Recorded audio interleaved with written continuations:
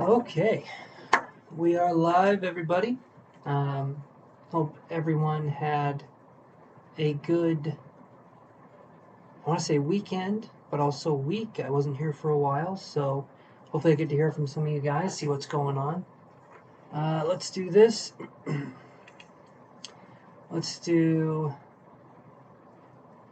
Well, I've got everything all written down. We're basically ready to go. I had 2 cucumbers before I came on here, so there's a lot of cucumbers. Nutritional yeast, salt and pepper on some cucumbers grown from the garden. I'll say right now, very good stuff. Would highly recommend. You know, the parking is terrible, but not overall a bad meal. Okay, so let's see what we can do here, you guys. Move this over. Let's get to shuffling the cards. Let's see what we can come up with here. Just gonna roll my sleeves up over and over again, just like this, until there is no shirt at all. Let's do this here. Alrighty. Let's get these going.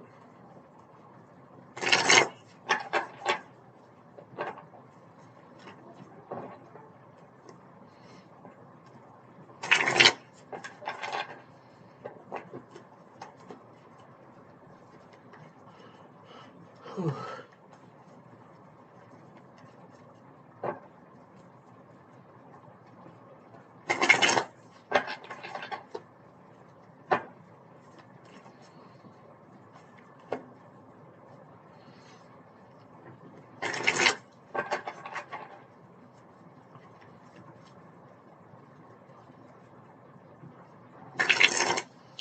Okay, so I feel like we got those ones shuffled. We're gonna do July 27th and July 28th, so that's gonna be Tuesday, Wednesday, and we're gonna see what we can get here. So give me 1 second. I'm getting everything all set up here.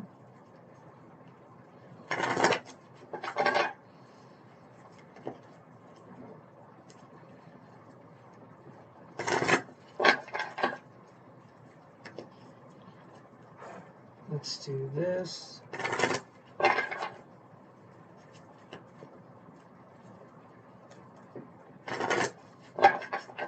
Let's do one more shuffle here, see what we got going on.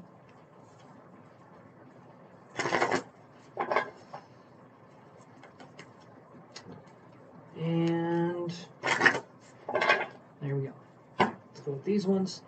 So we have the Wild Unknown, the Fountain cards, and Energy Oracle deck that I use. So these are the Fountain cards right here. Then we have the Wild Unknown right here. It's kind of an interesting pattern, I think. Then we have the Energy Oracle right here. So all of these I feel like just have their own kind of signature. They kind of give something different to the reading. That's why I use multiple decks. And also I feel like even the, like, let's say the Five of Wands in these two, because these are traditional tarot cards. I mean, as traditional as they get, I suppose. But even these two can have different meanings depending on the card that's drawn. So it's actually pretty interesting stuff. Okay, let's move these ones up here. Let's shuffle the Fountain Tarot cards. Let's see what we can do here.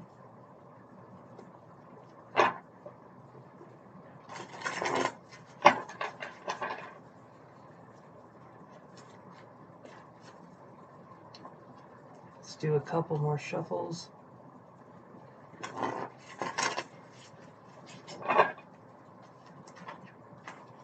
Oh, there we go. A couple more. Let's do 3 more shuffles for this deck.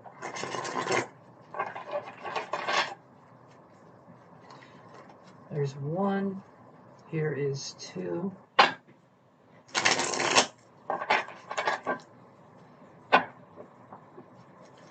And here is 3.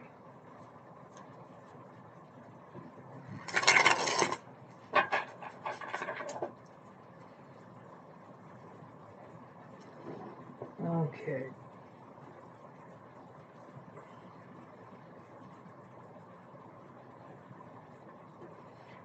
So I'm going to start reading here. I want to get some more people here before we start doing our readings. I'm just going to have another piece of paper here ready to go.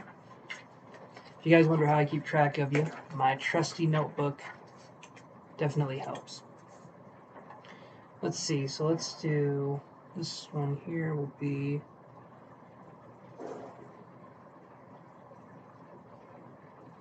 our psychic impressions paper.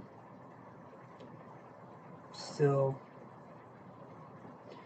learning, still trying to understand the psychic part of this work. It's interesting, to say the least, but very important for us to kind of look into. So, let me take a drink here.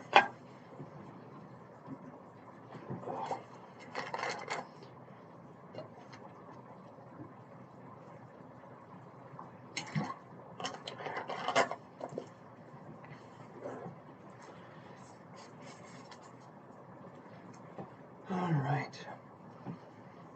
It's been a minute since we've done these, so about 10 days. So, hold on 1 second. Okay. Got my phone ready here.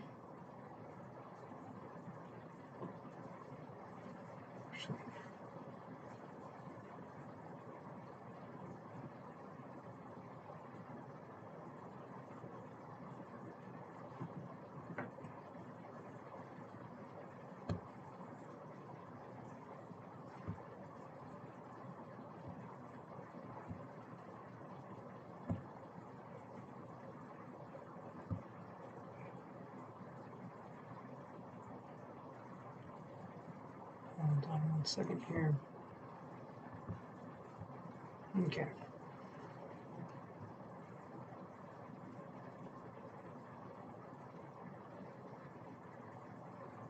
Let's do this.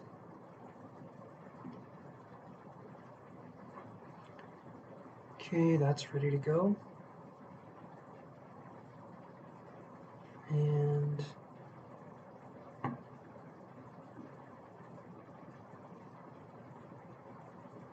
okay. All right, let's get started with these live. So we're going to do July 27th and July 28th. So let's see what we got here.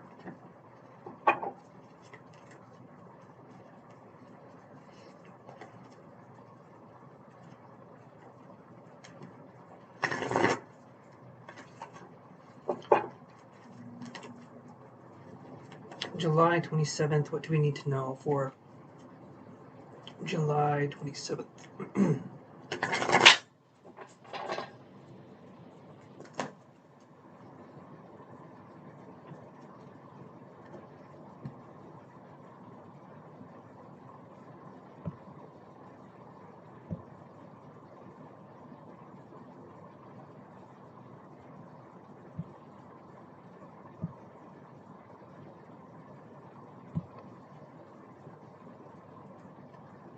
Okay.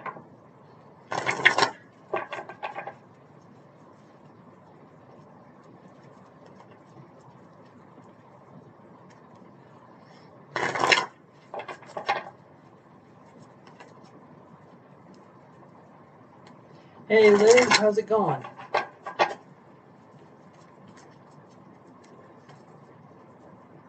How was your weekend? Weekend. Sounds like I'm saying weekend twice. How was your week and how was your weekend? There we go.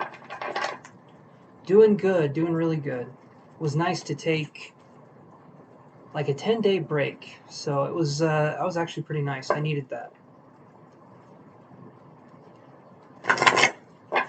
Let's get these cards all shuffled nice and crispy for the rest of the people. Let's do this here.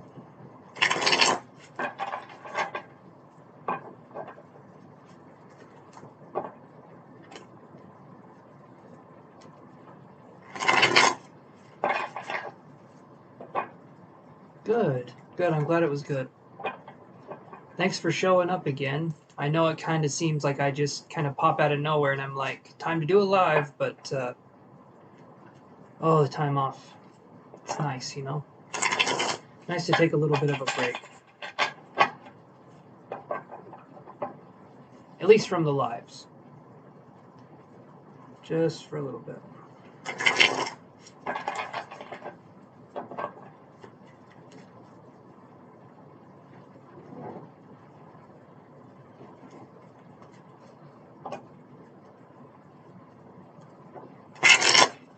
Just shuffling the cards here, and then we'll start doing our reading. So hold on.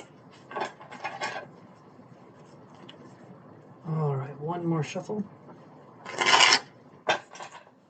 There we go. Let me look at this really quick.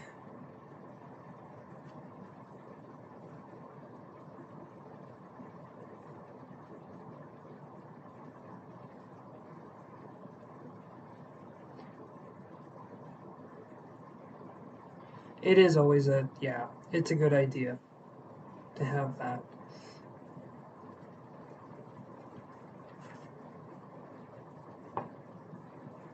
Okay, so let's do July 27th and then July 28th. You know, like a normal person, reading day to day, not backwards, not sideways, but just kind of a normal time progression. And then we'll go from there. So just put that over here.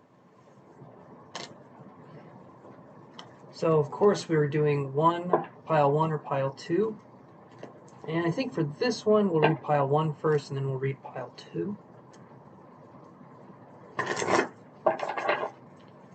Okay, so pile one, pile two. Let's read pile one first. This will be for the 27th, so tomorrow.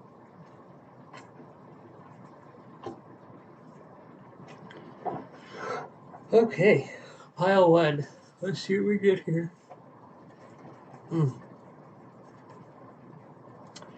So pile one we have, hold on one second. Anxiety. Okay. Then we have Seven of Swords in reverse. And then we have Nine of Wands in reverse also. The camera is jumping, isn't it?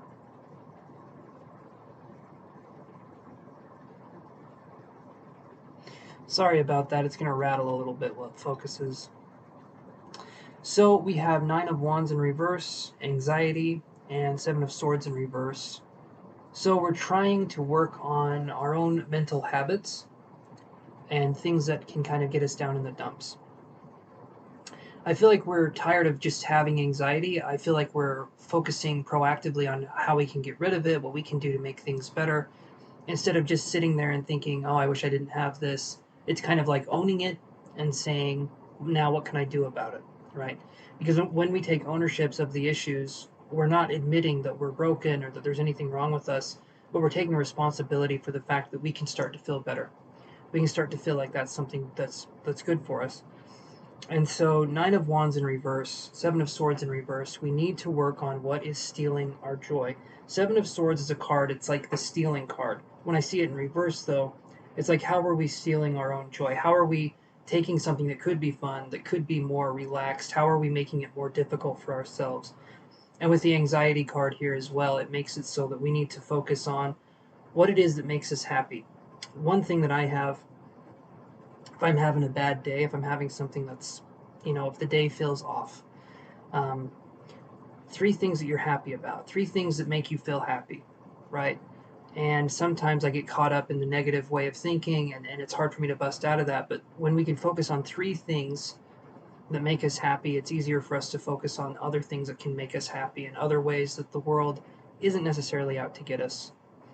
So, yeah, the Nine of Wands in reverse, to me, we're close to getting to a completion point.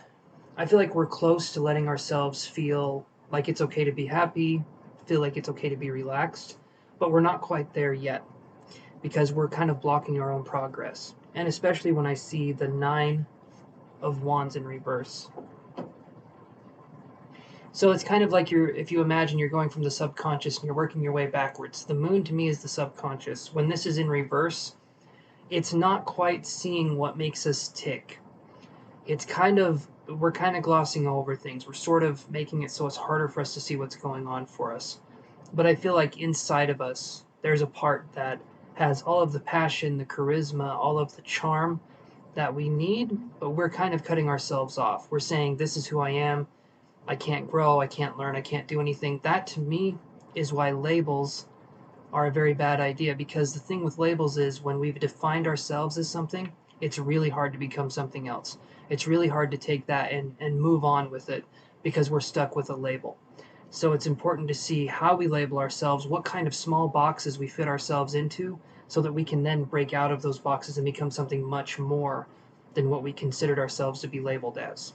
So that's something that I feel like we can work with going forward. Okay, so let's move on to the second part here. Let's see what we got. And so again, this is for Tuesday. We have got, this is interesting too. So also for Tuesday, tomorrow, we have the 3 of coins in reverse. Okay, you'll notice it's a mountain, and then underneath, we have those pentacles right there. Again, though, that's in reverse. We have the moon in reverse. Okay, and then we have the happy family card. This one is upright. Hey, how you doing, Doc? How's it going, buddy? So when we see the when we see the 3 of pentagrams in reverse, pentacles, pentagram's technically not wrong, but 3 of pentacles, and then we see the moon card in reverse. Again, we're focusing because these 2 cards are in reverse. We have a moon here, and we have a moon here. Here a moon, there a moon, everywhere a moon. Old Moon Donald had a form. Anyway, from what I'm seeing here, though, is that we're focusing on the subconscious becoming more center stage. So what does that look like? That is going to look like we are going to be noticing behaviors and patterns in ourselves. And it could feel like things are getting worse, but really what's happening is we're giving attention to something that's been going on for a while. It's kind of gotten a little out of control. And when we look at it, it becomes magnified. It doesn't mean that it's bad, though. It just means it's expressing itself in its fullness. We're observing it, and in so doing that, we're going to shrink it back down. But it's sort of like when you give presence to something that's bothering you. At first, it's going to seem like a big issue, but over time you realize it's not. But when you look at it, it's kind of hard to look at first. The happy family card is good, though. This is showing that we could be resolving issues with ourselves regarding our family, or we could be resolving issues just in general. Because when we're focusing on the subconscious becoming conscious, we're focusing on allowing the things that were secret to us to become less secret. Okay, Doc, you have a good one, my friend. I'm going to be here for a minute. So you know the drill, about 5 hours. So you go eat, make sure to have a good dinner, and I'll be right here. Okay. So when we are focusing on, well, and then we have this card too, so I'll explain this one. So we have the 3 of Pentacles in reverse. The 3 of Pentacles, when it's upright, is a card about teamwork and working together. When I see this in reverse, but then I see the happy family card, this is feeling like we're alone, but I feel like there's more people around us. I feel like there's more around us than we think. Or rather, we can be there for ourselves. If other people are having a hard time, we can at least step up and be there for ourselves. It may not be what we would call the ideal situation, but it's what we have and it's what we can move forward with. So it's important for us to realize that we have something. And if we're there for us, I feel like that's the best thing we can do. Because other people can come in and out of our lives, no matter who they are. But we're kind of in this. We're a little biased. We want to see ourselves succeed for the most part, and so that's kind of what we're pushing towards here. So let's move on to Wednesday here. Let's see what we can get. Hold on. Okay, let's do this. Let's go here. let's do this here. Let's get all these organized. Alright, so let's shuffle our cards for the day, and let's see what we get here. Just want to make sure I didn't accidentally put a card in where I shouldn't have, because I have been known to do that. Alright.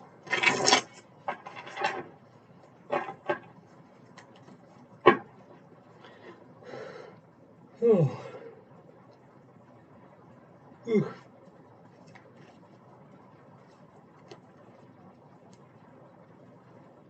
Well, that's cool right there.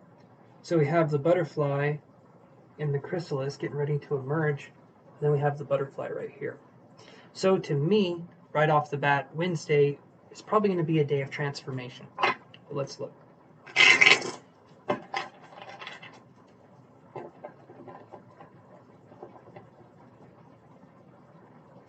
We're kind of working through a lot of situations and scenarios regarding everything, but especially healing. Anything regarding healing spiritually, mentally, physically. That's kind of what we're focusing on, and I know it can seem like there is a lot. Because, yeah, you get it, don't you, buddy? I hear you. I hear you. But that is something that's hard for us to understand until we go through it. And right now, we're kind of in the midst of going through it. We're in the midst of going through the transformation. We're in the midst of going through some kind of difficult struggles, but that doesn't mean that it's bad or that it's negative, because oftentimes we learn the most when we're going through the struggles. We don't learn a lot when we're comfortable, but we tend to learn a lot when we are uncomfortable, right? So that's kind of something I want us to sort of, I know it sounds weird, but in a lot of ways kind of be grateful for, because pain and suffering in a lot of ways can help us to learn what life is actually about. I'm not saying that to be insensitive. I'm saying that as a way for us to learn sort of the areas where we can heal the most, or the places where we feel the most uncomfortable, the places where we feel the most vulnerable, but we try to guard that vulnerability. When we stop guarding that vulnerability and let things happen for us and let things happen to us, things work a lot better. So let's move on to Wednesday here. Let's see what we got. So, and Liz says, yes, lots of healing. Absolutely. Absolutely.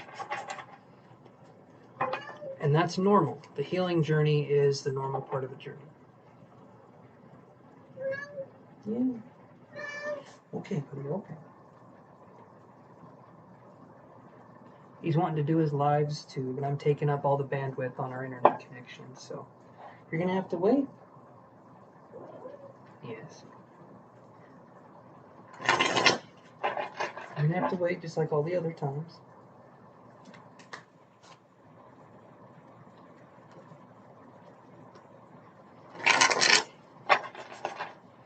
Alright, let's see what we get here, guys. Let's go on. Let's see what we get. Oh, there he is. Popping up for a little bit of kitty chow. It's not a bad idea, my friend.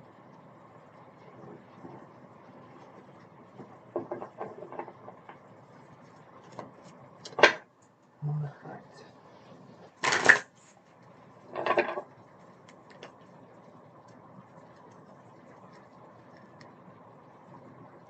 RG, okay, so the cat is, this is Yoshi.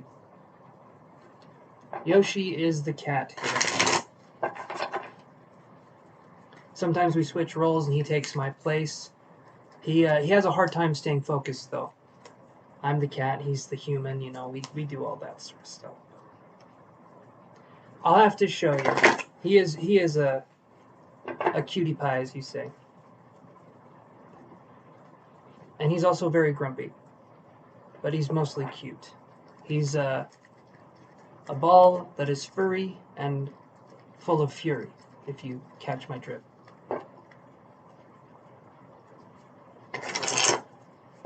Alright, let's do Wednesday here. Let's see what we can go on to accomplish.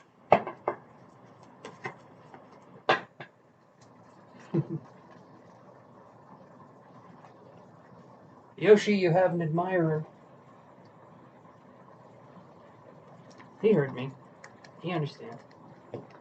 Alright, pile 1, pile 2, you guys get to pick if that's what you want to do. If not, we'll just read pile 1 first.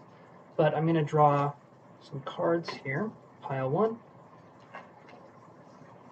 pile 2. Okay. So, we're going to do pile 1 here. This is interesting. In fact, all of these cards we don't normally get. This one we get on the channel quite a bit. These other cards we don't get that often, especially the one I'm going to show you here in just a second. So, Wednesday, okay, a day of transformation, like I was talking about earlier. We have Door to Spirit for Wednesday, okay. Then we have the Fountain card in reverse. The Fountain is, well, you'll look at this. So the major arcana for the Fountain on this one is the infinity symbol. So the Fountain is about just being. It's not about anything else. It's about just being in the moment. When it's in reverse, Door to Spirit. And then we have the Nine of Pentacles also in reverse. Hey, Maxine, how are you doing? So when we have the Nine of Pentacles in reverse, the Fountain in reverse, and Door to Spirit, part of me is feeling like, honestly, this feels like maybe we're looking at starting a spiritual business, but we're focused way too much on the business side of things and not necessarily the spiritual side of things. So maybe we're focused on the money, or we're focused on just making the money, where I feel like the main focus, if we're starting something spiritual, is to help, and then the money sort of comes as a byproduct, right? When we're focused on just the money-making part of it, it makes it harder for us to understand what it is that we're doing. When we're focused on just having a good time and helping as many people as we can, you know, that's kind of where we're at. And with spirituality, you're sort of like a freelance worker. Like, I don't make a specific amount of money, right? That's not something that I can say I make a consistent amount. I don't. It's sort of like whatever's going on that night, I sort of take in what I can.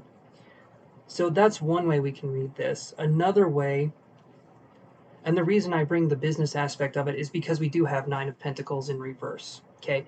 Nine of Pentacles is a card, it's like financial independence. When the Nine of Pentacles is in reverse, though, we're looking at financial dependence. Or we're looking at being dependent on something that maybe we don't want to be dependent on. Or maybe people that we don't want to necessarily be dependent on. The Fountain card in reverse, okay? I am doing good, Maxine. Thank you. Doing really good. Took 10 days off. Feeling good. Feeling like it's about time to do the lives again, get things going, and I'm hoping everyone else is doing okay too.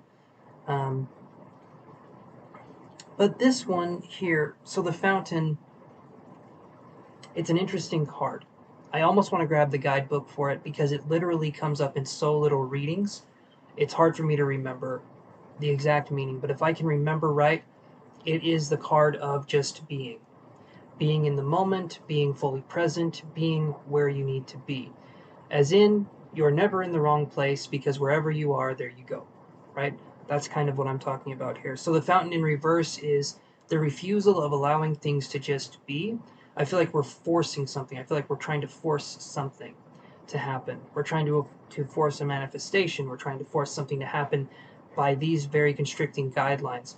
And I feel like because of the forcing mentality, it's making it so that it's hard for us to focus on free flow and gratitude because we're forcing it. And if you're forcing it, it's not working, right?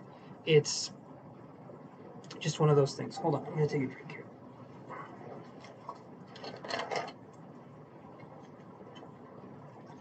The other way we could read this, if we're not going into a spiritual practice, which odds are some of us aren't. So let me read it in this way.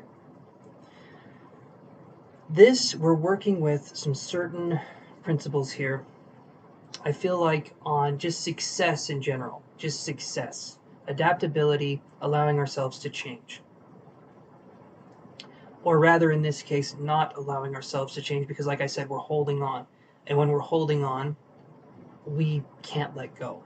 We can't let things move on. It's like trying to hold the wind in your hand and say, well, I'm going to keep this for later. It doesn't work that way. Enjoy the breeze for what it is in the moment, because you're not going to get it back. So it's one of those kind of situations where we need to enjoy what's in front of us and what's around us while while while it is going on. Okay, so let's move on to this other part for Wednesday. Let's put these cards back here.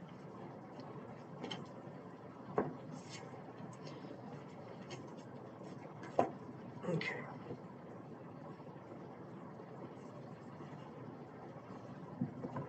Give me 1 second here, guys. Hold on.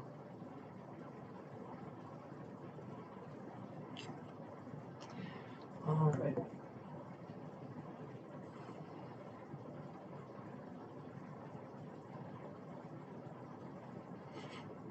Like a damn cutie animals when they hold their babies on their back. Yes, yes. There are a lot of cute animals, including otters. And I didn't know otters did this, but an otter will tangle itself up in moss and algae, right? And maybe I'm using those two words in the wrong way, but they'll tangle themselves up so that when they sleep, they stay anchored and they don't move. I watched an animal sleeping video and different things, and horses actually have like a built-in hammock system, so when they sleep standing up, their muscles can relax, but they can still sleep. I watch weird things. I watch weird things when I have 10 days to myself. Okay, so now we have this coming up for Wednesday. So we have Father of Swords. Okay, this is a signifier. This is talking about a possible Aquarius, Libra, or Gemini individual as a possibility. Then we have the Two of Cups.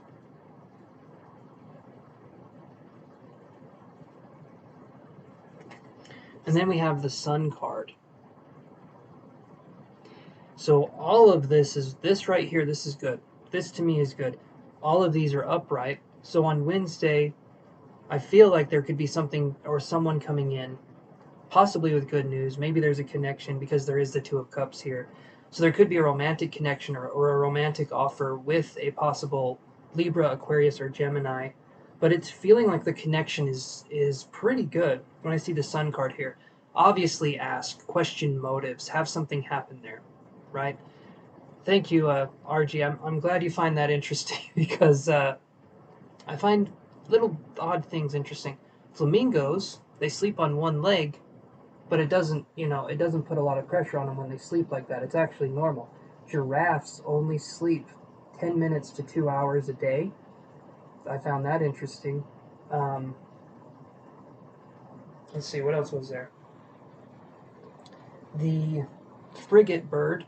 It's called the frigate bird. It sounds like I'm swearing or something, but I think they actually sleep while they're flying. They'll literally put their wing up, they'll fall asleep for a second, and they'll flap again because they have to fly really long distances and they can't land because they're going over water. So it's like long stretches of water. Anyway, so Father of Swords, Two of Cups, and the Sun card here. This to me, honestly, I don't feel like I need to say that much about it because everyone who watches tarot videos, we all know what the Two of Cups means. We all know the Sun card is a really good, positive, powerful card. And then the Father of Swords. Like I said, there could be an air sign individual coming back in our lives. It doesn't necessarily have to be a romantic connection. It could just be friends, or it could be maybe talking to a family member again, or having a connection where there's some sort of union or a coming together on Wednesday of like-minded people or of people that get you or understand you, because this seems to me like it's a really, really good. And also for some reason Capricorn is coming into this as well, so there could be a Capricorn individual possibly coming into this as well. But that's sort of what I'm seeing here for these cards. So really positive for Wednesday. Just let yourself, like I've been saying, let yourself be in the moment, let yourself kind of feel things out. And if some of you guys are, right, Liz, I understand. If some of you guys are recovering from surgery, or if some of you guys are recovering from just something in general. For some reason, Spirit was showing me bandages, and I'm feeling like we're recovering from surgery or something's happened where we're recovering, maybe carpal tunnel, or maybe, I don't feel like it's a big surgery anyway.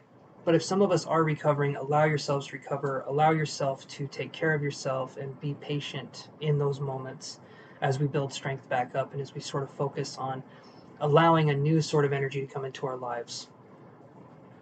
Okay. All right. So let's move these over here.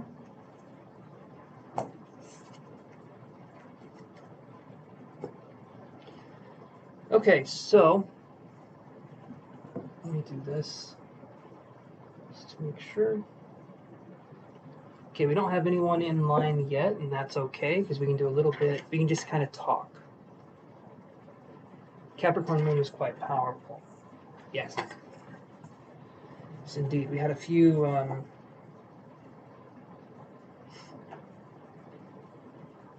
We've had a few kind of activating experiences here, a few kind of interesting things.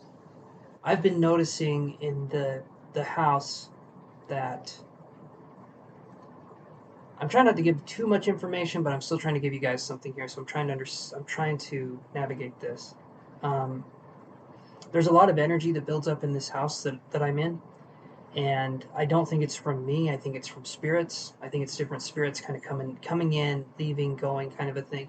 But there's a lot of like elemental energy that builds up in this house, and fire being one of them. So very yang energy kind of building up, and that sort of power that builds up in a house, and other people can go through this too. I feel like there's just certain spirits that are drawn here, but it allows you to get stuff done. We're talking about fire energy, and we're talking about passion. It's like we're talking about the wands in the tarot or the sun card, as I mentioned before, or like the strength card. There's a lot of that kind of energy coming in where I'm feeling like we're getting the strength and we're getting the perseverance to keep going and to keep moving forward. Um, some really interesting experiences. And then some of us, I know we're out of Mercury in retrograde, and I know I should probably rinse my mouth out after saying those horrible words, but there has been some technological issues too that have been happening again, which seems kind of out of character, but that's probably par for the course, I'm sure. But it does feel like energy is speeding up and things are kind of becoming more and more clear. I had the word vision pop into my head, which to me is allowing us to see things for how they truly are, right? And also, I'll say this, that I really liked the show WandaVision. I thought that was good. I don't know if you guys have seen WandaVision. I thought it was pretty cool. Very good little show. So I watched that. Watched all the episodes. Um, I enjoyed it. It was actually pretty good. Need to watch Loki. That's the next one we're gonna watch. Okay. Anyway, moving on here. So basically, that is something that I feel like is happening here. Um, it just feels like we're getting more and more in touch with the more basic elemental forces, and to me, that shows that there's going to be more of a union. So more and more issues may come up for us. It's not a bad thing to have those come up. It's part of it. It's part of the process. If we're ever struggling, we're having a difficult time, and it's feeling very challenging, remember that that's kind of why we're here, is to learn things, and the way humans learn isn't through being comfortable. I wish.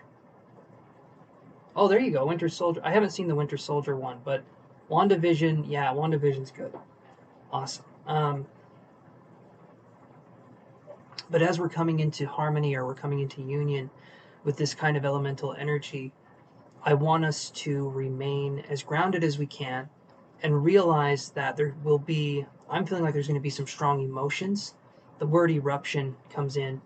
And what's interesting about eruptions is sometimes they can be, not sometimes, they're pretty out of character. They're like having moments where we kind of lose ourselves. And in those moments, we actually learn a lot about ourselves in the process. Um, and this is something that I thought was interesting. Elaine de Botton, uh, who has written the book here. If I move my chair, it's back there. It's that yellow book right there. So it's that yellow book, and that is the School of Life. It is an emotional education school of life. But he talks about some different things, and he said in 10 minutes or 20 minutes, a random stranger on the street will know you better than you know yourself.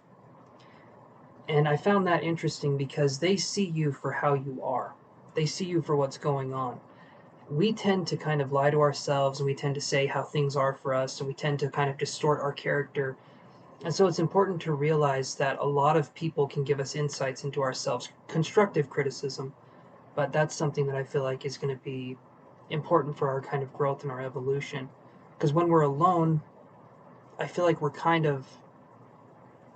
able to get things done, we're able to understand things, but other people can sort of help that growing process.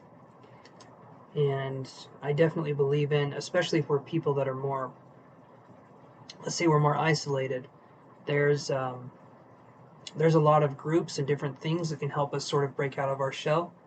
I can think of a few.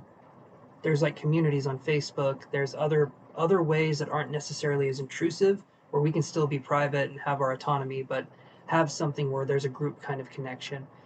And then there's also, like I did my ayahuasca. I don't know, trip, I guess is what you would call it, with a group of people. So there's a lot of spiritual communities. There's a lot of things that are taking place right now. And so there's a lot of options for us to continue to grow and for us to understand ourselves much deeper. But it's going to feel like things could possibly be getting worse for us, when really what's happening is that we're paying attention to the things that are happening to us. And because we're putting our undivided attention on them, they may seem like they're bigger. They may seem like it's much, much harder to handle, but it's just been there in the background for so long. Things have accumulated. Once we give our attention to it, it sort of shrinks back down. It's kind of like, imagine that there's a balloon and it has an infinite capacity to grow, and it's like right behind us, and the universe just keeps pumping that balloon. It just keeps pumping it, and the balloon gets bigger and bigger and bigger, and it keeps getting huger and bigger. I don't think huger is a word, but it gets the biggest that it's ever been. And as soon as you look behind you and you look at that balloon, it starts to shrink, because we're paying attention to it. It doesn't need to grow anymore. The reason it grows is to get our attention, so that we look at it. As soon as we look at it, it starts to shrink down and we can start to manage it. But right now we might be in the process of looking at it and being like, holy shit, that's huge. It's not. It just takes time. Thank you, RG. You're very kind. Thank you. But that's something we can use going forward.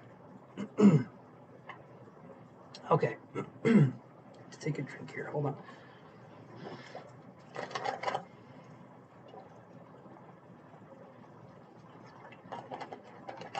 And for me personally, I don't know if you guys are this way, animal spirits have been making themselves more and more known. And I feel like there's just a lot of that kind of energy that keeps building up. I believe animals have a soul. I believe, humans have souls. I believe we're all connected in that way. And I think that with the animal spirits coming at least into my line of sight and understanding it. Hey Angela, how are you doing? That I do feel like there's something kind of having us get back to our roots, having us understand ourselves better, or at least trying to understand ourselves better. Okay. So, hold on one second, you guys.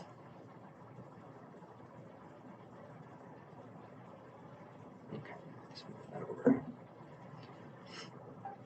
So, with that being said, everybody, if you have questions, if it's a question that's specifically directed towards you,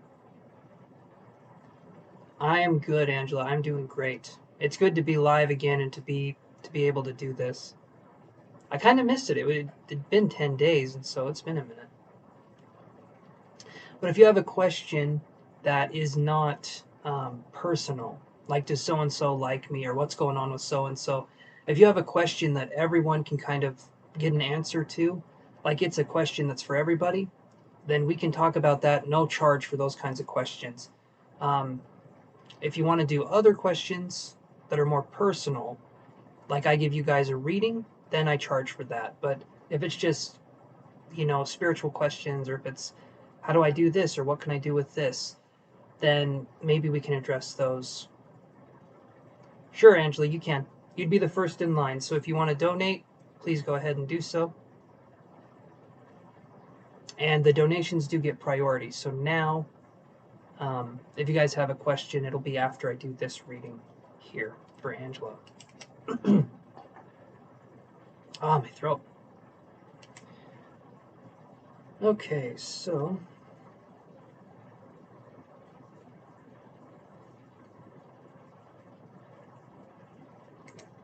I'll take another drink here.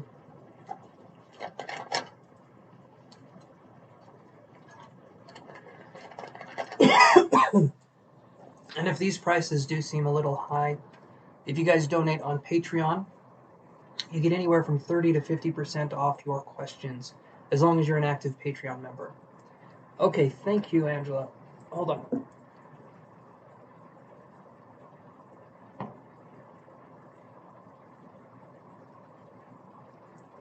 All right, thank you, Angela. I've got you down for one question. Thank you very much. So ask your question, Angela, and let's see what we can do for you.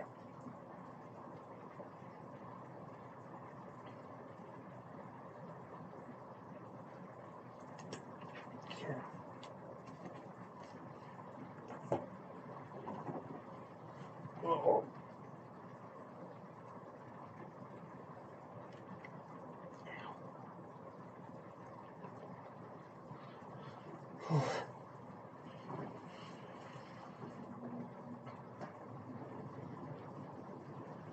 Mm.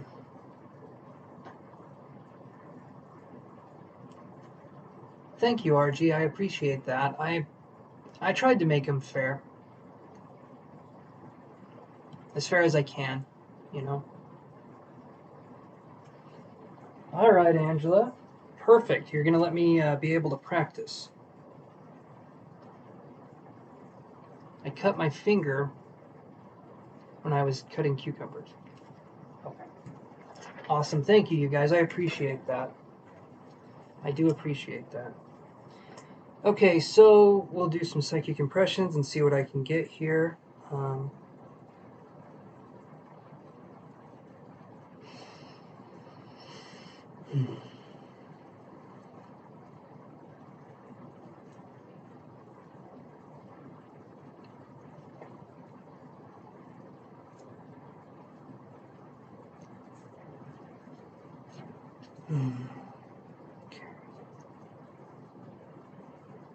So normally on the channel, Angela already said what she wanted. So I'm not going to ask her if I can connect psychically, because she literally said, "Can you, you know?" So normally I do ask, but in this situation don't have to. But in the future, if you guys are doing readings for other people, ask before you do the psychic part. Ask. It's just, to me, it's polite. It's the equivalent of knocking on someone's door and them opening it and saying hello, versus just kind of walking in, going in their fridge, messing up stuff, and leaving. You know what I'm trying to say. Anyway, so let's see what we can get for Angela here. So the first thing I see. So, okay. The color purple is the first thing I'm seeing here for you, Angela. And that to me has spiritual connotations connected to it. So when we're talking about purple, we're talking about developing our spiritual senses. Have you had any dreams? Have you been having more spiritual experiences lately? Because we talked a little while ago about that. Okay.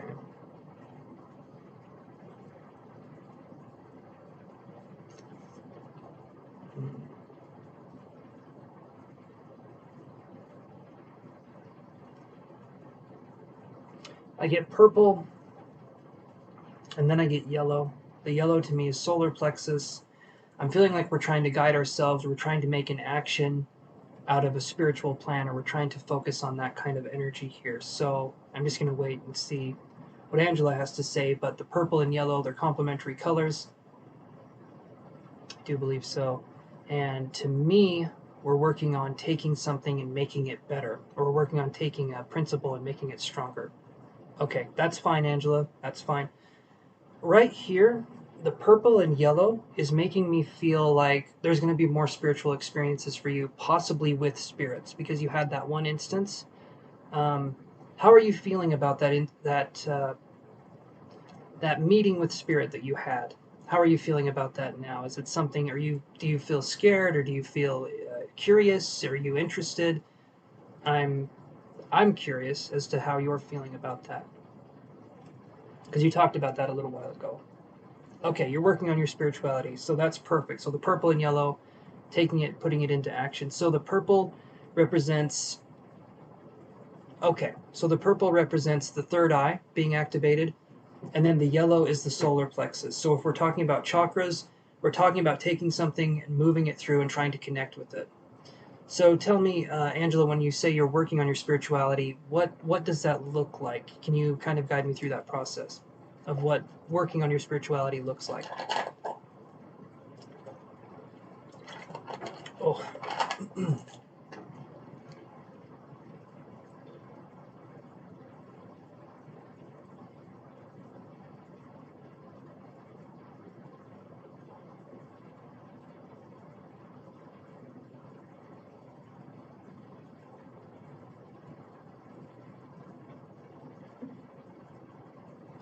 Ooh, there you go. Awesome, Gigi. Awesome. By the way, Gigi, did you get the refund last time I went live? Or we talked about it. I just want to make sure you got your refund, because you weren't cucumbers make you burp is the moral of this story. I have not stopped. Anyway.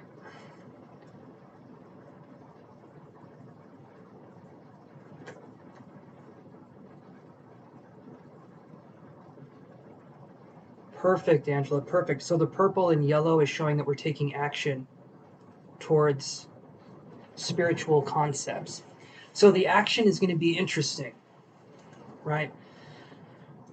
The purple and yellow, these two colors, are going to be us reaching out and kind of working on our spiritual principles, but also staying grounded in the process. The cleansing part is important, especially when we're starting out. Setting boundaries for spirit is very important, saying what we will and won't tolerate. For instance, during private moments, we're sleeping, other things are going on, we need to say if we will or won't allow a presence to be around us at that time. I feel like it's important to say during this time to this time, I'm not going to be available, I'm going to be sleeping. Eventually, spirit kind of has that. I've been cleaning house on relationship. Okay, perfect. So we're working on relationships, we're working on, okay. So we're clearing stuff would be the thing that we're talking about here. So the purple and yellow equals action. We're trying to take something, we're trying to take more action. Okay. Thank you, RG. I'll put you on the list here. Hold on. Let's see here.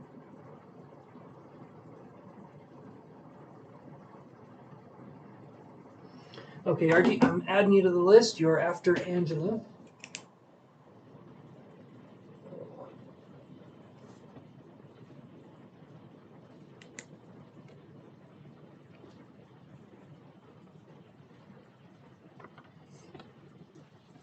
So this is good. These are good signs. So he got his TV Sunday. Perfect. There we go. He got his TV. That has been an ongoing struggle for you, Angela. Awesome. Awesome. I'm glad he got his TV. I'm glad that's done. Because Spirit this time wasn't talking, we weren't talking about anything else. We're talking about connecting to your spiritual nature, and I'm sure him taking that gives you a sense of like he's gone, he's out of here, kind of a thing. Going from the, did he try to do anything to get back in your life when he got the TV, or did he just grab it and go? Sorry, I'm curious. I'm interested. I'll admit I am interested. Purple yellow action. And yes, thank you so much, RG, for the donation. And you are definitely on the list, my friend. Let's see here.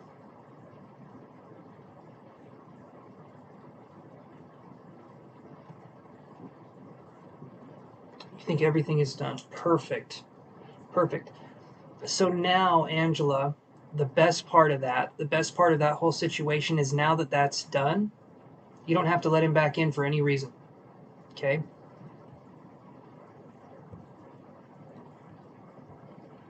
How you don't even know. I mean, this person just, wow, Angela, I'm sure you stayed strong. I'm sure this guy just sounds like a creep all the way around. So I'm glad he got his TV. Hopefully he just,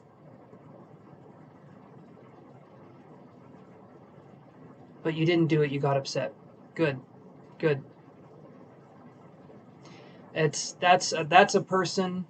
You're changing now. You're going through your process. You're going through your transformation. You're realizing how toxic this person is. I'm glad that you got upset because you're showing to yourself and to the person you're not up for the way that they treated you anymore. You're focusing on new ways of being, especially with this, the purple and yellow. The best way I can describe this is we're taking two principles and we are connecting them, which is essentially what is spiritual practice. So he got upset. Okay. Sorry, I think I misinterpreted what you said, but same thing. Of course he got upset. He's going to be a little baby about it.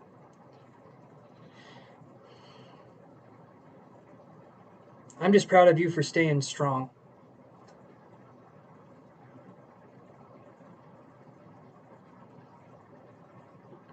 Tiger eye is good, yes.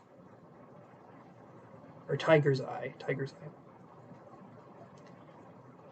Okay, so I'm showing you this drawing here. He told me today he doesn't like this new me. I ran into him at work. Oh, that's too bad. That's so... Hold on. I gotta cry. I gotta just let these tears out. Nope, I can't even muster up one. Okay? He doesn't like the new you.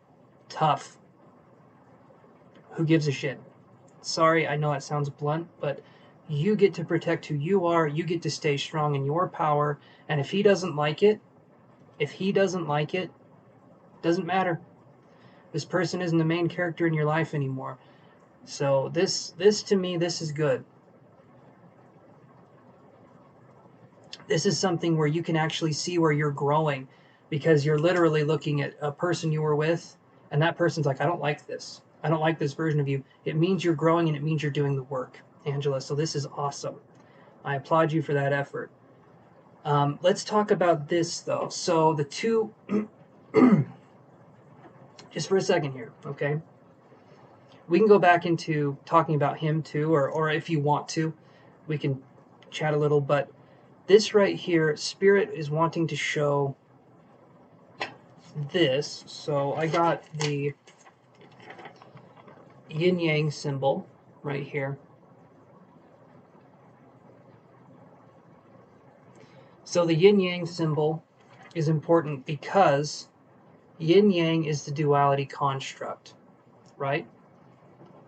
And if the yin yang is about the duality construct, it's the way humans learn. We learn by comparing things to other things.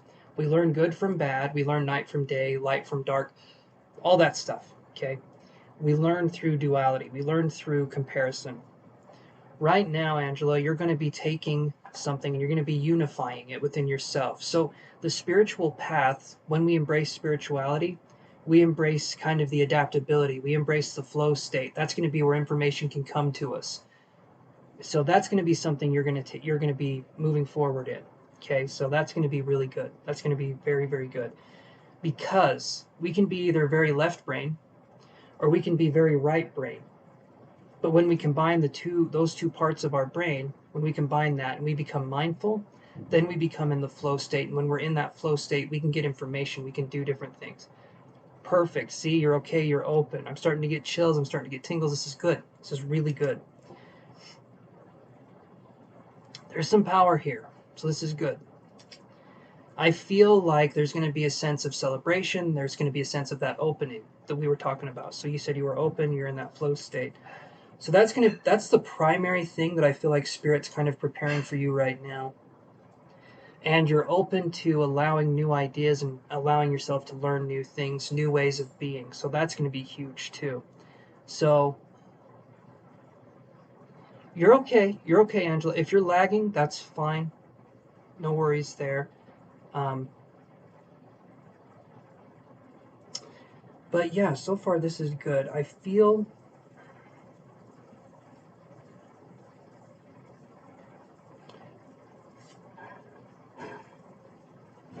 so the way we work with psychic ability. Again, I'm learning this as you're learning this. We're all kind of growing and learning together. The thing that we can do, I'm a student of the psychic and the mediumistic world. Everyone else is too. I feel like when we're on this path, so I'll give you some tips, right, that help with this. The best thing that I can give you is to remain open and adaptable. Like you're talking about, you said I'm open. As long as you're in that flow of being open to information, ideas, new ways of being, and we're kind of humble in that aspect, we allow things to come to us and we allow things to stay with us. As soon as we become rigid and we become hard thinking and we feel like it's the only way to do something, that's when we start to lose that connection. So as long as we remain open, that's where the power lies. If I become too rigid or too set or too fixated on an idea, to not allow different forms of information to come to me because I'm too stuck on one way of being, I'm blocking information. So we need to allow things to come to us the way they're meant to come to us. And the purple and the yellow here that I got for you are definitely complementary, but it's allowing us to stay in that way of being. So we're reaching up spiritually, okay? That's the third eye, that's the purple. The solar plexus is the fire. The solar plexus is the third chakra, and it generally deals with mediumistic energy. It's like the fire energy, it's that purpose energy. So you're activating this, you're feeling a sense of purpose, you're feeling a sense of drive and motivation from the solar plexus to ignite the spirituality, which is the third eye. So that's going to be something that's going to be really good moving forward. So far, is this making sense? I feel like I've been talking for a long time, so I need to give you a chance here.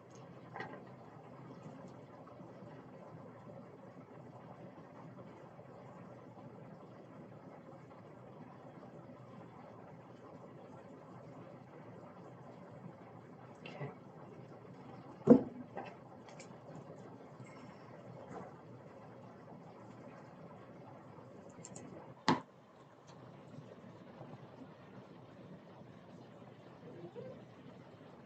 Oh, RG, I was gonna show you the Yoshi. Come here, bud. Come here. Okay. Say hello. Oh, you're as heavy as a bowling ball. This one is Yoshi.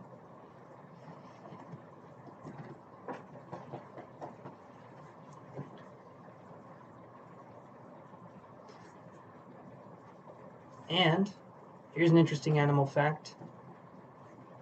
Did you guys know that there is a spider that eats fruit as its primary source of food?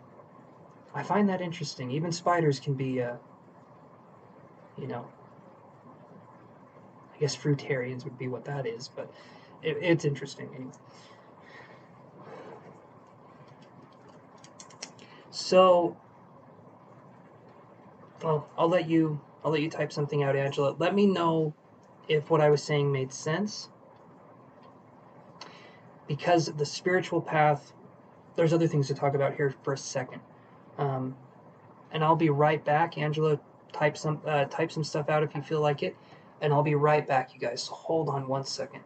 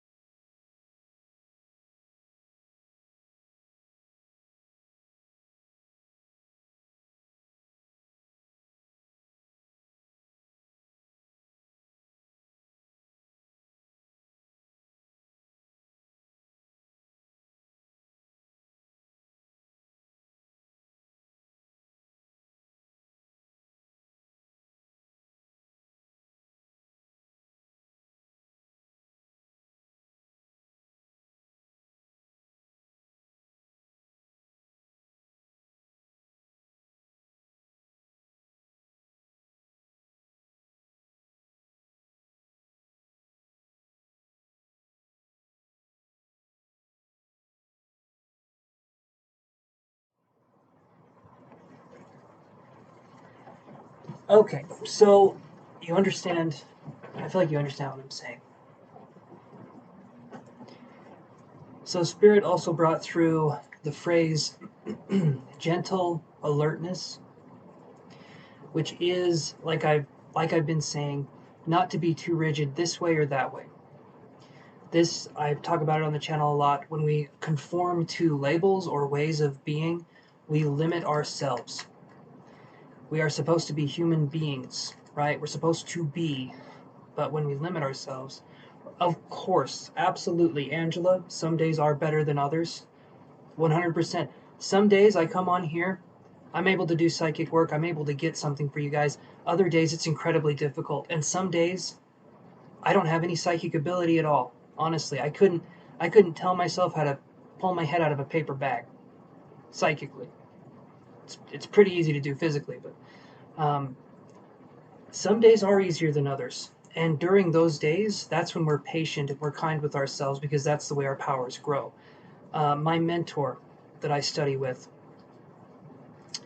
that I've talked to, not studied with, not yet, but he talks about the way to develop spiritual gifts and abilities. You have curiosity is the one. You have love, gentleness, and there was another one I can't remember, but those are kind of the core tenets. The curiosity one is really interesting. If we're developing spiritual abilities, right? If we're developing spiritual abilities and we're focused on allowing ourselves to be curious, allowing ourselves to have that curiosity is a form of love, but without kind of the attachment, because we're looking at something and we're curious. And when we're curious about something, we're wanting to see how it unfolds. We're wanting to see the potentiality of something. And because of that, and we're giving attention to it, that curiosity turns into something where we can see the end result. We can understand it. So curiosity, love, and gentleness and kindness are the tenets towards developing spiritual gifts. The West, right, the United States and other places similar, would like to tell you that we have to force things. We really have to force stuff. Oh, RG, okay. We got the spider there. So that's something though that we can look at moving forward, is that kindness, that gentleness, and everything like that. So um, that's what I'm feeling here. So Angela, you're on the precipice of developing some abilities, and it's going to take a little bit of time to understand what that is. Each one of us as a psychic individual, we're very different. I'm seeing a banana there, and the spider. Yes, the spider. Look it up. It's interesting. It's really interesting stuff. Um, but that's definitely something that I'm seeing as kind of a theme moving forward, is that we need to focus on when things happen to us, we take them as learning experiences, we try to learn as much about ourselves as we can, and then on top of everything else, if we have some sort of way where we're questioning ourselves, and I talk about it on the channel.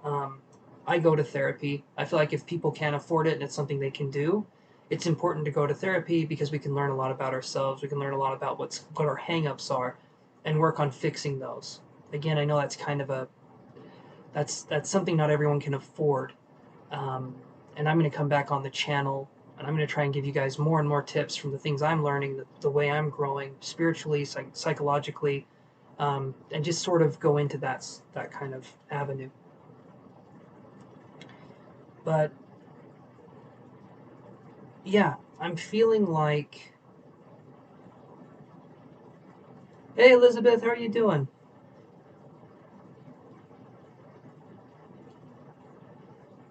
I know you're wanting to.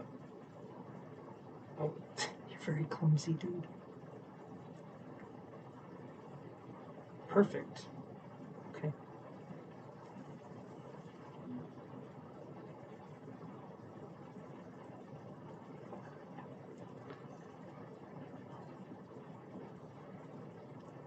Hold on, he's gonna try and jump up here. Oh, we have a successful kitty launch, don't we, buddy?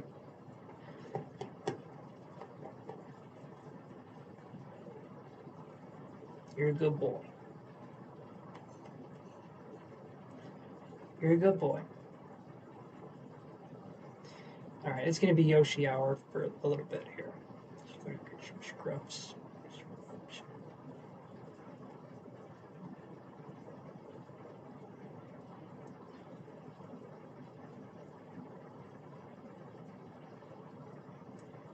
You're very fuzzy.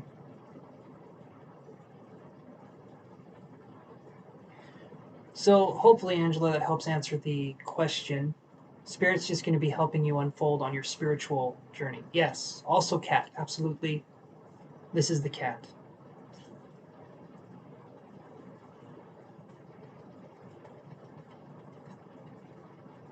I know, buddy. I know. You're a happy boy.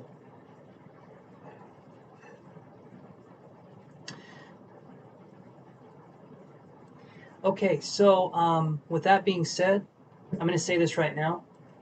We are experiencing, except for Angela, because I was talking about her message. If you guys want to catch up with the video, please fast forward to catch up to the video, because I feel like some of you guys are a couple minutes behind. I'm sorry about that. There's that lag, but that's all right. We can work through that.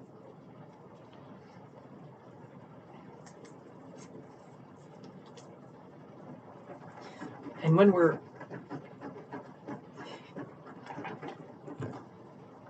now, it's hard to see him. Okay.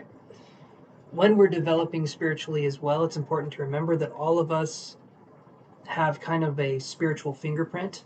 So each one of us in our spiritual development will learn differently.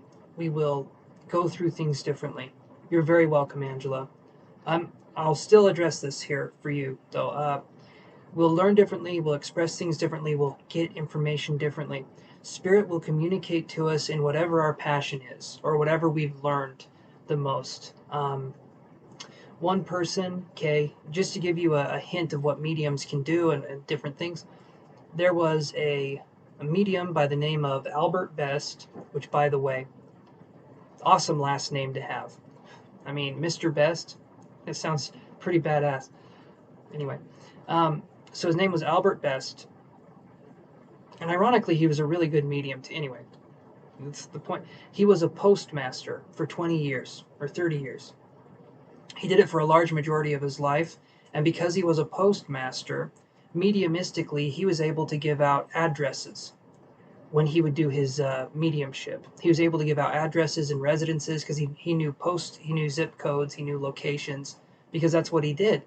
And he was actually able to pinpoint where two people were, or three people in the audience, how they were located next to each other, like through addresses, through different ways that spirit would work through him. So whatever it is that we want to do, if we're growing as mediums, we need to learn as much as we can so that spirit can communicate in whatever way that they would see fit. So whatever you're interested in, use that as a kind of a guide point moving forward, because that's going to help you to understand spirit better. That's going to help you to understand your own abilities better. But primarily, the more we learn and the more we understand, the better kind of messages we could give from spirit, if that's something we want to do.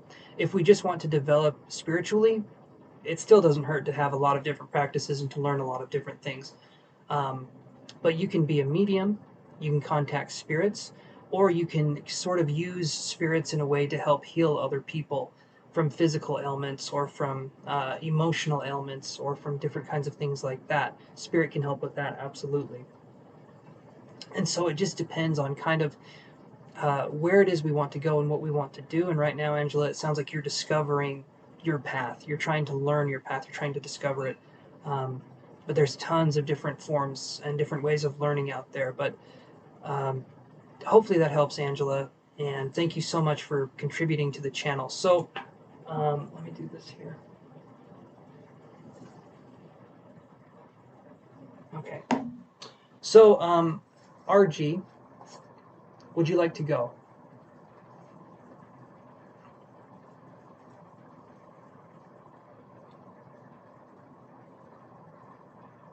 Oh, absolutely. Yoshi is, well, he's like I said, he's a special boy. He's a good boy. He's special in the way that he is just very finicky. Oh, if it isn't Corey. How you doing, man? How's it going?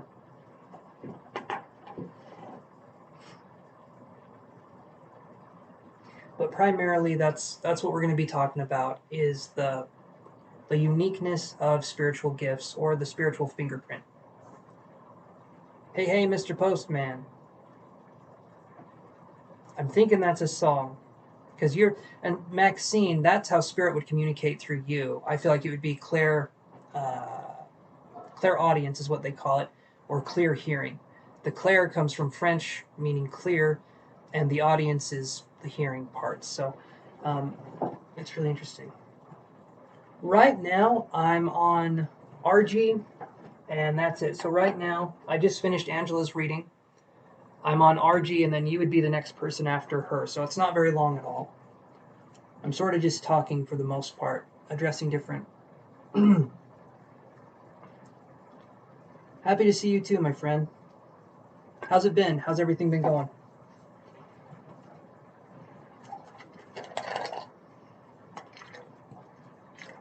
Oh, I took I was going to say I took a week off. I took a week and 3 days off, otherwise known as 10 days. I took 10 days off. And it was nice. I definitely need the time to recharge and sort of tinker around and think about stuff. Tinker around and think about stuff. That's what I do. Um, but yeah. So, uh, sure. Hold on.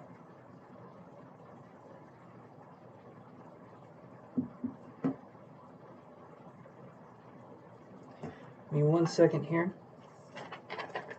I'm gonna move this over, and I'm gonna actually do this here.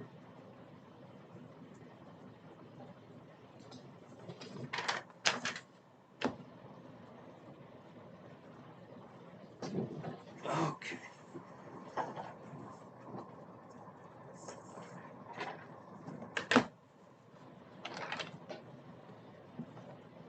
So Corey, do you have a? Well, let me do this here.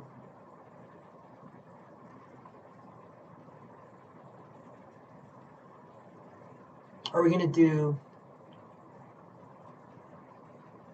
Good, good. I'm glad. It's a good way to look at things. Things could always be a little better, and things could always be a little worse. But right now we're in the present moment, and we're dealing with what we got. And so I feel like that's kind of an important thing here. So I'm just gonna say this really quick. RG, if you can move your video forward, I think you're maybe 3 to 4 minutes behind, maybe even longer than that. So if you could move it forward and then message me and say that you're present, then we can go on from there because I just want to make sure we do your reading. Okay.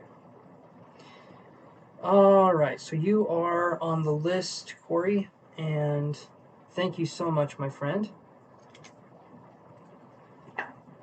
So let's do that. You're on the list for, well, we'll figure it out when we get there. We usually do things a little bit differently when it comes to your readings, so I'm looking forward to doing those. Okay.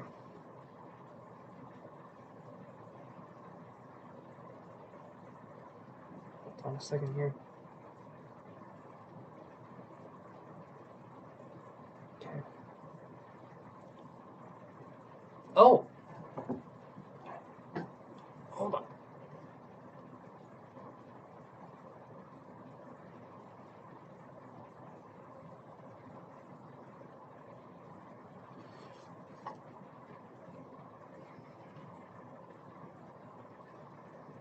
You don't have a question, Archie? Well, uh,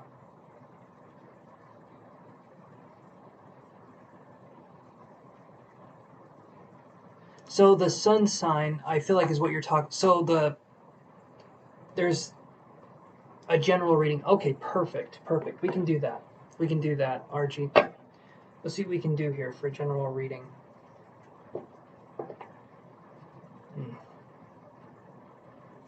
So here's what I'll do, Archie.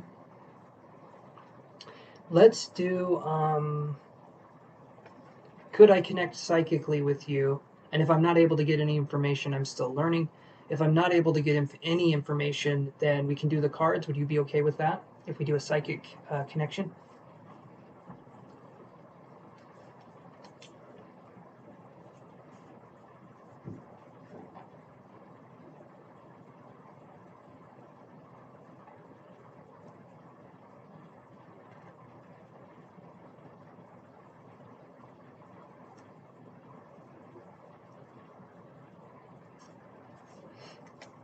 I just want to make sure. Always ask.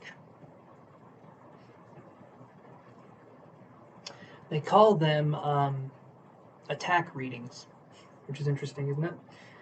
It's a form of. So imagine if I was just out and about and I had a feeling the spirit wanted me to talk to somebody at the grocery store, and I just walked up to them and I started saying, "Did your father die at around this age? Did it affect you this way?" If I do that, first off, even if I'm right, I just scared the living shit out of that person, because if they're not spiritual or if they're not going through different things, it doesn't matter. It's when you do readings like that, you don't ask first. That is an invasion of someone's privacy. So that's why I ask. And attack readings are something that can really affect people long term, especially in the spiritual community, because you just violated someone's trust and told them things that they thought were their own kind of things. Even if spirit is connecting with you and wants you to speak with them, say, okay, if you want to speak with them, make it so that they come to me. Make it so that they're curious about what's going on. I am not just going to go up and do that. We have to set boundaries with spirit just like we would with people. But, yeah. Okay.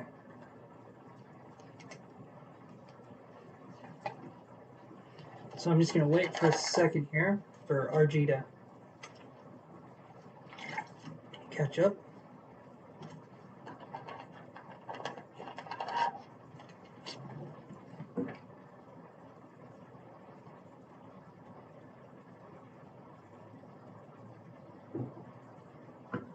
Okay.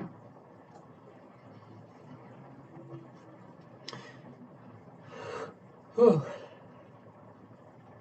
I haven't slept in today, and I'm still kind of yawning here. So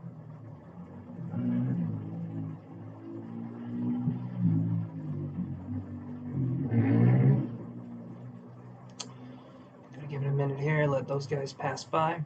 I don't know if you guys can hear. There's always loud stuff going down my street.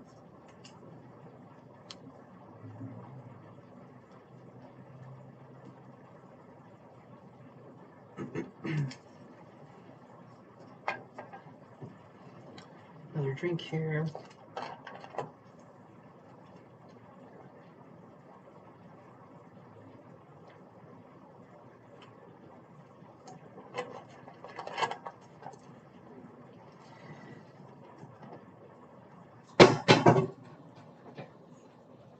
That's my trash can. Normally it's padded with paper at the bottom, but not this time. Cleared it out. I'm actually going to light an incense while we're waiting for Archie, so hold on a minute, my friends.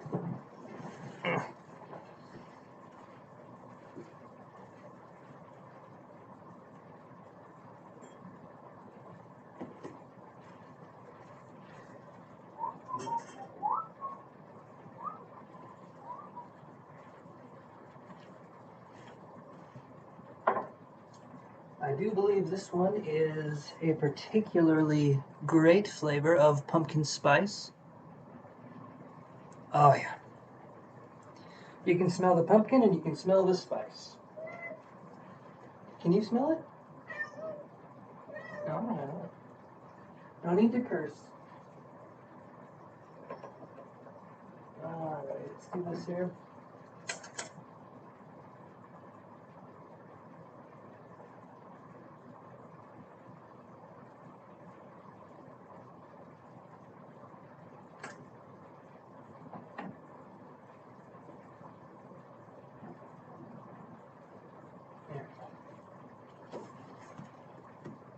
Psychic connection is okay. All right. Perfect. Awesome. Get in your spiritual rituals, my friends. Okay, so already said it's okay for me to connect psychically, so let's see what we can do here.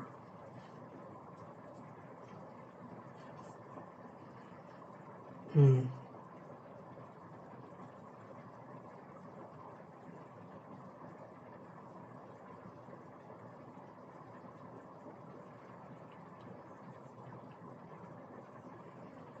Hmm.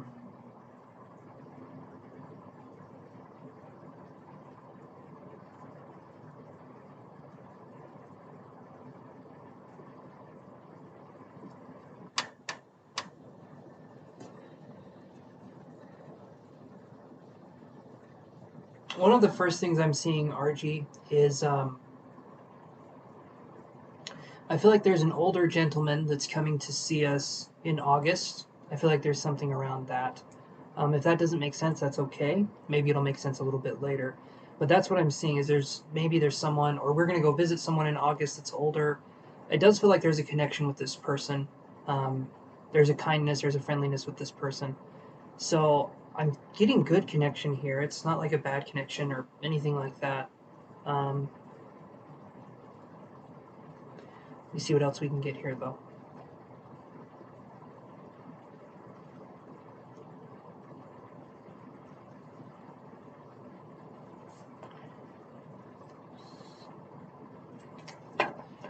Okay, let me see something here.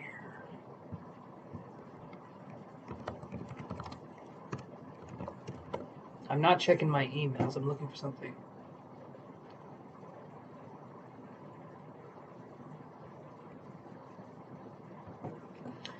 So the word pathos comes up, which I believe is Greek. It sounds Greek. Um, Pathos to me, when I hear it, maybe August actually brings up a reminder, or it brings something. Maybe there's something in August that could be a reminder towards a sad event. I'm not sure, but that's kind of what I'm getting here. The word pathos coming up. Um,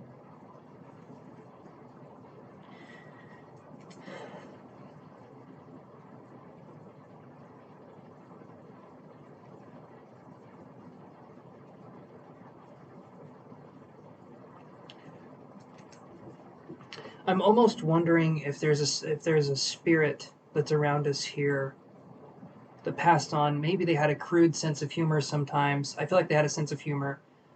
They like to laugh, but there could be a sense of missing someone in August, or there could be a sense of something like an anniversary that we're celebrating, or something where this person is no longer with us, which is interesting. Again, it's probably going to take you a minute to relay these messages not to understand them, but to get them.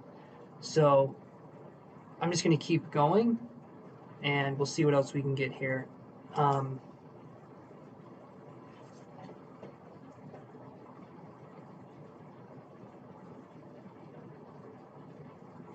hmm.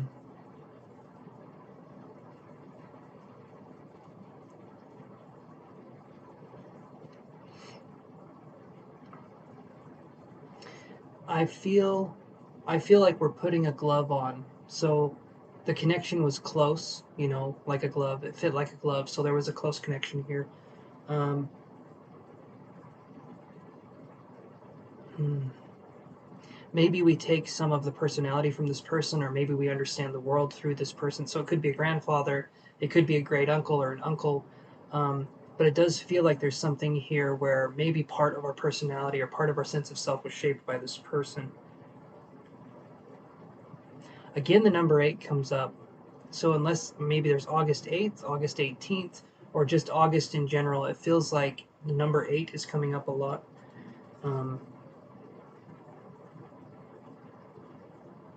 in the middle is something that I heard. So in the middle, um, maybe there could have been something happening after this person passed, but it's like we're in the middle of it, or there's something going on there. But the word middle was used, and I feel like we're in the middle, or we're caught in the middle.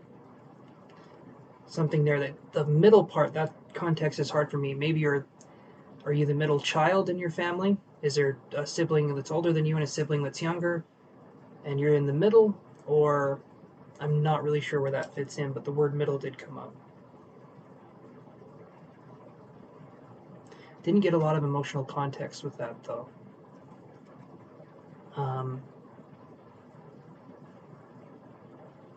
Maybe there's even a trip coming up in August, because I feel like we're in a car, we're driving.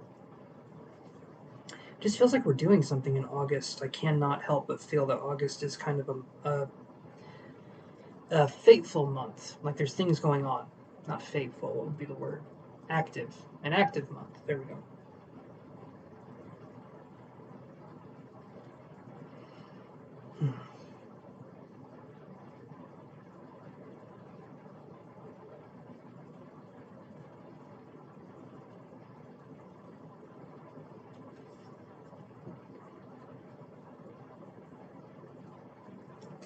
Boston comes up as well. Maybe the location feels like Boston or something. It felt like I was getting a message from a spirit, and I felt kind of confused. But Boston came up, and then I'm trying to get some more information here.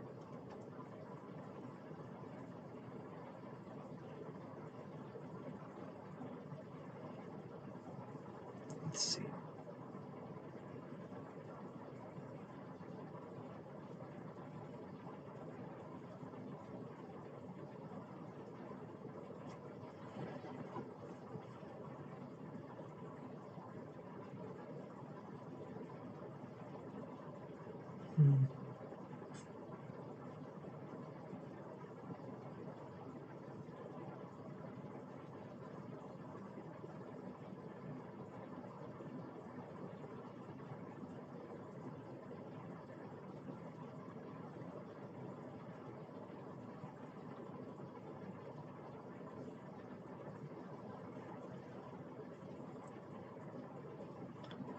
That's kind of all I'm getting for right now. I'll wait and hear what resonates, what doesn't. But if you can tell me, RG, if any of this resonates, or if it doesn't, I hate hearing the no's, but it's the only way I'll get better. Because again, I'm still learning. So please feel free to say if it resonates or if it doesn't.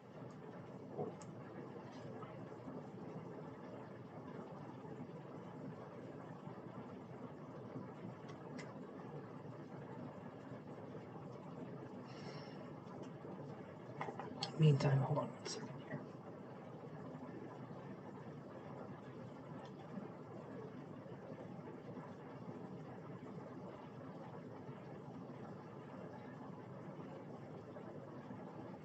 Okay.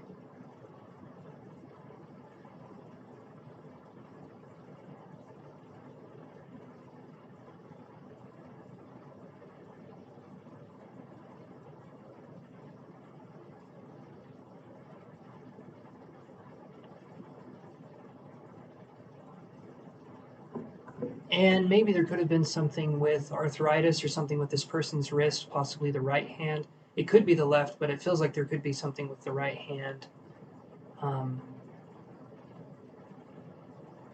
That's okay. If you don't know who it is, that's fine. Um,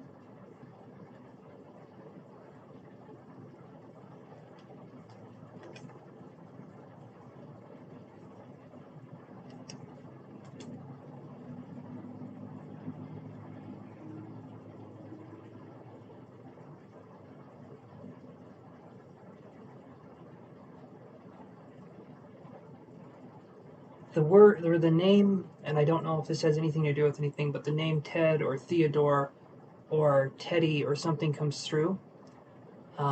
It's like a T name, so if it's not Ted or Theodore or something, it feels like it's a T name that's coming through with this person. So either this was the person or they were connected to someone who had a T name, and it feels pretty strong. It's like a T or a TH or a something like that.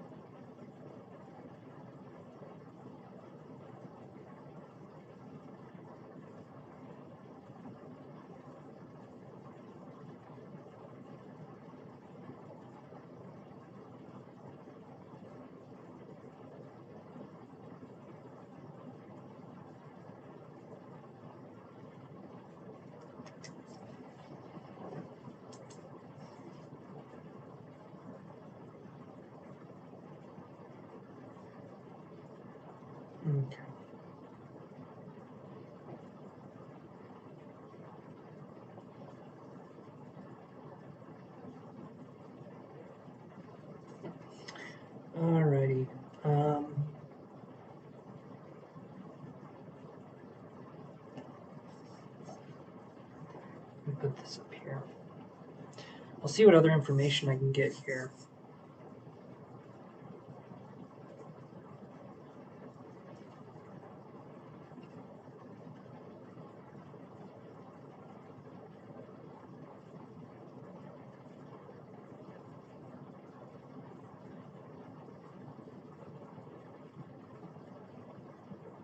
Yeah, I was thinking of Theodore Roosevelt, but I'm pretty sure unless she knows Theodore Roosevelt. Okay, perfect.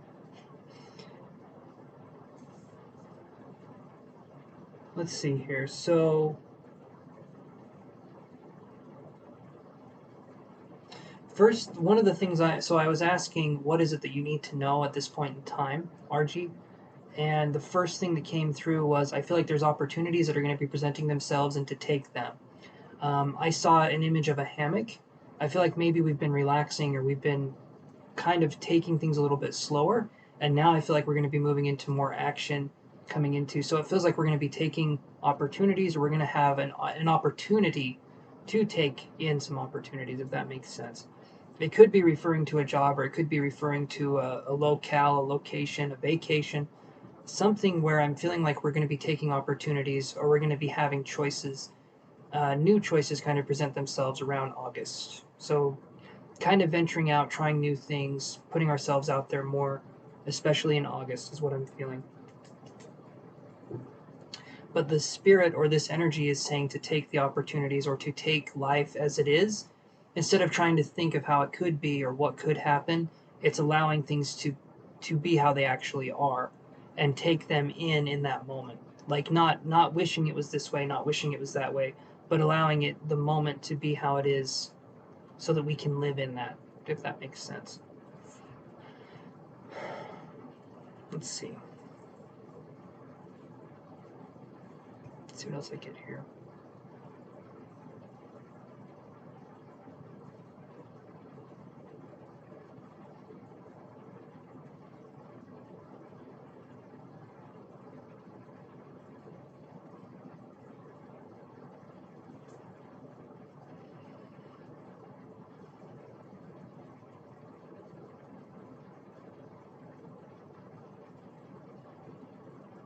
Hmm.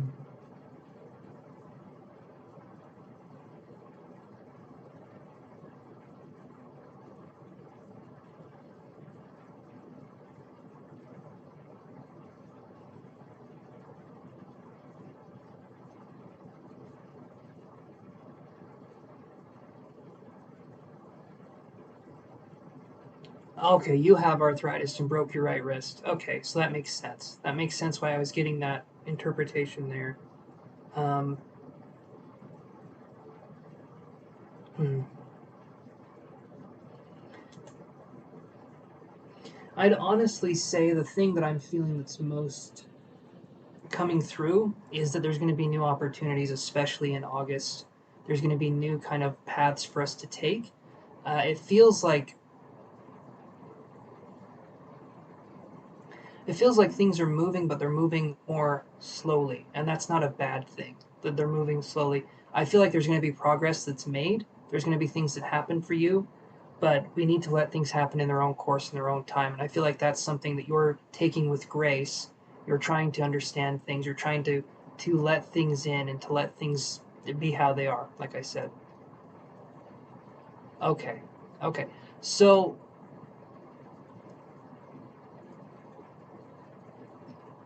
that one to me, the T name, everything that I'm because this can happen. I'm not saying this is happening with what we're talking about, but it can happen.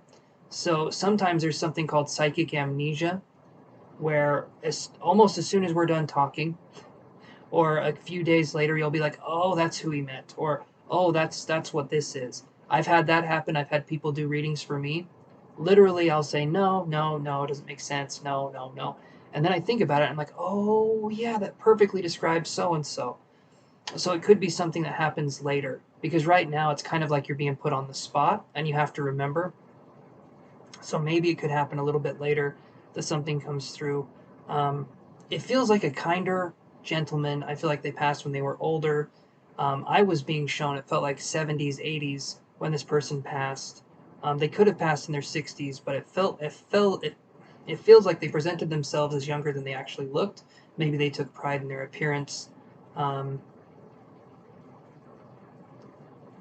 okay, so there is a T friend visiting you in August, so there could be something there, but it feels like there's something where in August or revolving around the number 8 specifically, um, it feels like we're revisiting somebody that has maybe passed on, or maybe it's an anniversary date, because I got the word pathos, which is like sadness. Um, so I feel like there could be a sadness in August. There could be something happening in August, an anniversary, something that sort of gives us a painful reminiscing of a happy time, if that makes sense. It feels like there's a celebration of someone's passing, but I feel like we'd rather focus on that person's life than their passing. And that's what they would want too. That's what I'm seeing here. So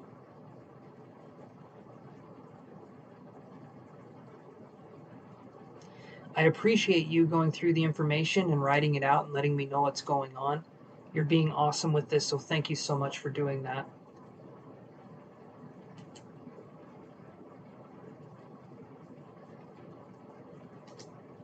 Take a good drink here.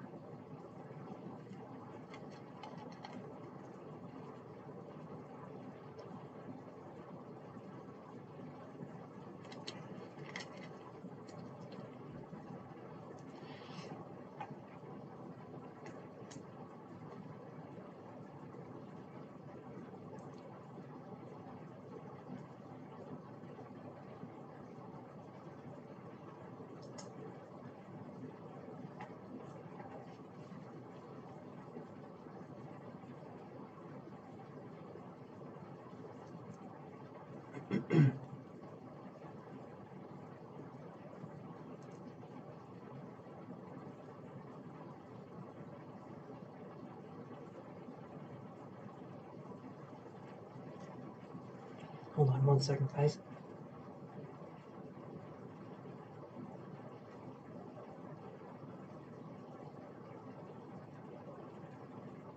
Okay.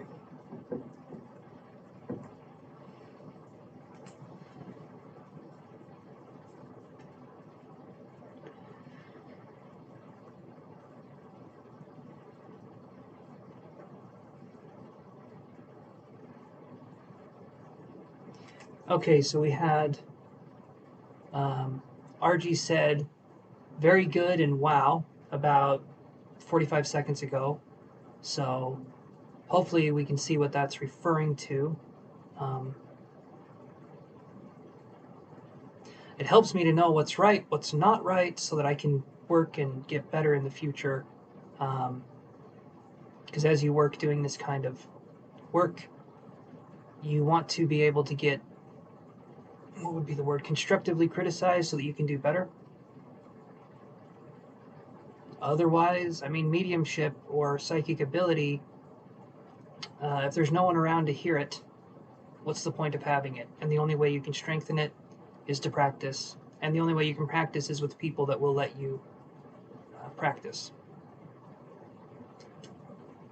I mean, you can work with spirits too. Okay, so there is a slow. Okay, that makes sense. That makes sense.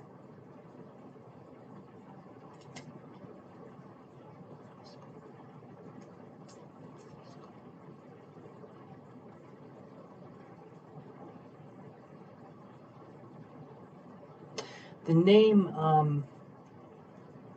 and maybe this will make sense, maybe it won't, but I just had the word Haskell or Pascal, Pascal, something come up in those lines, and then maybe the name Calvin. There's a lot of information going on with what I'm saying here, so there could be something there. But the slow job search. Are you searching for a job that you do something with data, or you do something with like computers, or do something like that, or is it a different kind of job? Because Pascal or Haskell came through. I don't necessarily know what those mean, as they were presented in kind of an incomplete way. Again, still learning, so don't have all the answers. I'm trying. Not to have all the answers, that sounds exhausting, but trying to learn.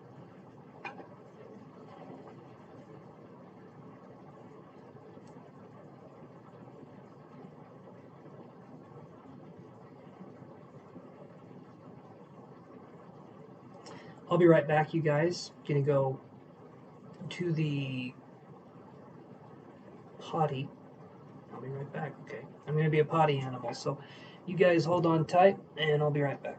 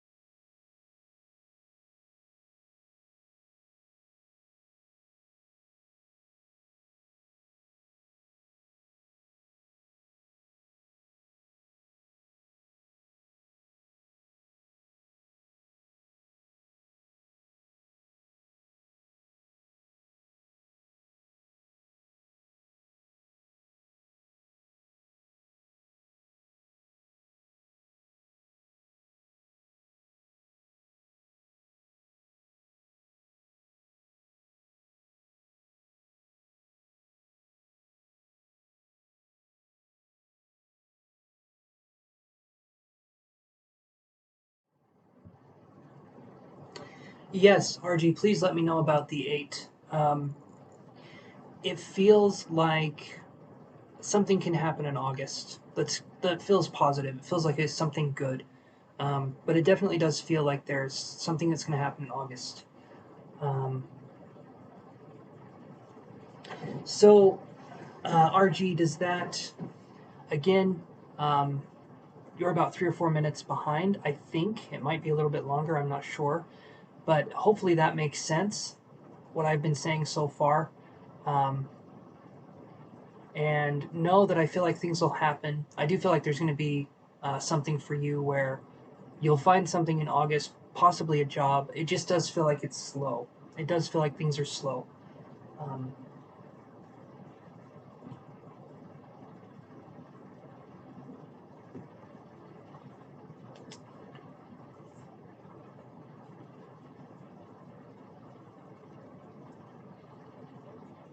okay, so hopefully that kind of helps. I honestly, and I'll draw one. Or,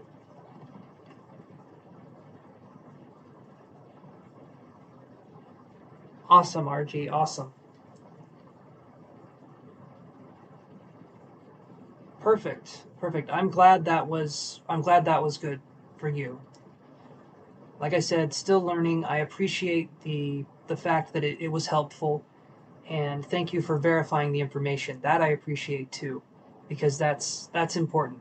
I can't do this if I don't have anyone to verify what I'm saying, right or wrong. So I appreciate that very much. Um, I feel like things are going to go well for you. Just keep on keeping on. Let yourself be in a calm, contemplative state while you can. I feel like taking breaks is good. I feel like being in that place, taking breaks is going to be a good thing. Go for it, Corey. Go for it.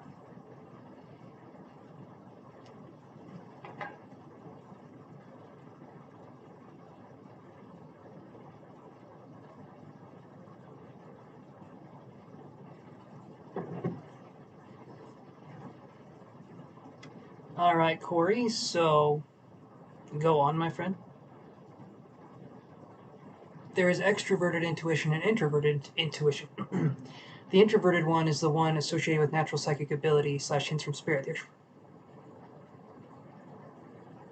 Okay, so Corey, it sounds like you're talking about. Well, I'll let you finish. You're the one. Okay, I'm sorry. You finish, my friend. I get excited talking about psychic abilities, so I'll let you finish. Man,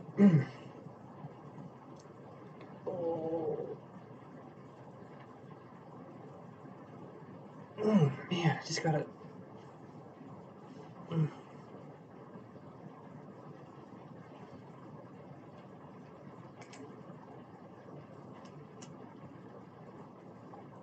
So I have the extroverted one. I can easily tell what is going on with the cue or pick up a concept at school, for example, very fast.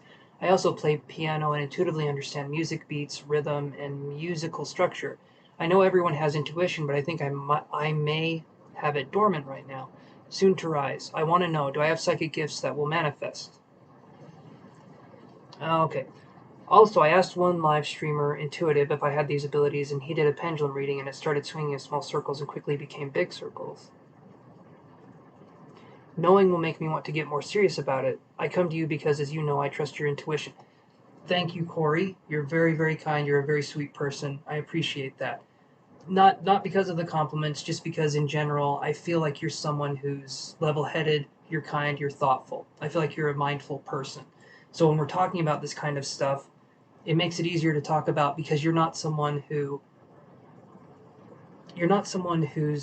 like suspicious or skeptical. You're someone, okay, I'd say I'm like 50 to 70% empath because I can tell what states people are in social situations sometimes. Okay. So okay. So Corey, let's do this. Okay? Let's do this as an example. When we're talking about different abilities, different psychic abilities, let's refer to the divine masculine and the divine feminine. Okay, this is a topic. Are you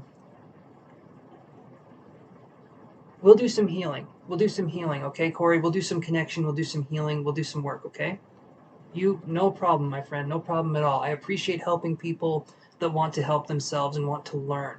That's what I'm here for. So thank you so much. Let's talk about some stuff. So, are you guys up for a little bit of story time? As I sit down cross-legged in a chair that isn't, I mean, it's comfortable, but because we can do a little bit of story time here. We can kind of address the situation.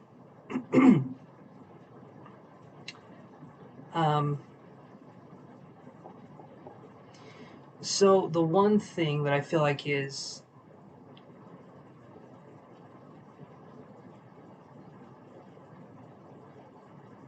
you've read and watched a good few bits. Okay, perfect. All right, so the divine masculine and the divine feminine. Awesome, RG. Thank you, my friend. I'm glad we could be of assistance, me and my spirit team here. Okay, so if we're going to do story time, divine masculine, divine feminine. Now, when we're talking about psychic ability, those two actually do have a part to play. So, your divine feminine psychic abilities. You boys hungry? All right, get yourself a snack, my friend. Okay. Making me hungry too. I'll get a snack after all this is over. Anyway, so the divine feminine psychic ability, that is what you would describe what I'm doing. Divine feminine is we're working with intuition, and it's subtle, and it's like right there in the moment. It's a very subtle kind of presence. You know when you know because you know that you know. That's the divine feminine. That's the psychic ability. Psychic ability, energy healing. So reading people's auras, energy healing, doing mediumship. Okay, those are all part of the divine feminine. Reading people's auras, seeing different things, picking up on the subtle vibrations. That is the divine feminine. Okay, and I use this example because to me it can represent both parts. So right there, the divine feminine is the spider's web. I want you to imagine a spider. A spider makes a web, and anything that happens in that web If there's a breeze that blows through that web, the spider feels the vibration. It understands that there's a breeze. It understands. If a bug lands in that web, again, it's vibration. The spider gets that vibration. It knows there's food coming to it. In a lot of ways, psychic ability is like how a spider sits and it waits for its food to come to it. The web building spiders. Okay? So that is the divine feminine. That's a small part of the discussion, because we're not going to get super deep into that. But the other part is the divine masculine. So the divine feminine are going to be your indigo children. They're going to be the people you call star seeds. They're going to be your intuitives. That's the divine feminine. The divine masculine is when we're talking about having objective ability in the psychic world. So that's like telekinesis, aerokinesis, different things like that. If I am able to get it to work, one of these times when I do a live stream, I can show you guys some telekinesis. It's if I can get it to work, because for me, personally, it's difficult. And it's nothing grand. I'm not going to be doing weird shit, nothing like that. But I'm going to show you how it kind of works. It works in a kind of an electromagnetic way. There's no real secret behind it, and I'm not special. Anyone can learn to do whatever it is I'm doing, however it is I'm showing you guys. Nothing special or woo-woo about it. That being said, divine masculine psychic ability is usually more rare. Divine masculine psychic ability is in places like China and in Asia, where they have what are called the super psychics. They are children that are born with the ability to move things with their minds, like pretty sizable objects, and being able to do all sorts of different stuff. Telekinesis, things like that, like we were discussing before. But they're very powerful in that. So there's kind of these two dichotomies, or the duality concept of the divine feminine and the divine masculine. So psychic ability, it sounds like Corey, obviously we're talking about the divine feminine. I've never met anyone that has a very strong divine masculine psychic ability. Personally, I've never met anyone. I've seen people that can, and I've known people that can do stuff, but it's not generally very prevalent. It's something you kind of have to build up and work at. I've never met anyone that was born gifted in the divine masculine psychic abilities yet. I think the earth is going to be having more and more of these people kind of pop out. As souls, as things go, as spiritual evolution goes, that's what I feel is going to be happening. So to answer your question in a very roundabout way, is that, okay, so I have explained something similar before. Perfect. Okay, so when we're talking about divine feminine, when we're talking about your abilities, your intuition, it does sound to me like your intuition that you had these psychic abilities. Intuition. Anyway, you actually do have these abilities. It's pretty rare. The divine masculine, pretty rare stuff. It does happen. Right now it's rare. I do not think it's going to be rare for very much longer, honestly. Not too bad. It's all about where you place your attention and how long you can place it and what you can do with it once it's placed, if that makes sense. Again, kind of confusing. I need to learn a lot more about it. It's something I need to do, but it's not hard to find information on, but it's just, yeah.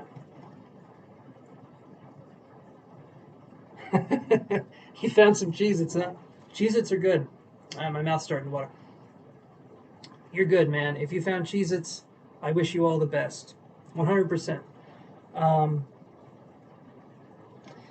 So you do have psychic ability, but it's how we use that psychic ability. So let me tell you this, Corey. This will probably blow your mind. You're already using it. You're already using psychic ability. Because you have the intuition already, you're using it.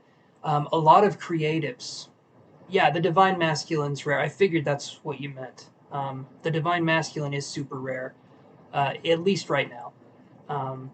There's ways that the divine feminine can become divine masculine through. Again, I'm getting off topic. Let's not talk about that right now. Um, but there are ways that they intermingle. They're not just solely split in half. There are ways that there's coming together, so to speak. Um, but I know for a fact that when we're talking about these abilities, when we're talking about developing these abilities, it's important to realize that a lot of creative endeavors that we do as people are actually using psychic ability. We would just call it something else. Think about it, okay? Right, you just need to tap into it. Think about this right here. The word inspired is literally in spirit. You take those words, it's in spirit. And if you're a creative person and you're in spirit or you're inspired, you're flowing with that information. What happens when you're creative and you're flowing? Things just come out of you. You can't explain where they're coming from, you can't explain why, but you're able to tap into something and you're able to play, you're able to hear, you're able to do things. Right, and patterns in music and different things like that.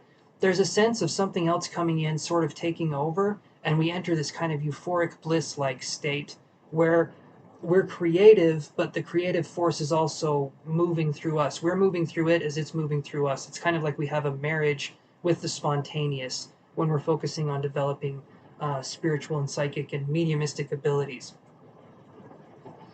But Corey, you definitely have some. And I'm not trying to minimize your thing and say everyone has it. And especially if you want to develop it, then trust me, you have it. Anyone that's had a willingness to want to develop these abilities usually has more ability than the people that don't want to. I believe each person is able to develop these abilities just like you could learn to play the piano, right? But how many people are going to become a concert pianist, right? How many people are going to become those genius spiritual psychics and mediums and stuff like that? It's pretty rare. Does it happen? Yes. Are there going to be moments where you're able to give the right information at exactly the right time? Absolutely. If we develop these gifts, if we develop these abilities, we can absolutely harness so much, so much. But it's about letting ourselves be there. And the best way, the best way that I can describe um,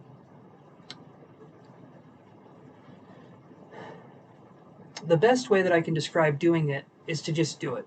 When we're talking about psychic ability, it's to just do it. There's a book I was reading not too long ago, and one of the exercises in the book, one of the exercises, and it's a good book. I like it. It's the Psychic Witch book. I don't have it up here right now, but the Psychic Witch book, it talks about developing your psychic abilities, and one way that you can develop them is to literally just be like, you know, my shit doesn't stink. I am the best psychic that's ever existed, even if you know that that's not true.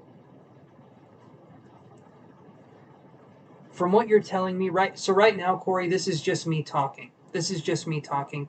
Um, we can look into it here in a second and see what's going on with spirit. But right now, this is just me telling you that I feel like you have the ability because of what you're talking about. But something we can try as a spiritual exercise is for us to say, I'm the best psychic, I'm the most powerful psychic in the world, and for us to just go out there and to try doing something. Even if we're wrong, the important thing is for us to establish to ourselves that we do have these abilities in the first place. And the way we learn to use them is through practice. And we need to kind of have that burst of confidence before we go out there and start doing this. Um, but that's what I'm getting so far. So Corey, is that making sense to you? What I'm saying?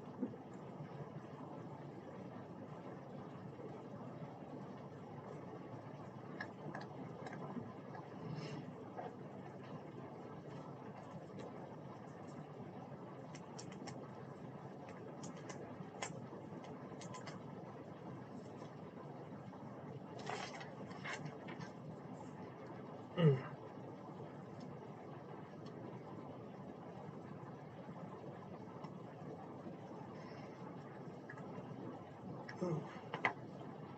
There we go. I'm just gonna wait here for a second. It seems like the video's lagging a little bit.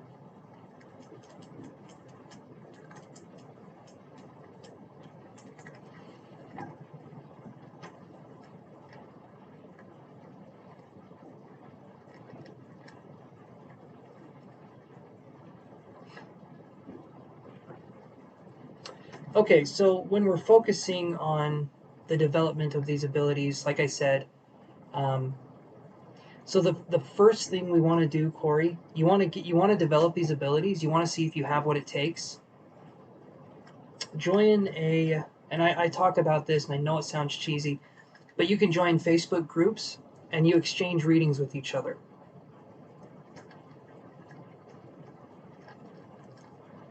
Um, and when we're focused on that, when we're focused on developing our psychic ability in these groups, then we're gonna increase our psychic ability tremendously. We'll get readings from other people, they'll do readings for us, and we can grow from there. And these are free. These groups that I've joined a few of them. They're free, and you just work with people. It can be one-on-one, or you can have a teacher and be in a group setting, and you sort of learn from each other and you learn how the psychic ability works.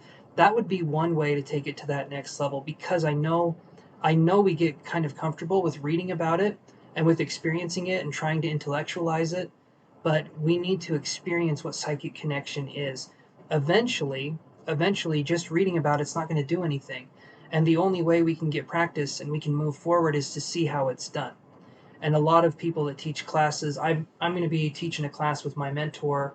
Um, it's coming up. He's going to be calling me. We're going to be setting a date for it here in the next couple weeks. We're going to get things ironed out and get the I's dotted and the T's crossed, so to speak.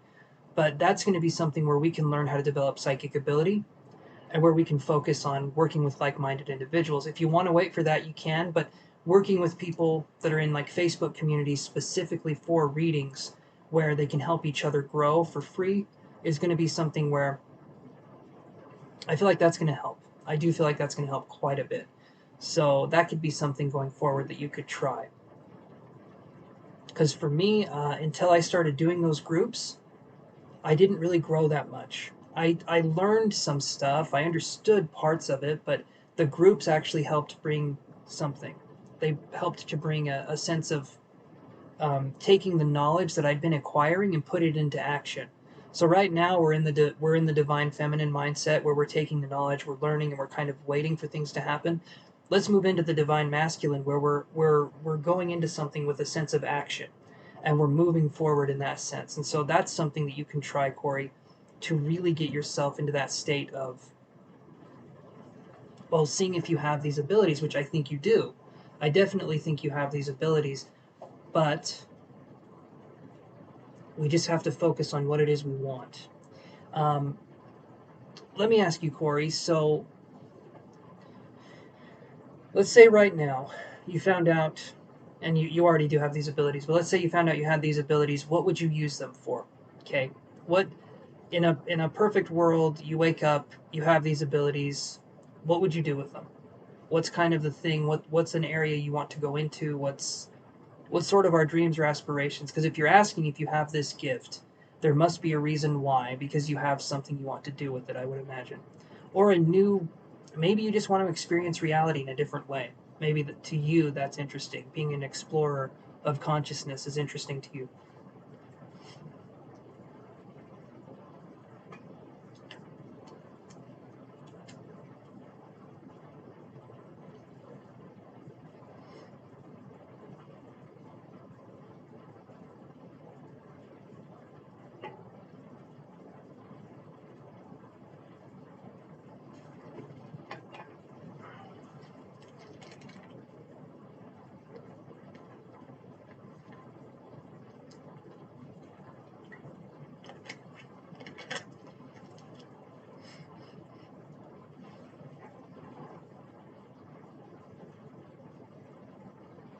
Okay, that's good too.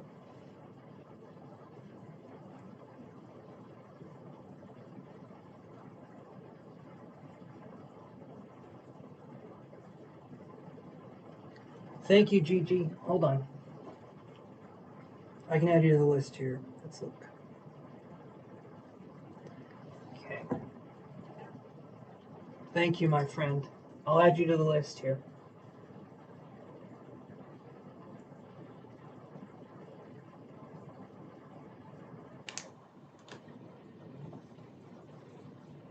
You've been searching. Okay. Okay. So we're kind of like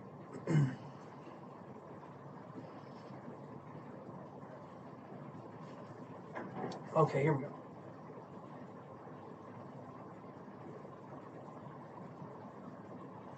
It takes time and it takes practice, Corey. And you're right. You need to quiet the mind, but part of me is great at conceptualizing, and I think labels have their use. They do. They do. Let me put it this way, Corey. Let me put it this way. If I wanted to learn, labels are exactly how you understand that you must let go of labels. Is that not true? It's true to an extent, but when we're humans learn through comparison. So you're right. We learn what labels are by learning what they're not. So that's true. So being able to put these ideas together, more people can come to the truth. They can. They can, but it's like trying to describe the Tao, or trying to describe Zen, or trying to describe. Um, it's it's good to have the labels to an extent. Let me give you an example of it for me when it's good to have labels versus when it's not good to have labels. So we have two ways of seeing the world. Okay, let's say we have labels, we don't have labels. Labels help when we are younger and we need structure. So let's say I go to take an art class. If the teacher that was in front of me said, just copy what I'm doing, and they were painting a masterpiece, and I just have to kind of like blend colors, I have to do all this stuff, I would have no idea what the hell was going on. Because the teacher would just say, just copy me, let's just do this. When we're learning a concept, the labels of that concept help us. But eventually, the labels hinder us. If I've learned everything I could from the foundation of art, continuing to follow teachers, it can help me grow, it can. But doing my own research, doing things by myself, and focusing on reinventing things, that's going to be where I can find the most progress. You can use the mind to let go of truth. I just meant as guidance. Labels are what makes someone like me, Corey, think to himself while meditating, notice that, and let go. Perfect. Okay. Of course. Of course.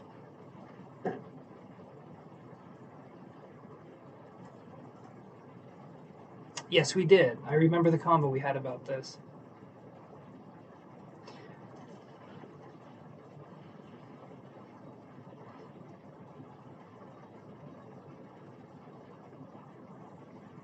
Yes, we did.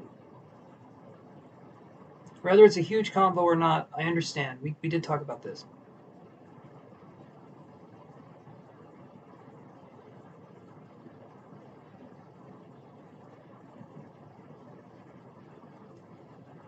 Hmm.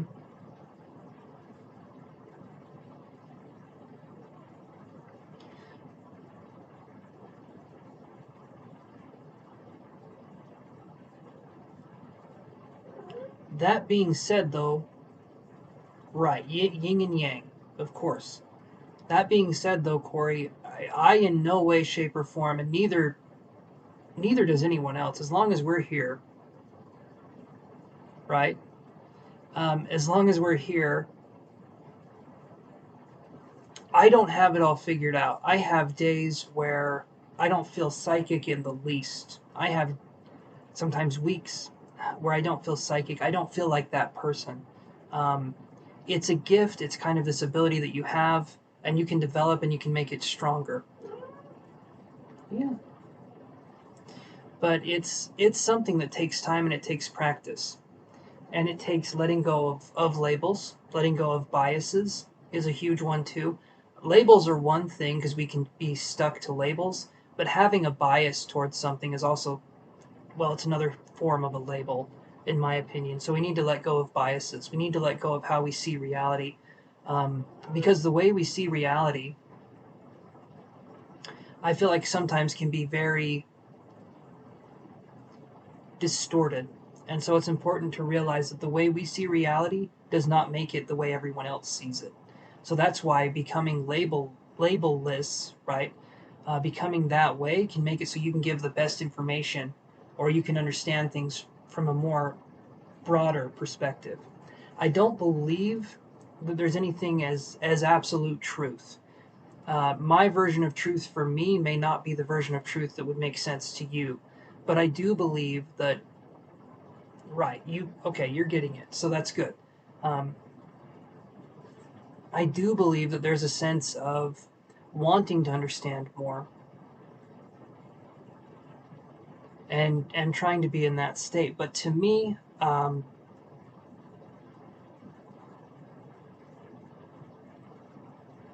so you had to really open up. I can understand. So when we went from the atheistic, when we went from atheism, okay, believing in nothing or believing that there's nothing happens after we die, um, to being more open-minded, right? And that's to be expected. Skepticism is healthy. Be skeptical. I would never want someone to not be skeptical just because it makes me feel uncomfortable. Like, be skeptical because it kind of forces you at that time. I do. I remember we had some conversations.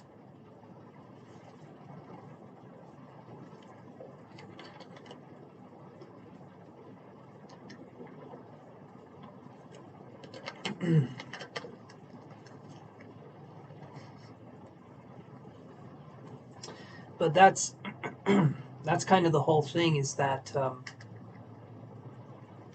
we grow and we allow ourselves to grow.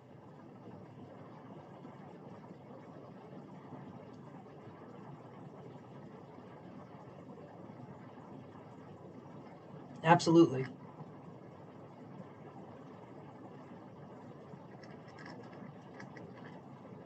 Frequencies. Absolutely. The like frequencies kind of ring together. And so I believe we found each other through those sort of means where we can understand the situation, we can understand that there's growth and there's progress. Progress. Absolutely. And you're still going to be going through quite a, like, this journey of going from the atheism viewpoint to growing and learning. There's going to be a lot here. There's going to be a lot of unlearning that happens too, and that's an important part of the journey. But it sounds like to me that you're embracing the unknown, which, from being an atheist to embracing the unknown, that to me, that's a huge step. A huge step in the direction towards discovery, self-discovery. And to me, that's kind of the truth that we're aiming for, is our whole lives we're slowly unwrapping ourselves, like on Christmas. We are the present, we're slowly unwrapping ourselves, and by the time we die, hopefully we get to see what's in the box. The soul. We get to see the soul of ourselves. But it, again, that's a process that takes time, and all of this. Mm,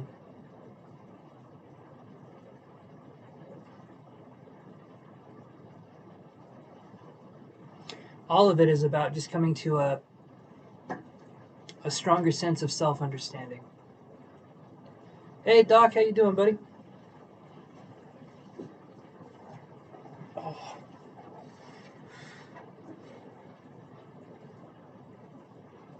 But when we're working through that understanding, when we're working through that that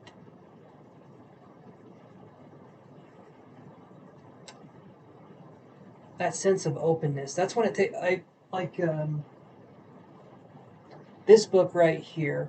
This person talks about a ton of stuff. You actually, Corey and Doc, you guys might be interested in this book because I feel like you guys are like me.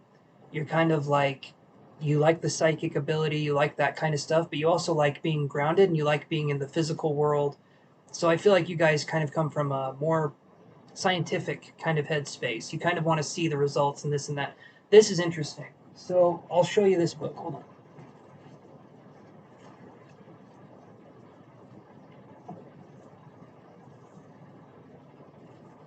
And yes, protecting this book is Godric Gryffindor, right? It's hard to see. Love the Harry Potter series, by the way. Okay. So the book, the book is this. My Big Toe by Thomas Campbell. Awakening plus Discovery and Inner Workings. So, this guy, Tom Campbell, I got to meet him. I got to spend some time with him. He taught, the guy can talk for hours and hours and hours. And he looks like a skinny Santa. And so it's interesting. And he was dressed in a onesie when I heard him. Anyway, it was weird. Not weird to wear a onesie, but to look like Santa Claus and have a red onesie on. It just looked like he was waiting for December to come up. But he worked with Robert Monroe. Robert Monroe established the Monroe Institute, which is a place where people can learn about psychic ability and astral projection, remote viewing. It's an awesome place.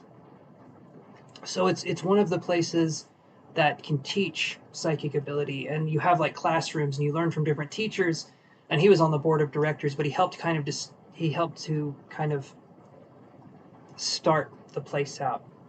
So you have the Monroe Institute, Robert Monroe, and he worked close with Robert Monroe. Robert Monroe coined the term astral projection. So before then, there was no astral projection term, but yeah.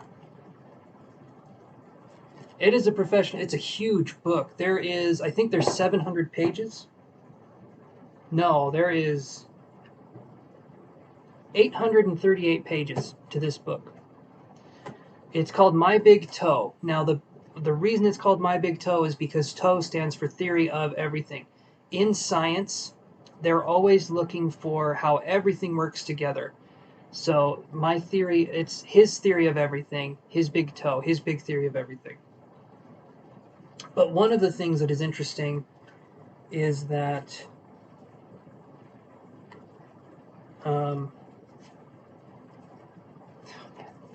I haven't opened this book in a long time. But he talks about his journey because he was a NASA physicist. He worked at NASA. He was a NASA physicist. He had a spiritual awakening while he was working at NASA. And because he had that spiritual awakening, it challenged his perception on everything.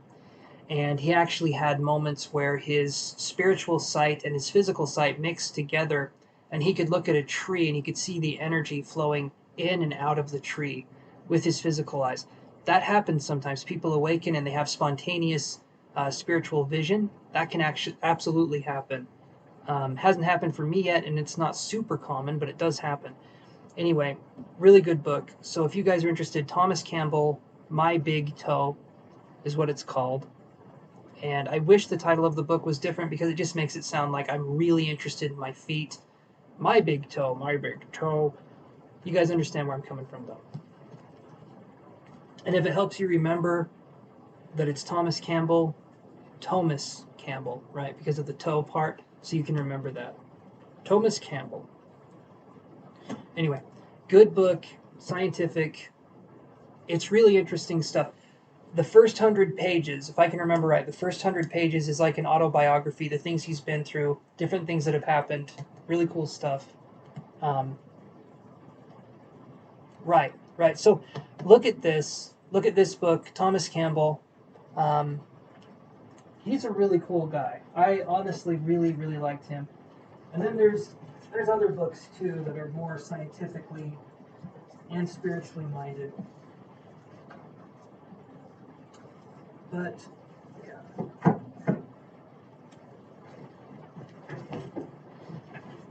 Thomas Campbell. At least you find it funny, Corey. I'm glad you find that. Amusing. But so, Corey, does that what we were talking about? Does that help answer your question, or because if you want to summarize a question, then we can kind of go from there.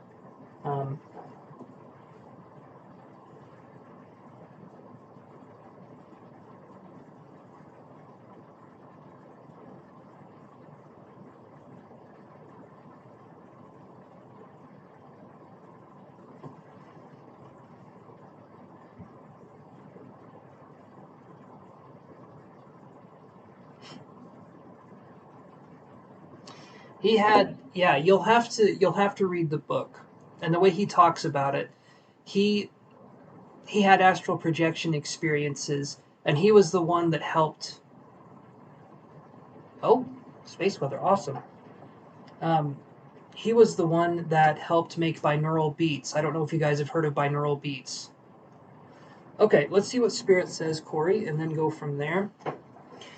But yeah, he was one of the co-founders of binaural beats, and so if you're using that for anything, you can thank Thomas Campbell. So pretty cool stuff. All right, so let's see what Spirit says, and then Gigi, I'm going to address your question. Okay, so get your question ready. We'll see what Spirit says for Corey here.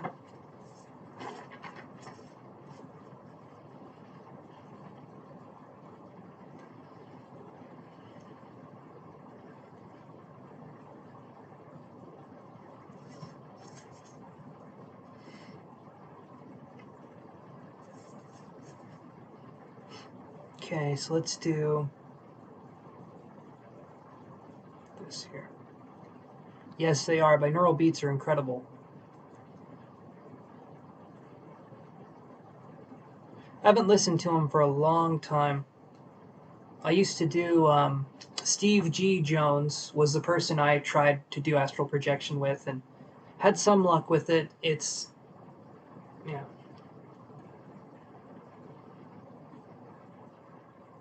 We can try that, Corey. So we'll do this. I'll get some information. Then we'll do about 2 or 3 minutes of just sending some energy, and then after that, I'll go to Gigi's question. Okay, hopefully that works for you. But yeah, so let's try doing this here.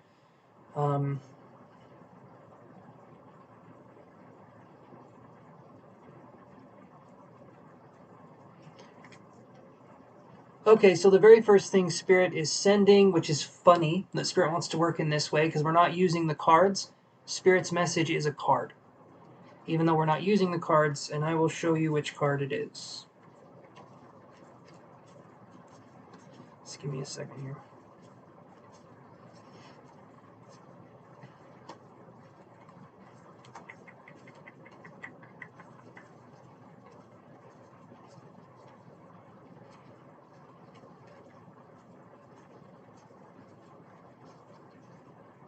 There we go. Okay, so we have this card here. You're very welcome, Corey. Spirit shows me the Hanged Man.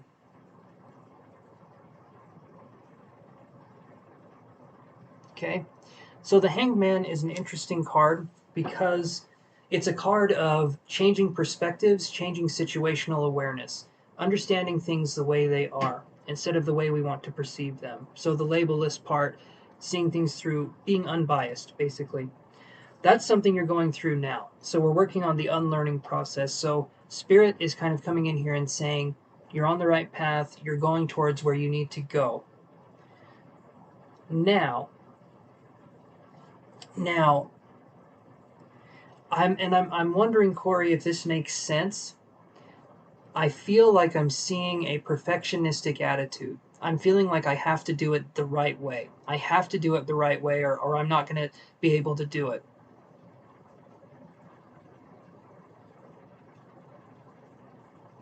You too, Doc. You have an awesome night.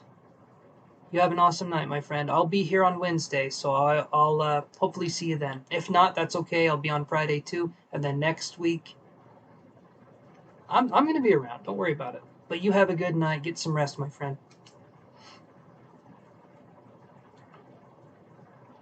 But I am getting, Corey, that perfectionistic is the word that comes to mind. Like, I want to do it right. If I'm spending time doing it, I want to make sure I'm doing it right. But then we come into the trap of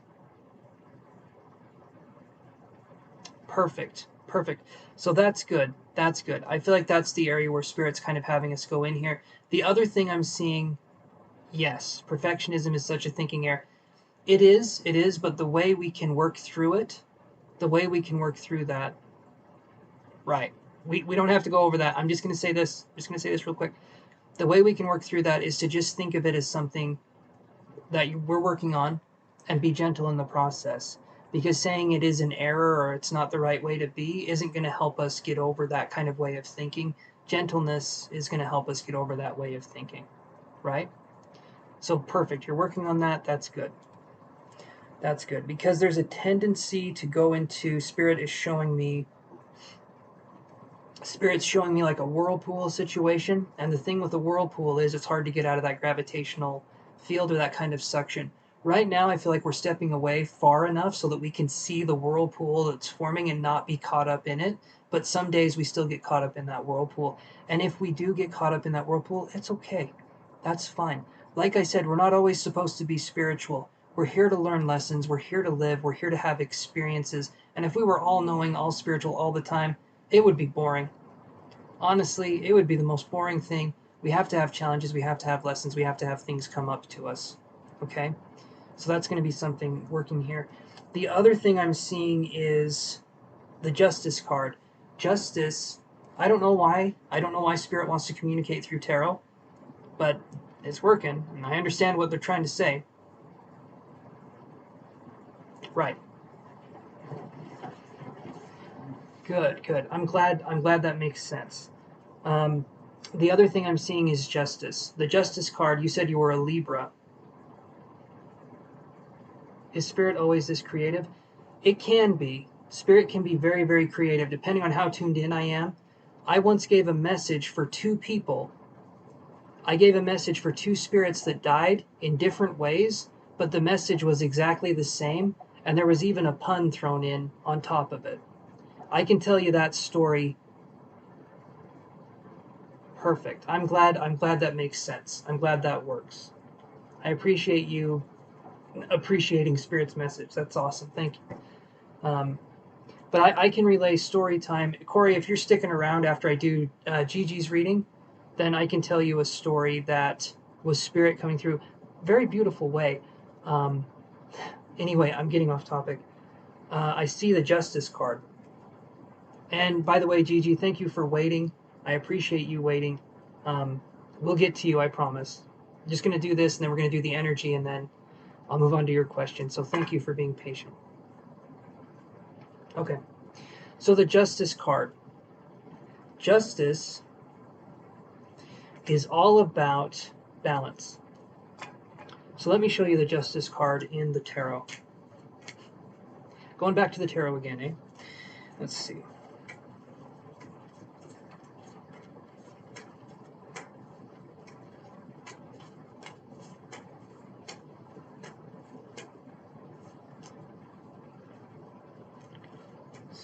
There we go. All right, so Justice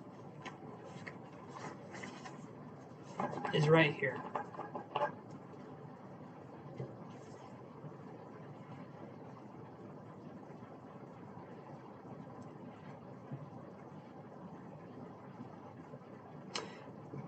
So Justice is about weighing things and deciding which is right, which is wrong. It's actually very similar to the Hanged Man, the Hanging Man, Temperance, Justice.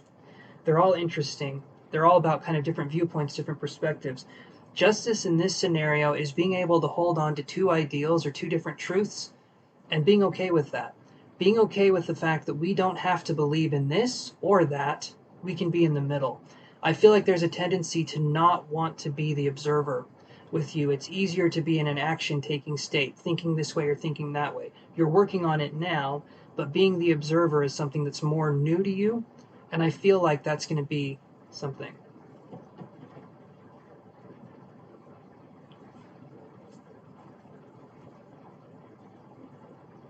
We can try. But does this make sense here, the Justice card?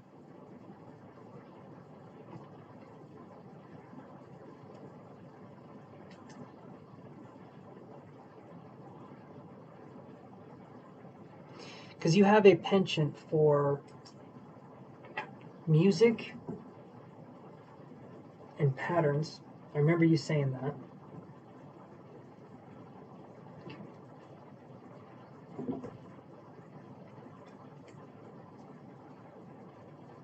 Okay. So you're on the right path.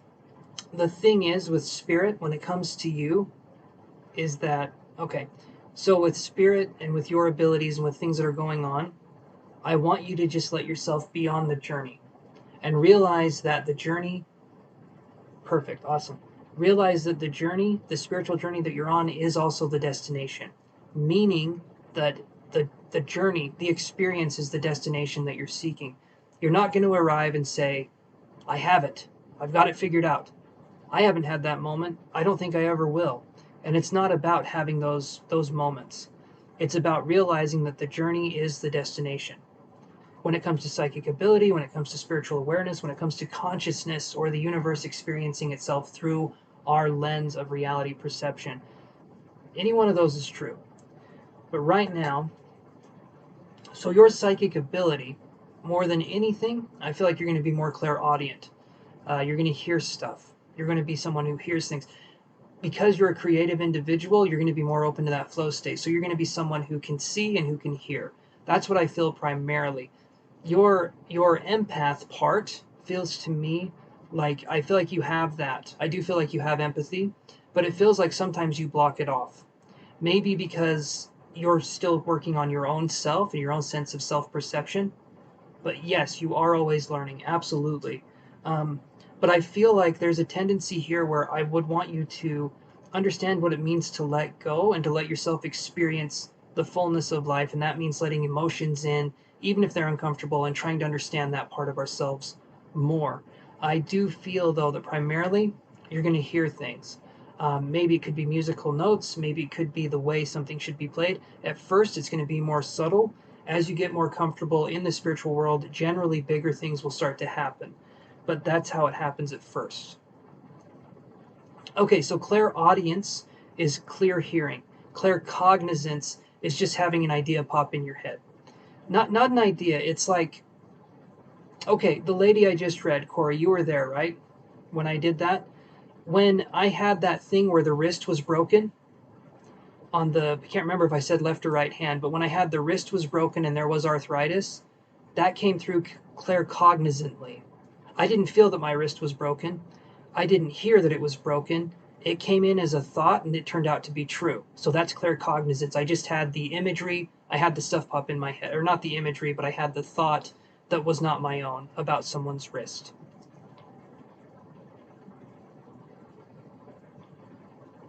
Wait a second, that's great insight. When I am not emotionally still with myself, I block off that energy receiving. When I am in the state of acceptance, I am better at receiving others' emotions. I imagine you meant receiving. Hey, Anthony. Yes. When you're in a state of acceptance, you can take anything as it comes at you.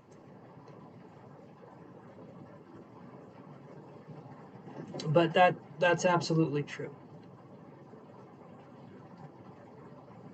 Hey, Anthony, my friend. I'm not doing the free questions, but I appreciate you asking if I do free questions. Um, that's what I'm feeling, is that you'll see and hear things.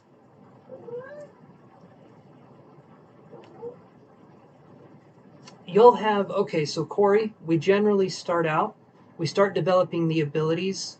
Usually it's one by one, but a good psychic or medium should have all abilities. So you're not just going to develop, you'll probably develop one at a time, right? You'll develop them one at a time, but you're not just going to have those and that's it. You can just have more pronounced gifts in certain areas. It doesn't mean you only have gifts in those areas. Did you fart? Oh, cat farts are the worst. I'm going to tell you right now. I've been told that thinkers like me are typically claircognizance and the traits seemed to line up. And there can be stuff there too. But there's a problem with thinkers being claircognizance, okay? And I'll let you in on that problem. When all you do is you think about your own thoughts, when do you have time to get claircognizant messages? Thinkers being claircognizant can absolutely happen, but we have to unlearn the thinking part. Because if we overthink and we overthink, we're not allowing messages to come through claircognizantly.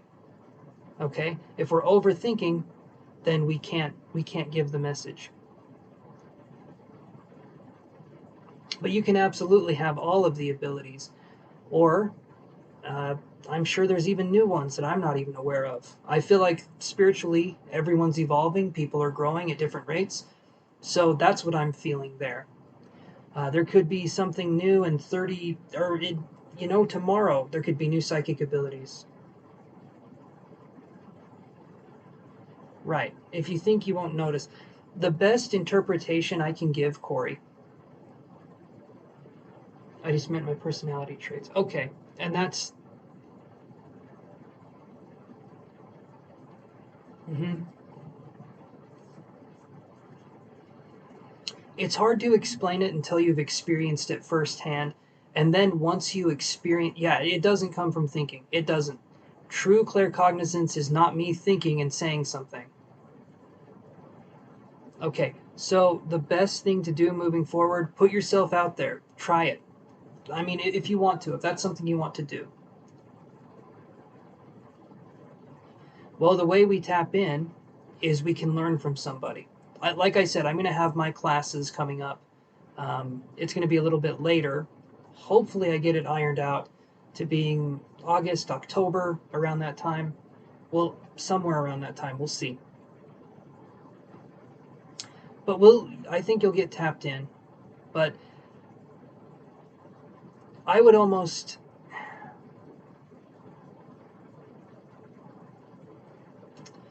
it's a tentative process, or it's a tenuous connection to the spiritual world for you right now, where you're believing in it, you're starting to understand it, you're starting to get it.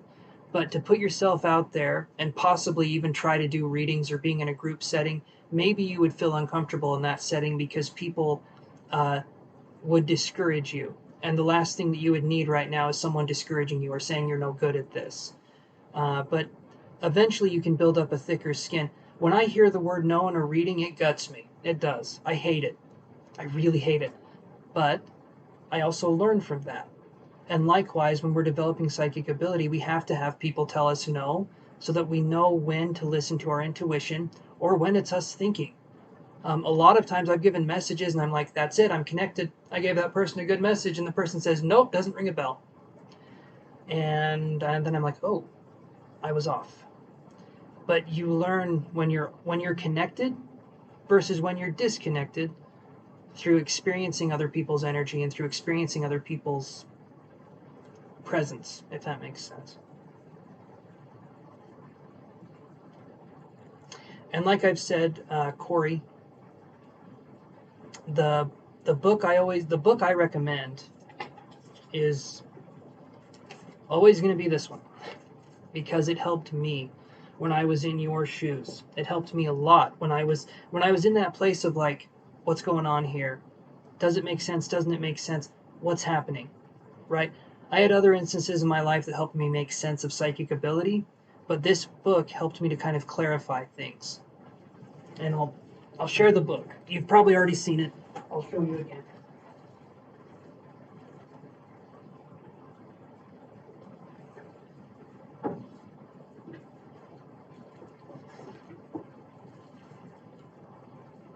You Are Psychic: The Art of Clairvoyant Reading and Healing by Deborah Lynn Katz. Okay? So, really, really good book. This book taught me a lot. A lot, a lot.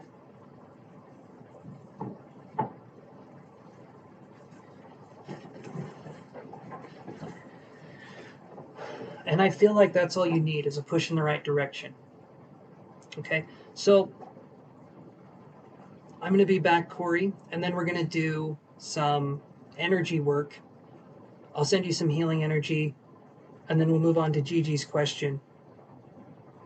So, about 2 or 3 minutes when I get back, so just sit tight. I can tell you that story after Gigi's done. If I start rambling on, you can remind me that I have that story that was spirit coming through in a creative yet beautiful way and with a kind of a pun in there. Because spirit can. Anyway, it was interesting. It was incredible. But give me a second here. I'm coming right back, so hold on.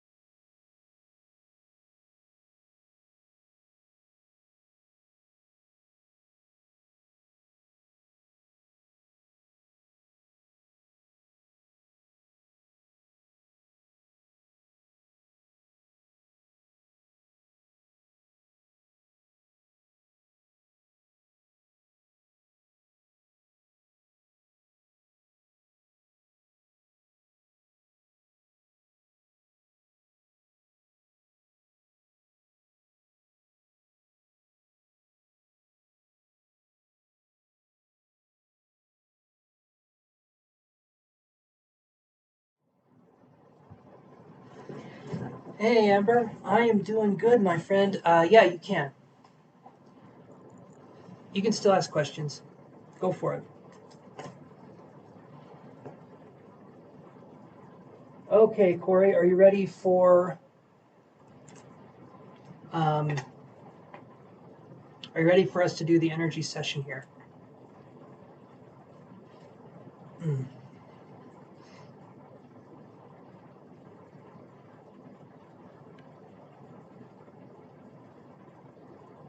Yes. It was a quick bathroom break. I tried to hurry. I tried to hurry as fast as my tiny little legs can carry me.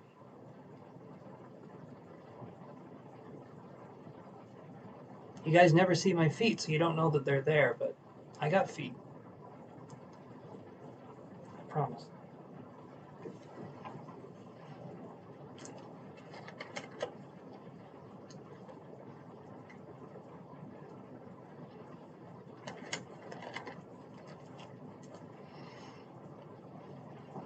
All right, Corey. So sit tight. I'm going to call upon my guides. We're going to focus on doing that. Let yourself be empty of any expectations, okay? You're not going to do this right or wrong. All you're doing is just allowing yourself to quiet your mind, and whatever happens, happens, okay? So just allow yourself to be in that moment. All right, let's try this.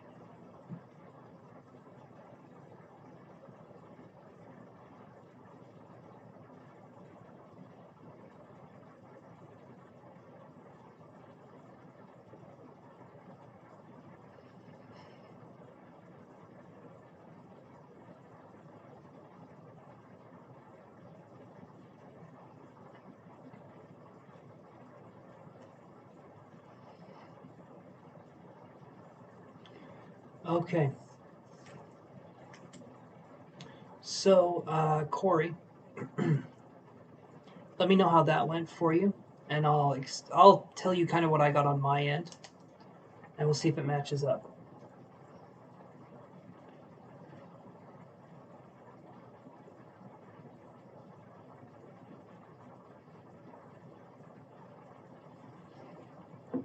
And thank you, Amber, for the donation there. I appreciate that.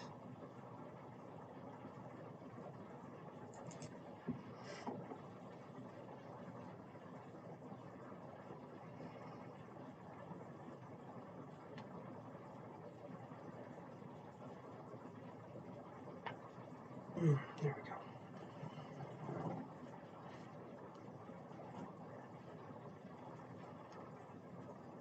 go.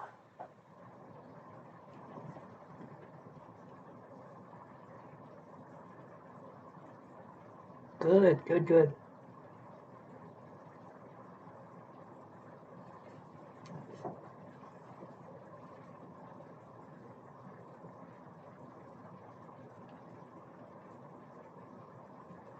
Awesome. Absolutely. It's not supposed, I mean, movies make it a dramatic thing. It's really not.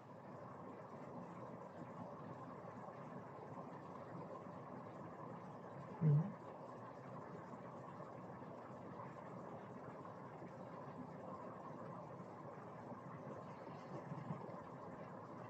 I'm not sure what you mean, GG, by the sun at the end.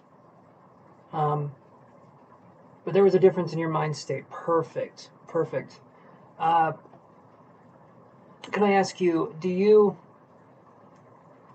hold tension in your jaw, Corey? If not, that's okay. But I felt like there was holding tension in the jaw, or maybe in the I don't know. I just felt like there was holding tension in the jaw for me. But definitely, absolutely, it's supposed to be subtle. I describe intuition as like trying to intuition at first. It's like trying to hear a whisper in a thunderstorm. Okay, so you do hold tension in your jaw. So that's what I was feeling. Was there was a tension in my jaw, and I felt that kind of going away. I still feel the tension, but I'm feeling like it's starting to dissipate a little bit more. Um, you are definitely struggling with jaw comfort. I'm still struggling with it. I can still feel that it's hard for me to, but I do feel like that's gonna start easing up a little bit. Okay, so intuition is like it's like a thunderstorm at first, and you're trying to make out faint whispers. And the only way that you can hear those whispers, it's not to concentrate and focus harder, it's to allow those whispers to kind of come to you. It's to allow the intuition to come to you. And eventually, the whispers become the thunderstorm. Eventually, it's not a super subtle thing. Eventually, it's kind of more obvious, and we get it and we understand things more. But right now, you're trying to hear a whisper in a thunderstorm, and you need to allow yourself to be calm and let things come to you and let things happen in that way. We can't force these things, but we can allow ourselves to be calm and allow those things to happen for us. Does that make sense, Corey?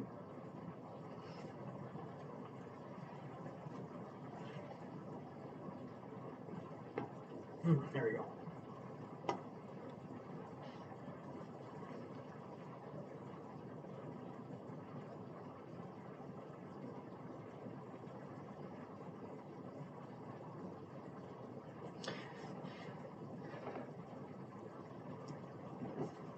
And Gigi, if you want right now, you can start typing your message. I'm just going to be tying things up with Corey. So if you want to, Gigi, right now, start typing your message or your question, and we'll go from there, okay? And thank you again for being super patient. I appreciate that. I just want to take my time and make sure I address things as thoroughly as I can, which sometimes might be a little too much, but okay. Perfect. Perfect.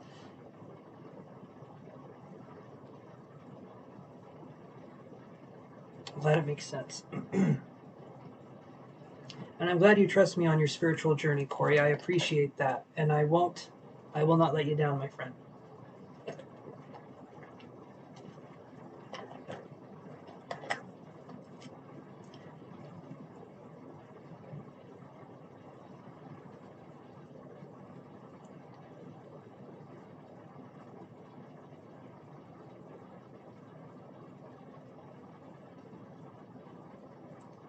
Yes, Corey. Yes. These gifts that you're talking about, Corey, they're happening all the time. Okay? These gifts are happening all the time. We need to see them as gifts. You're already using your psychic ability when you're creative. Oh, good, good. But definitely you'll have more insight. Wherever you place your attention, my friend, wherever you place your attention, you're going to grow in that area. But sometimes wherever we place our attention, it seems like there's challenges, there can be struggles. And once we learn what we need to do in order to get rid of the things the obstacles that we need to get rid of, then the ability comes easier. But for me personally, Corey, it's a lot about just embracing what it is. And instead of saying, will I have this gift? You already do. Will you have more of it in the future? If you want to, you will.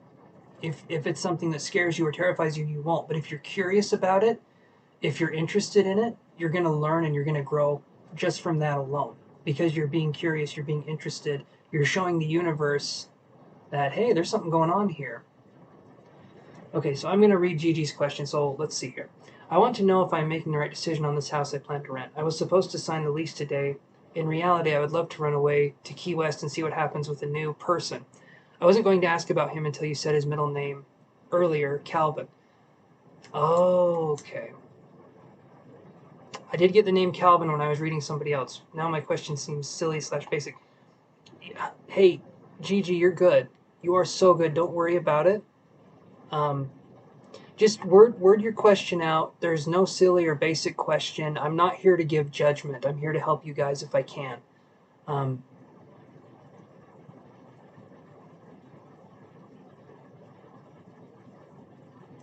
I do, Corey. I do believe there's something there.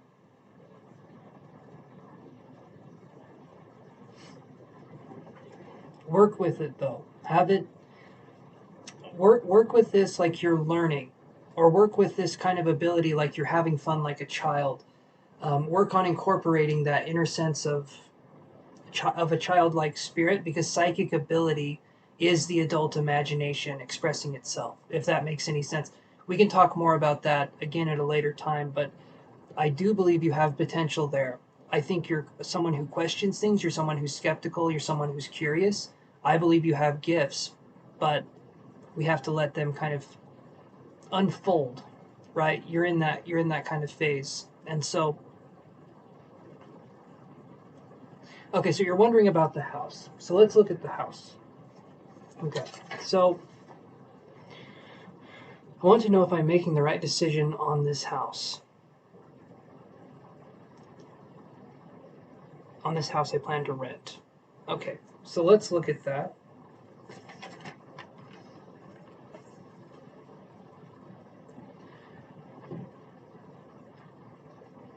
I'm going to use these energy oracle cards and we'll see what we can get here.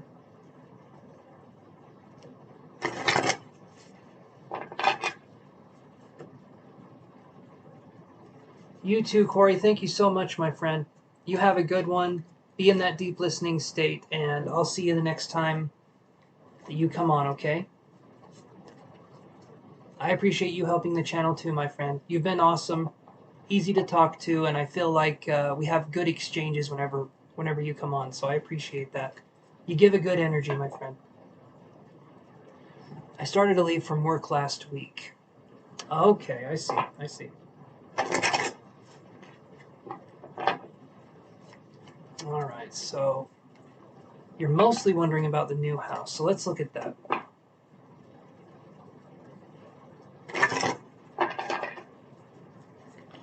Let's look at the new house here and let's see what we got.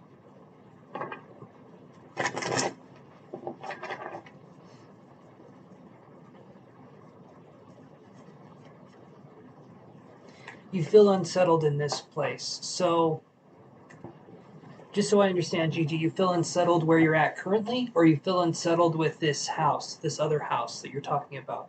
Because it seems to me like we're having the way I could describe it is it's like anxiety fever. It feels to me like there's a lot of change going on, or there's a lot of thinking about change. And so I feel like there's a lot of energy coming in.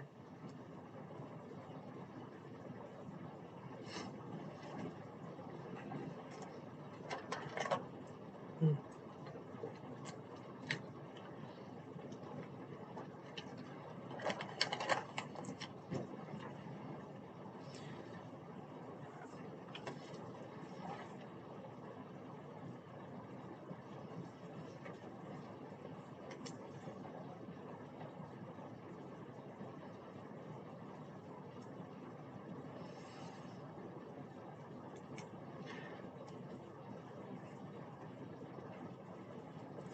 I was going to shuffle the cards, but I'm actually going to try something. So, Gigi, could I connect? Okay, currently now. Okay. Could I connect with you psychically, Gigi? Would that be okay with you? If we did some psychic connection work?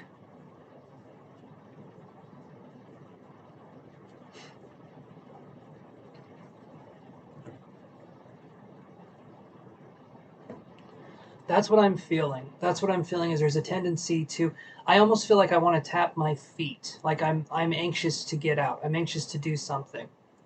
So there could be a feeling of life passing us by, or what is it called? FOMO, fear of missing out. There could be something along those lines. But there is a sense of definite anxiety here.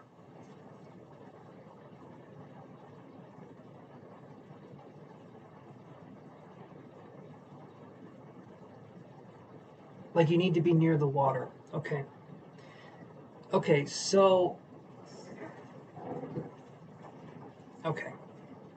So let's see what we can get here.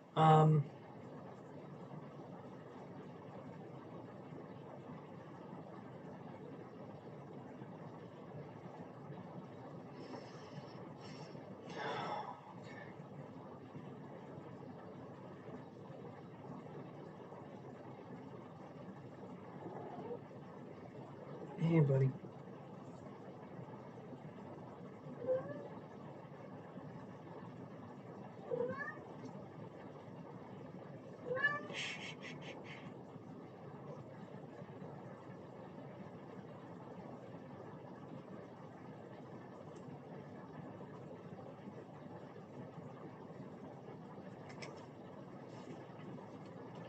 First thing I'm getting, Gigi, is someone getting their ear pierced, and it's through the top part. It's through the top part right here. And I can read that as you literally getting your ear pierced, or I could also read it as having, well, wanting a change, wanting something different, wanting to do something that is through your own unique choice and not through someone else telling you what to do. So it's doing something because you want to do it because you feel called to do it. And I feel like doing that would make you feel alive and would make you feel in charge in your life and would make you have a sense of like, I've got this. But that's what I'm feeling is kind of driving this decision. I don't feel it doesn't feel like an irresponsible decision, but it feels like maybe other people don't quite understand it or get it, or maybe we wouldn't even feel comfortable sharing this with other people.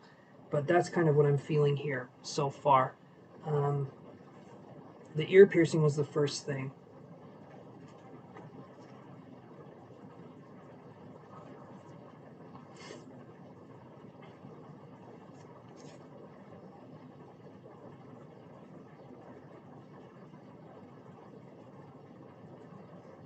Okay, you do have the okay. But also the other thing I said too, that not just the ear piercing, but the other part too. Um, and your left ear has been hurting. Okay, so there could actually be a few things there that's going on. Um, how has your equilibrium been? Have you been dizzy or have you been feeling kind of faint? And is there like a surge of energy? Do you have insomnia? Do you get really hot at night? Um, I'm just curious what's kind of happening here. The spontaneous kind of, right, no, okay, and I can understand that. I can understand that. There's a tendency to have kind of a deeper, more private world that we share with ourselves. So I can definitely understand that.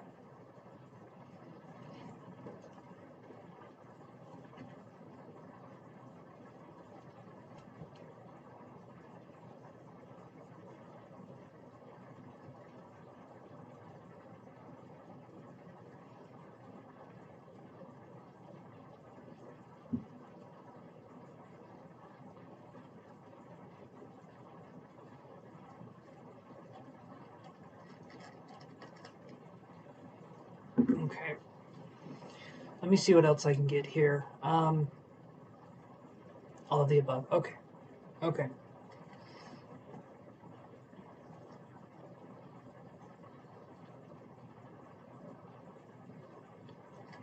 It feels like for the first time, Gigi, I'm getting the words being courageously you. It feels like regardless of what I say, there is something in you that is right. I was just going to say there's something in you that's wanting this more than anything else. Um, it seems to me like Doc wrote me out for 6 weeks. Okay. Oh, okay. So you have been experiencing.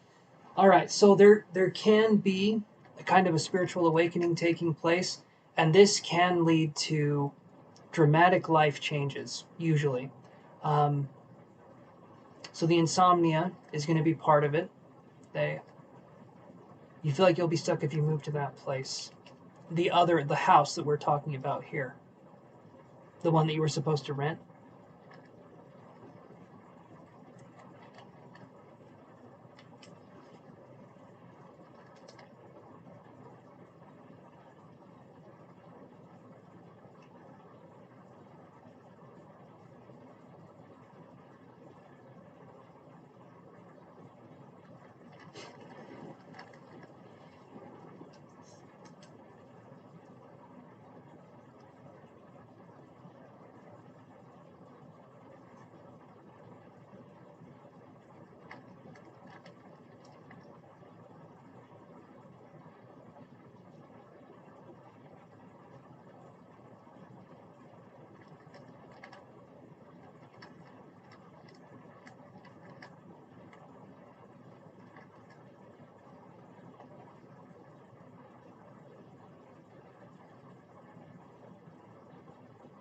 Yes, the other house. Okay, okay.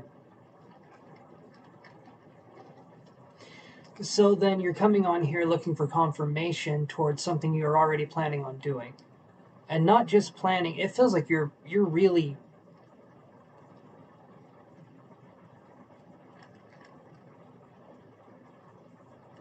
so just so I get things clear. You have a desire to go somewhere, a strong desire, an urge almost to go somewhere. You're you're getting ready to start something, you're getting ready to imagine what it would be like to be in this place. Um, Honestly, I feel like Gigi, if you want to try something new, it feels like why not try something new? Because the alternative seems like it would crush your spirit. From what I'm feeling, it does. I feel like you're a fish. Okay, you're not an actual fish. I know this. I hope, but keep seeing deer, cats, rabbits. So you're feeling a connection with nature. You're feeling a connection with something. Honestly, Gigi, I would say try it. Try it and see what happens because the end result is going to be you being in a situation where you feel miserable because you conform to something. I can understand that too. If there's kids involved, it makes it a little more difficult. Hmm.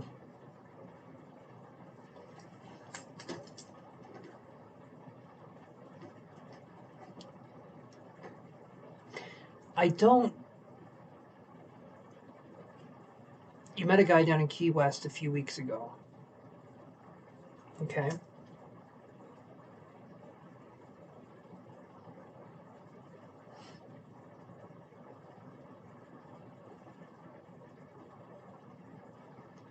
Hey, BK. So if you want a question, we got one question or three questions, or you can sign up to my Patreon. If that means you unsubscribe, I'm sorry to lose that.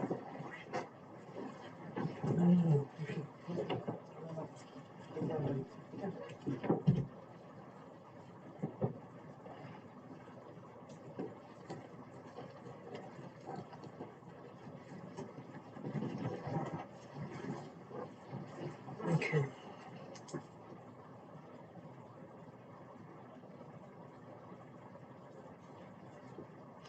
You met a guy down in Key West, or you met a guy down in Key West a few weeks ago, but I'm like, why not move somewhere?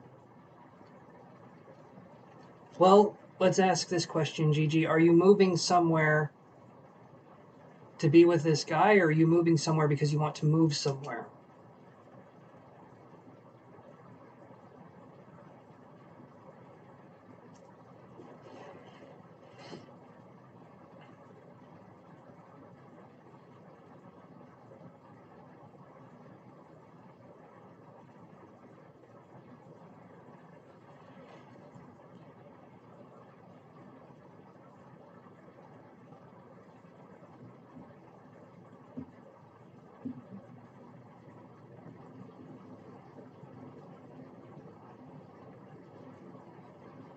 You're planning on going back after moving, okay.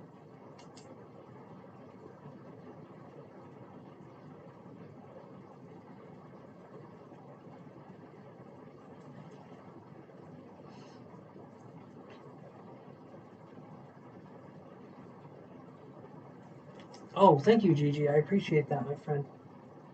Thank you.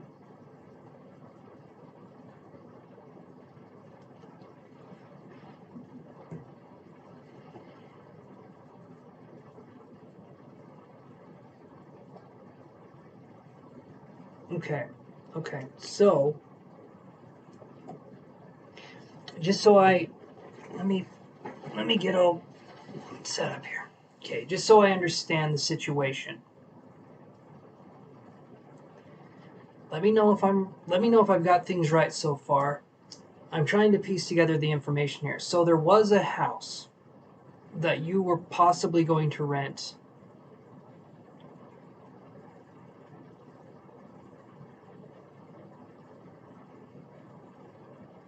Hmm. I'm trying to understand this. I'm trying to get the picture here. So when we're focusing on, how can I word that? How can I piece this together? There was a house that you wanted to get or you wanted to rent, but then you felt like you would be trapped if you rented that house. If I can understand that correctly, I think that's what you were saying. The other thing was that there's a guy in Key West that you met, and would you be moving down there to like live with him? So he's Aquarius with Grand Trine like me. Would you be moving in with him? Is that what I'm hearing here?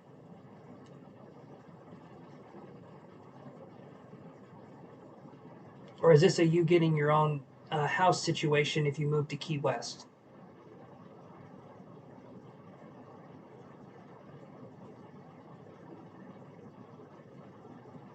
So you would rent the okay. Oh, landlord is selling. You have to leave. Okay. And this other person that lives in Key West. How long have you known this person for?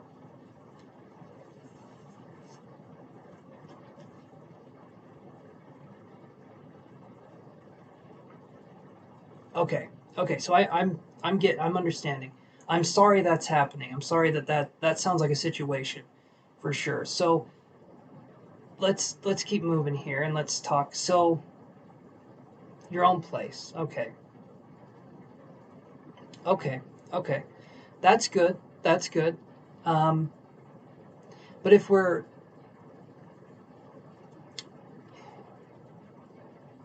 let me see what else I can get here. Let me see what else I can get here. So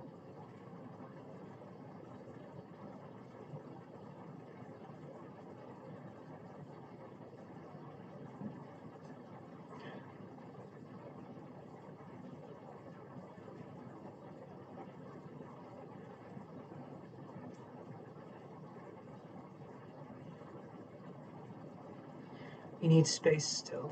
Okay, so less than a month. Okay, okay. So there's no judgment here, Gigi. I just want to know the situation. And I know that there's a tendency with you, there's this kind of lone wolf energy. You do your own thing, you're responsible for your own actions. I can understand that that can be hard to deal with sometimes because we don't necessarily want to be alone because we choose to be alone, but because other people have a hard time understanding us. Moving to a location, packing everything up, for a situation like this where we don't know who this person is yet. That to me personally, that does not seem like the best decision, because we don't know. And if things fall through, then we're in a location where maybe what could have been happy memories could become more bitter memories because we moved to a location. It's okay. It's okay. It does feel like there's a sense, there's kind of an impulsiveness here that we can talk about. And I understand the need to kind of run away, to kind of not run away, but to sort of look at the issue and be like, oh, if I just was somewhere else, things would be better. Um, but it feels like to me that, especially if we have kids, we have different situations going on, that we definitely need to think of them. We definitely need to think of what's going on there. If it is a place we want to move to, that we could start a life there, and it wasn't possibly dependent on there being a guy or there being a relationship on that end. Yeah, and yeah. I know you know this. I know you're smart enough that you understand what I'm saying and you understand how it sounds. But there's a part of you that is still wanting that, and I can understand that. You want to try something new.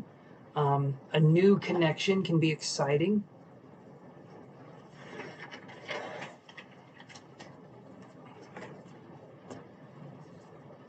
Let's look here.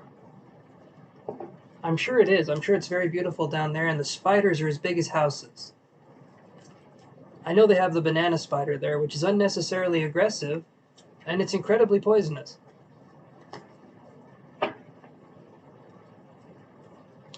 Sorry, that kind of puts a damper on things. But let's look here. Let's look and see what we got. I feel like I've seen Key West in like pictures and stuff. I've never been there. I'm sure it is beautiful though.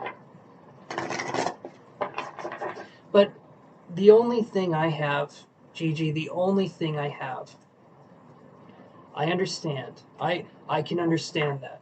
You're someone who does things for other people, possibly to the extent we've talked about people pleasing before, where we make sure other people are fine and well taken care of before we ever give ourselves a drop of attention. He is mostly confusing. Okay.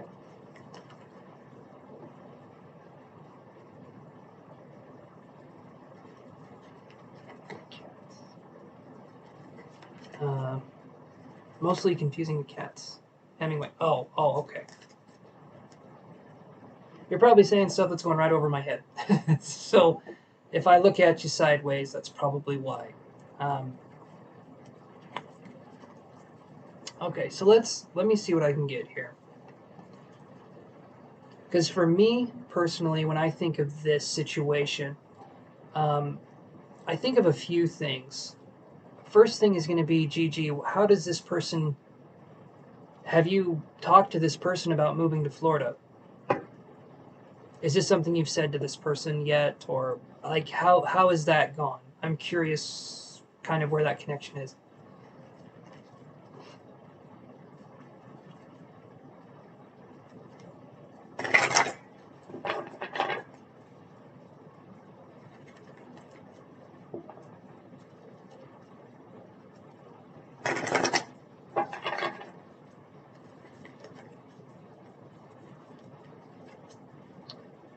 I've got it right here. So let's look. Let's look at the cards and the connection here.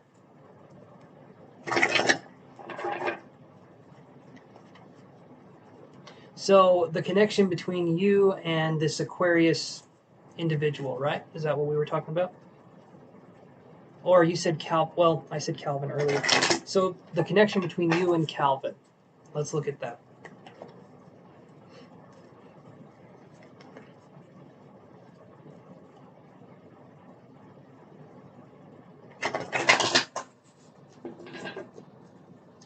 Oh, okay. Okay.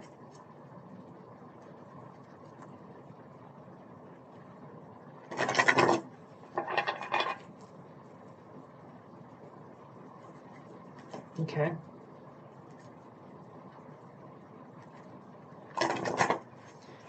Let's look here.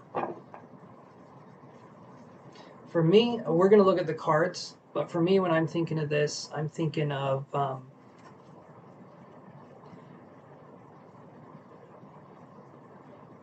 he's been a little distant past few days. That's the thing. If we move to Key West because we want to move there, that's one thing. But if we move for a connection that could possibly fall through, then there's just, to me, that's just going to make bitter memories, right? Okay, so let's look, though. Let's see what the cards have to say.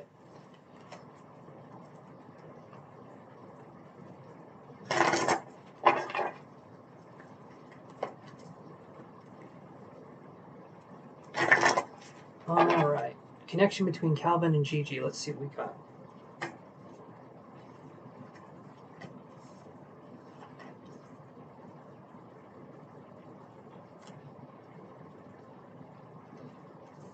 So I've never gotten these two cards out before. They're both in reverse. Man holding a heart in reverse, woman holding a heart in reverse. We have the Sun card in the middle, which is a pretty positive card. But with the woman holding a heart in reverse and the man holding a heart in reverse,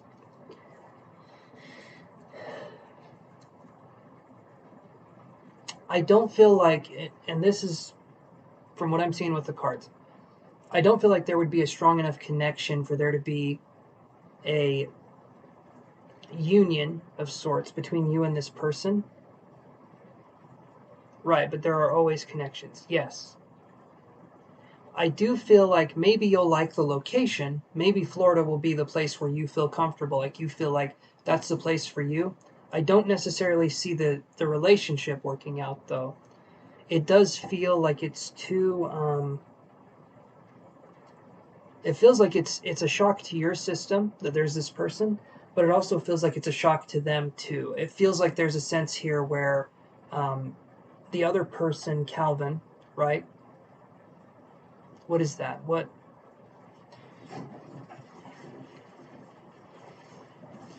is what, Gigi?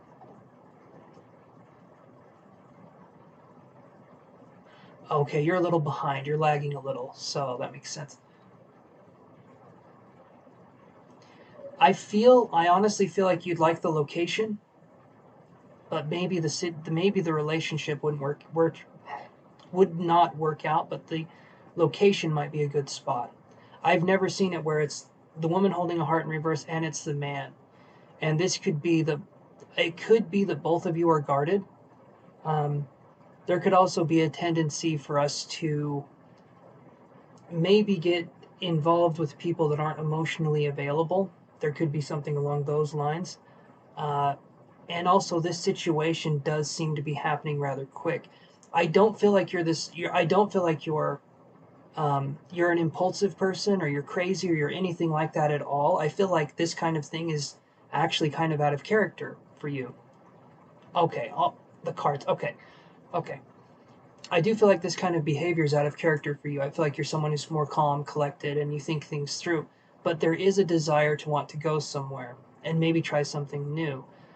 If you feel like you could make a life in Florida, by all means go there. But don't go there for this person. Go there because you feel like you could make a life there, or you feel like things would be better there for you and your kids. That's what I would say. Looking at this.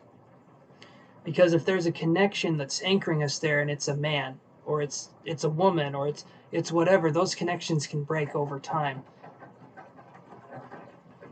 Okay, both Sagittarius moon. Okay. But if that connection breaks over time, then we're kind of wondering what we're doing there. But if we go there for the purpose of wanting to be there, wanting to take in the culture, if there's a lot of other reasons that aren't necessarily just for a man, that's good. That's okay. But I feel like if we tie everything to that, yeah. And I understand. I understand there's pressure and being responsible. I understand that. It's a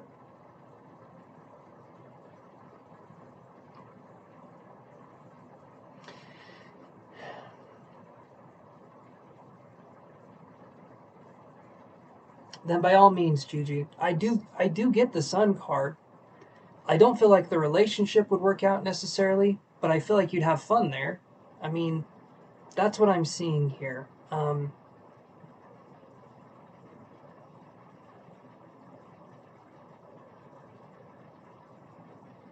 And I feel like regardless of me saying it, well, I will move to the house here and then just visit.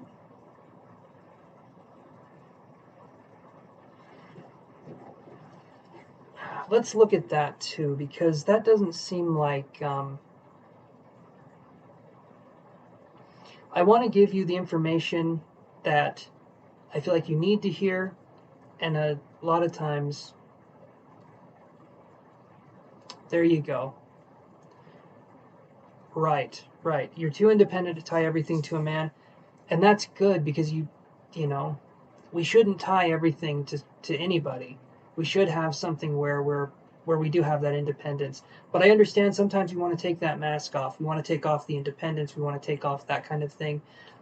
However, this doesn't feel like the person we could do that with. It does feel like this person is going to be moody. They're going to have their ups and downs. They're not going to be someone who is a decided, I want to be in a relationship kind of person. That's what I feel.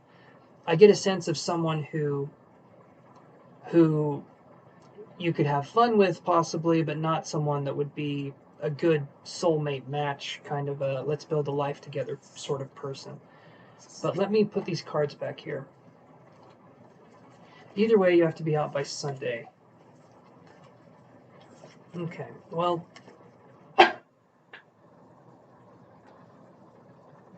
let's look here.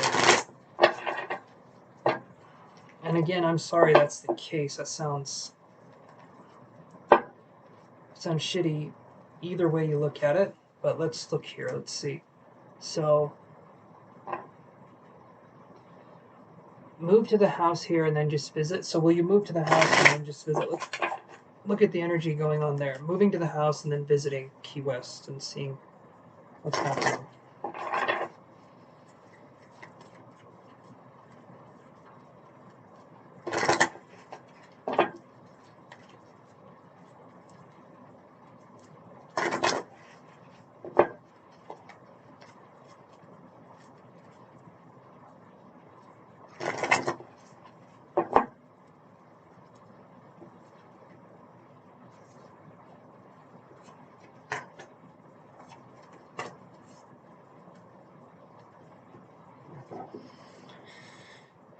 Well, I got these two cards.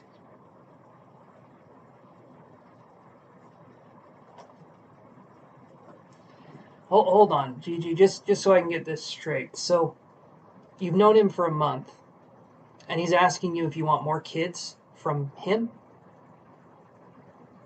and you guys aren't even. It sounds to me like he's trying to rush things too. It sounds to me like those are red flags to me if someone's talking about kids a month in, or if someone's trying to. If I'm understanding that correctly, that to me sounds like a red flag.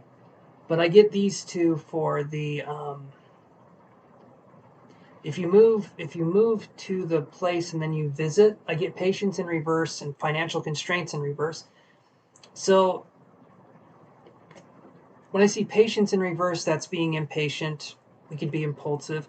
Financial constraints in reverse, maybe we need more money, or maybe we'll have more money coming in. Actually, if that's in reverse, that's not a bad sign. So we could have something coming in. The fourth chakra, Archangel Raphael, in reverse, though, when I'm looking at this, I'm wondering, Gigi, I'm gonna ask you this right now, and I want you to be honest with me. Okay, I want you to shoot straight with me because I'm not judging. I just want to know. Okay, so when I see this card in reverse, fourth chakra, Archangel Raphael in reverse, I'm almost wondering, like 2 days in. Okay, see that's even more like what the hell, dude? Really? I'm surprised he didn't just meet you immediately, take a breath, and say, "Do you want to have more kids with me?" Good Lord. Anyway, when I see this in reverse, I'm honestly feeling like you're in love with the location that is Key West, The guy is just sort of there, but maybe you're trying to convince yourself that this guy, there could be something there, but honestly, you're in love with the location more. That's what I'm seeing here. When I see the fourth chakra Archangel Raphael in reverse,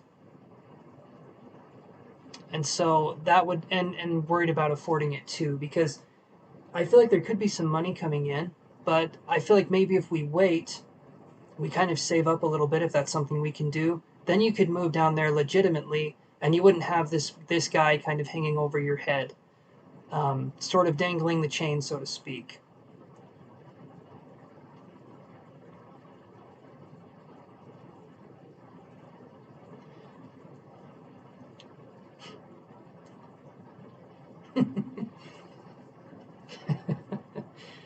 I can understand.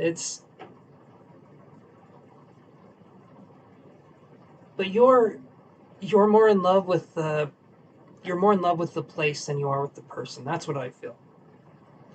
I feel like there's things that can go on, but yeah.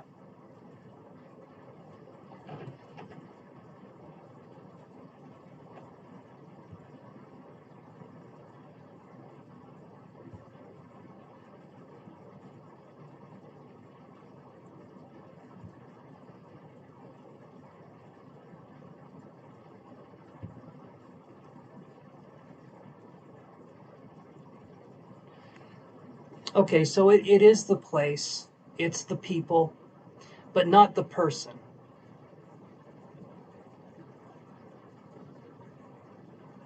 Right? So if it's the place, it's the people, but not the person, then let's reassess what we're doing. High vibrational, perfect. So this to me sounds like something in the future that I feel like would be something good for us. Not necessarily right now, and I know that's probably not what you want to hear. But maybe if you rent this place, maybe you sign a contract that's not super long, or maybe it's just month to month, I don't know. But I feel like saving some money up, understanding, visiting the place, going there, and really getting a feeling for what it's like to be there, I feel like would be the best way to attract more of that energy to you, where you could actually move there and you could be a resident instead of a visitor. But take as much time as you need, okay, Gigi? Right now, it feels like you're going through a spiritual transformation, and it's going to bring some stuff up. And you're going to have people like this guy come in, and they're going to try to, they're going to try to work their way in whatever way they can. But you're staying true to yourself, so that's good. I feel like you understand yourself well enough that you're going to do something that feels right for you when it's the right time. I don't feel like you're someone who just flies off the handle and you spend $3,000 on a whatever. I feel like you're someone who has a good head on their shoulders, and maybe you want to have a little bit of fun money to do your thing, and I feel like you can do that. But that's what I'm feeling here. So does that help you? Does that make sense?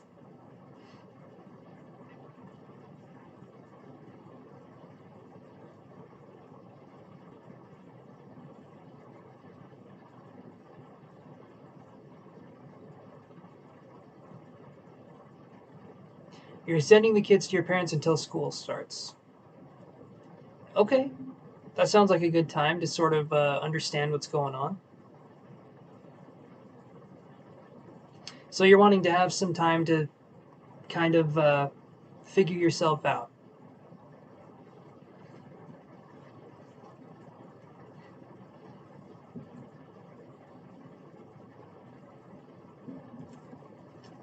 Give me 1 second, Gigi. Hold on.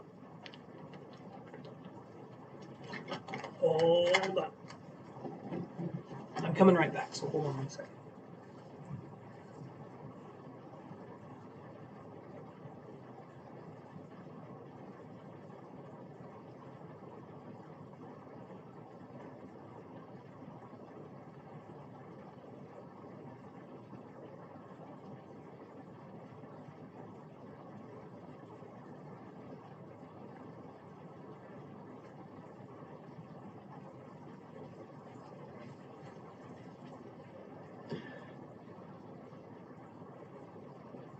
Okay, hold on.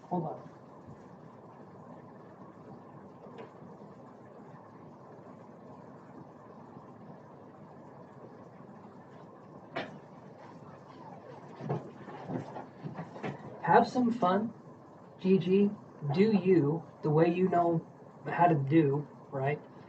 And focus on allowing yourself to do what you want to do during this time and see what you like and what you don't like. Right now, especially when we're discovering ourselves, we can see what we like, what we don't like, and then we can bring that back into our relationship with the family. And we can sort of show that self transformation, improvement, and just having fun is okay to do. I feel like you're the responsible person. You're someone who's always, like you said, you're always doing that. So being able to let loose is going to be something that I feel like is going to be good for you.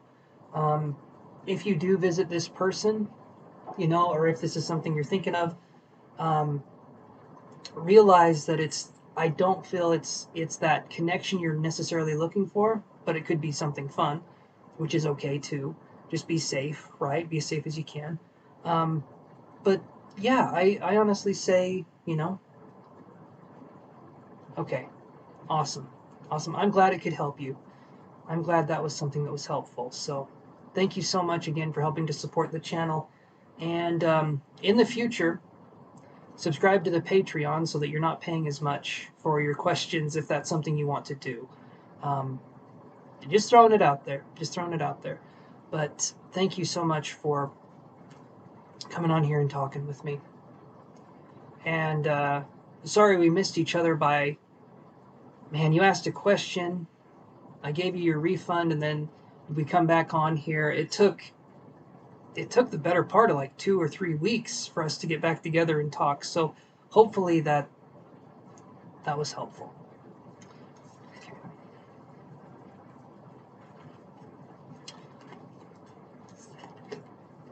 Amber, are you there?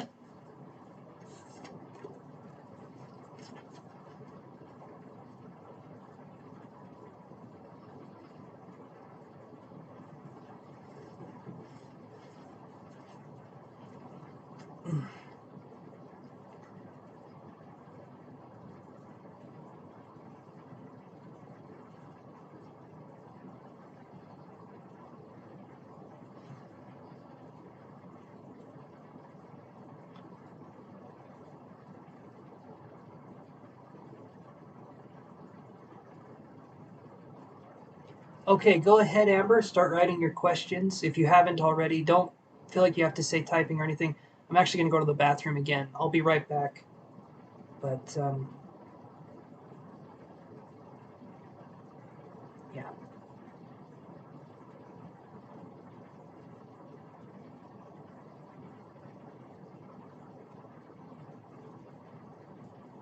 All right, I'll be right back. You guys hold on 1 second.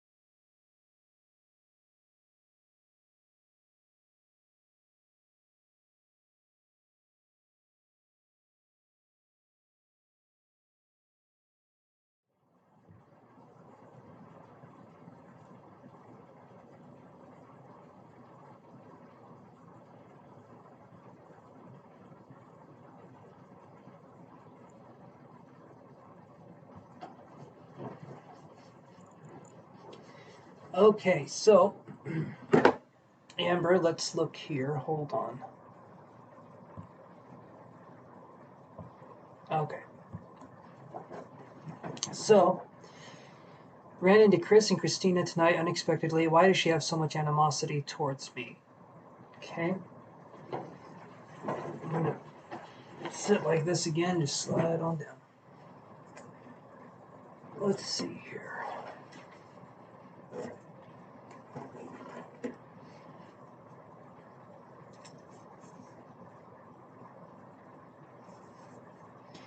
Okay, so this was the same person, Amber, the Chris and Christina. This was the narcissistic person. To me, we've talked about this before, and I'm just going to say the same thing again because we've done it through the cards too. There is a sense of jealousy towards you. There's a sense of being envious towards you because this person sees that you're talented or that you have something, and this person, instead of being kind and gentle and encouraging other people, they want to bring other people down to make it so they raise themselves up.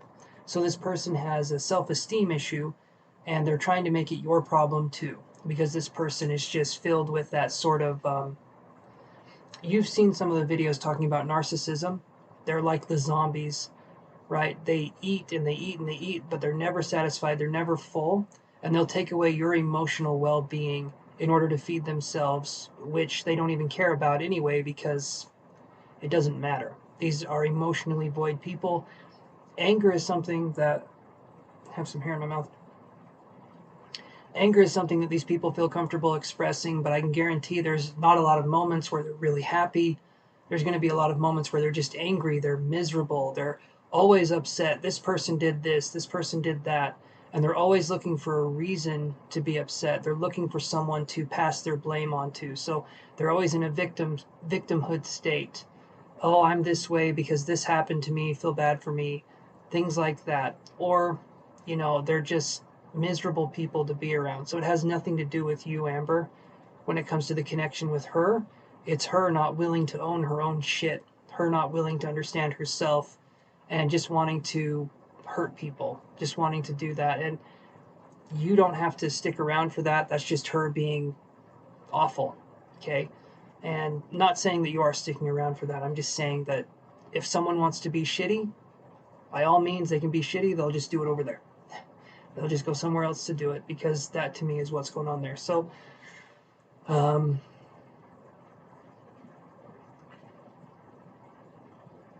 it was extremely obvious. So I'm going to posit this for you, Amber. I'm going to say this right now. So was she more hateful, or were you just paying more attention to the hate that was already there? And I'm saying that because you're learning and you're growing. You're trying to understand things more. So I'm just going to ask that question. Were you just more aware that she was that way to begin with, and it was something that you really couldn't stand and it was obvious? Or has she always been that way and now you're just more aware of it? I'm I'm putting that out there as something because it sounds to me like this person is just going to be, they're just going to be that way. So it's because you're becoming aware of toxic behavior and toxic traits. You're able to see it in people and you're able to be like, oh, that's, wow, look at that train wreck. That's the kind of thing.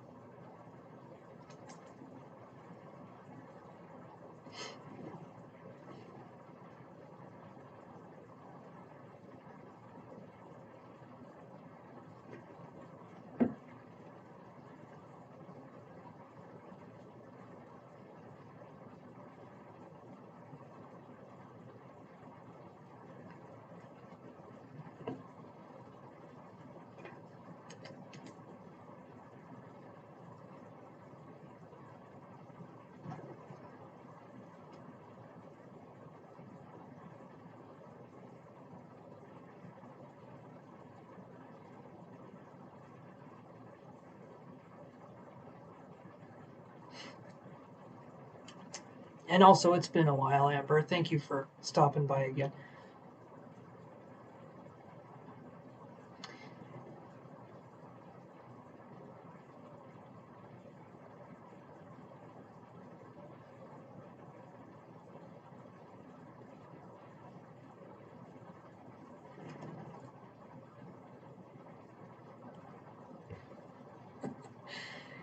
Amber, say it. Say it. You're fine. You're fine. You're taking that word and you're using it in the actual way I feel like makes sense. If she's being that way, she's being that way. Um, so you did feel more aware. The reason I brought that up, it wasn't to like cast anything. The reason I brought that up was I was talking to my therapist today, and I go through signs of depression. I go through different things, right? And we talked about, am I feeling more depressed, or am I becoming more aware of the depression that was already there? That is the reason why I asked that question. Is it because we're becoming more aware of something that was already there, or is it because, you know? So I feel like she was prying for information to gossip about my career slash love life. Perfect. And I hopefully you didn't give her anything. Hopefully you gray rocked that SOB, right? Gray rocking is where you don't give them anything to use for ammo. You don't give them anything. You just, I mean, the weather's nice, this and that. If you don't give them anything to grab onto, then they can't use anything against you. If you didn't do that, that's okay too, but. And they were super icy. And it sounds like these aren't people we want to be around anyway. So if they want to be super icy, then that's their loss, because you would be a wonderful person to get to know. But they don't get to, because they've had their shot. So I feel like that's their loss, honestly. Let them be icy. They're just showing you their true colors. And don't feel like you need to paint them any other color. They've shown you their true colors, and you're able to see through it now more than ever. And I feel like what happens when you start seeing through narcissistic people is they try to isolate you even more so that you come crawling back. But I'm getting a sense that you're starting to be able to see through all of that psychological bullshit, Amber. I feel like you're starting to get a handle on it.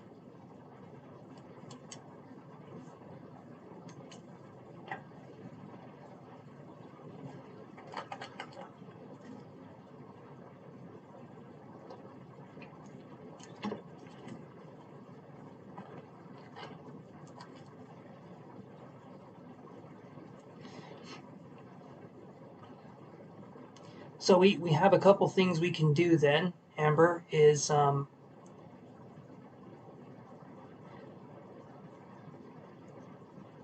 it becomes a little more, I understand you're in the show business industry, you're in that kind of industry, and there are people that are not the nicest people. What I would do is I would block every single one of them that was that way, because they're not going to bring anything into your life. But there can be connections there where there's money involved, and so it makes it so um, if they still watch your social media, again, remember the jealousy that I was talking about? They're looking at your social media, they're trying to bring something up. They're trying to do something. Hi, Kathleen. They're trying to look at what's going on in your life. They can use something against you. They can gossip. These aren't going to be the kind of people that are looking at your social media because they care. They're the kind of people that are looking at your social media because they care about themselves and they want to talk about somebody. Not in a good way either. So my vote is we block them. But I understand if there's connections there. But I'm a very introverted, isolated person. If someone treats me with disrespect when I've been kind to them, I don't put up with that. I say, okay, we're done. But, you know, it can be different in your case. So, hi, Kathleen. Thank you. I appreciate that, my friend.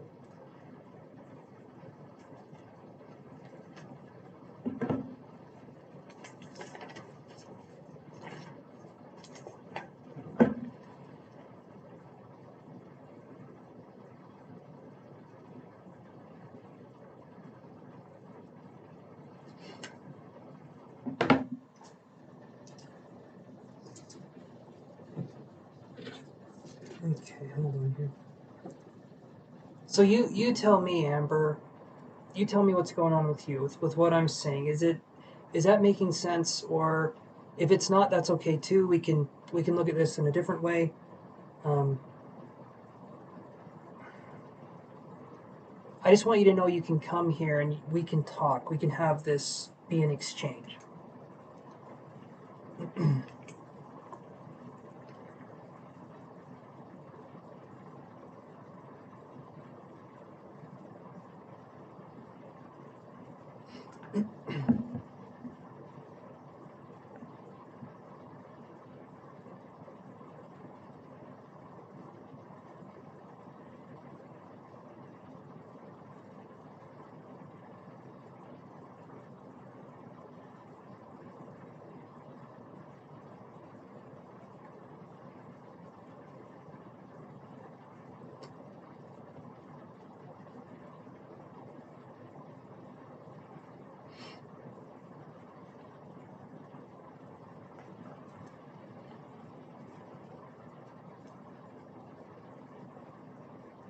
I still feel worried they're trying to steal my ideas / sabotage. I don't want to feel that way. It makes sense.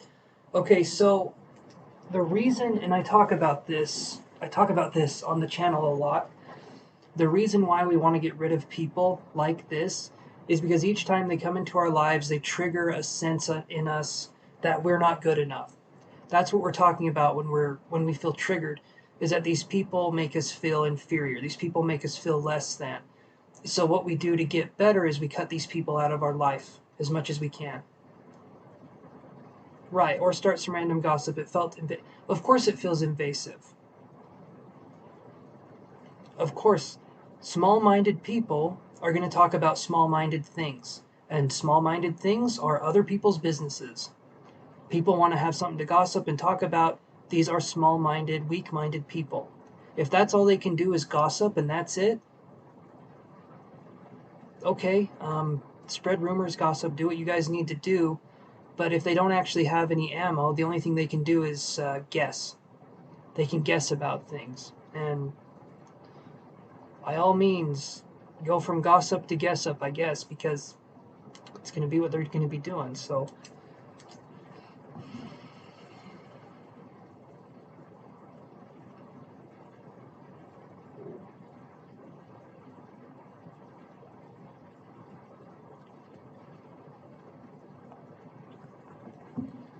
thank you, Kathleen. You're on the list here. I'm addressing Amber's questions, and then you'll come up, okay?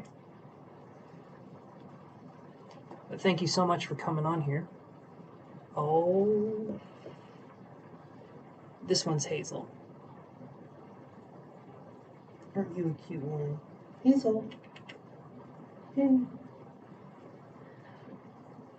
Let's see if she does it, okay? Just really quick. I'm just going to do this. If I do a fake sneeze, sometimes she gets concerned. We'll see if she does it. Let's look.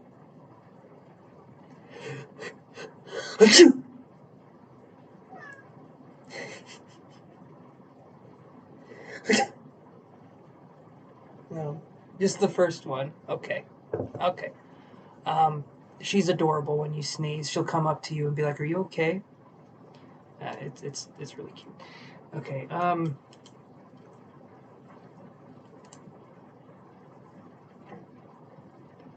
Thank you, Kathleen. I appreciate that. That one's Hazel. She's super cute, aren't you? Yeah. Yeah.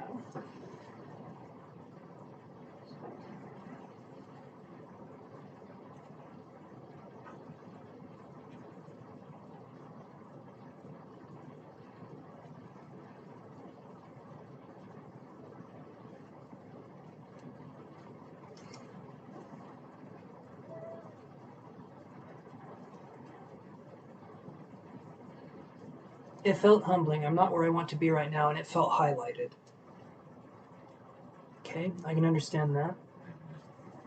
Guys, no. Come on. Get out of here. If you're gonna be mean, you gotta go. Yeah, you gotta go if you're gonna be mean. Okay? I know. I know.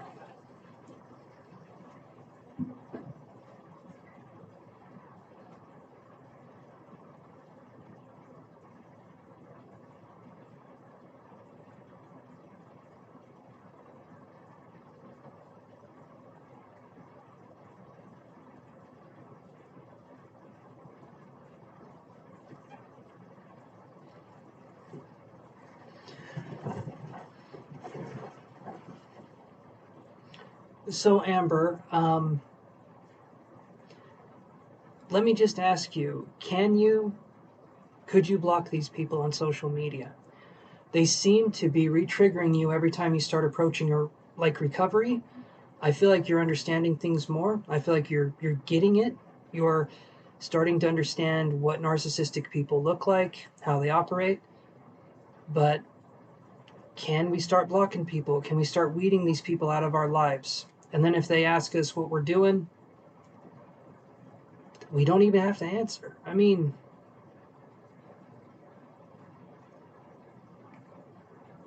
I don't want these people to come in when you're going through a vulnerable stage in your life and you're healing and you're focusing on self-empowerment. I don't want these people to undo that.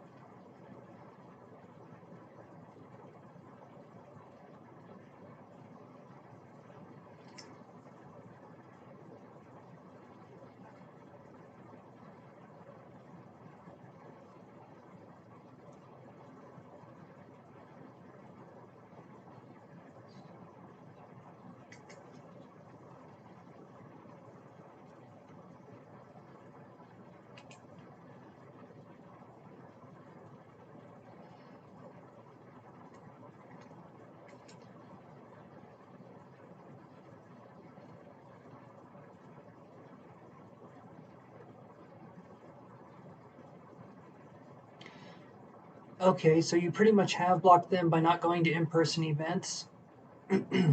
Okay, okay. But if you still feel their eyes are on your social media and they're looking at you and you really don't want to give them any extra ammo, blocking them even further would be a good idea. They may get upset, they might get mad that you're blocking them, but again, you know. Hi Kathleen, wait just a second. I'm addressing Amber's questions here. When it's your turn, when you're up, I'll let you know. Amber still has two more questions after this one, and then I'll address yours. Okay? I promise we'll get to it. Um, so, still working with Amber, and you're okay for asking. I just don't want you to type it now, and then I forget what your question was, and then you have to type it again. That's the reason why I'm having you wait. I just don't want to have it where, um, yeah. So hopefully that's clear to you. So. Um, But thank you for asking. I appreciate that. Because a lot of people just go right ahead and type, and then anyway. You did good. Thank you. Okay, so let's work on the next question, Amber. So you said, hold on. Okay, so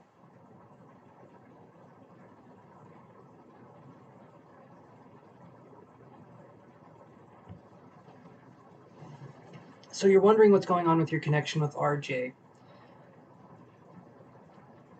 Is RJ the person that I feel like we've talked about RJ before, but maybe we haven't. Let's look.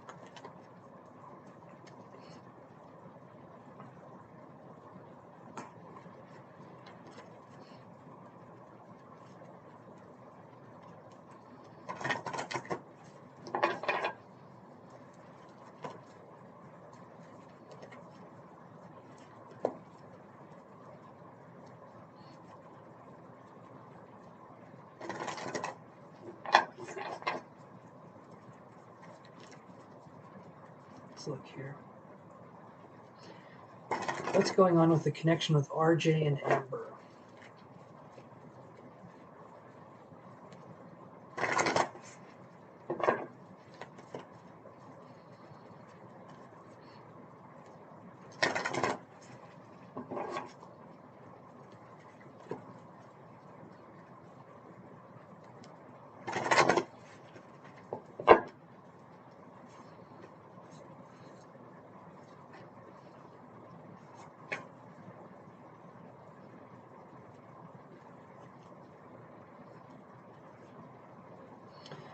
So, Amber,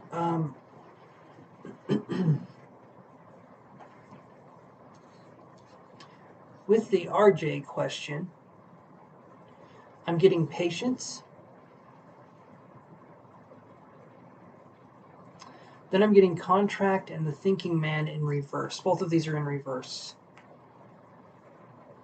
So I'm going to say, correct me if I'm wrong, but is this RJ person the non-committal type? Or are they someone that leaves you guessing? Is it kind of like you don't know where you stand with this person, with this RJ person? Like you don't know if you're this way or that way with them?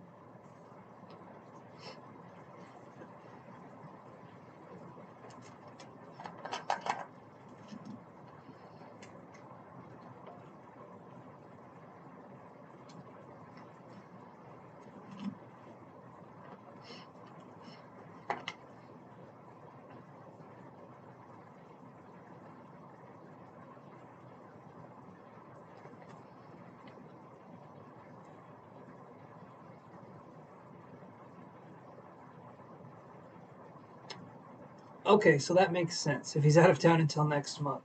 So I see patience was the first card coming up. Okay. And you don't know what's going on yet. So contract in reverse, thinking man in reverse. So I would say right now, what the cards are saying is be patient. Like that's literally the first thing that popped up. It does feel like right now, as far as the connection's going, it doesn't feel like it's a bad connection, but it does feel like we don't know where we stand. So I was reading into it a little too much. So right now I would say just have patience with this connection. I'll draw another card here though to see kind of the what's going on. So let's look.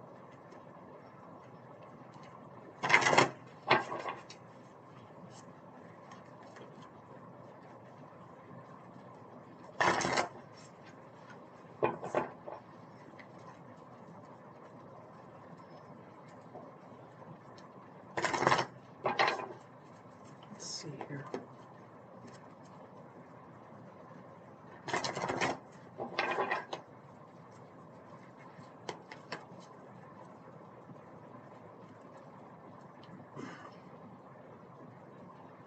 Right, that's what we can do. I was just going to ask. So let's see. How does RJ feel about a possible connection with Amber?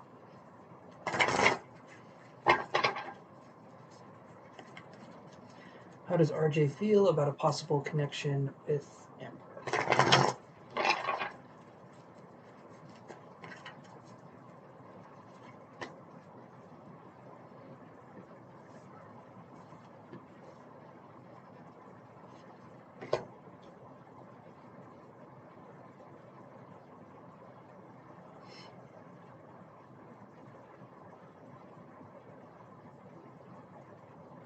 So, how did you meet this person, Amber? Or how did you get introduced? Hey, Molly, how's it going? How did you get introduced to this person?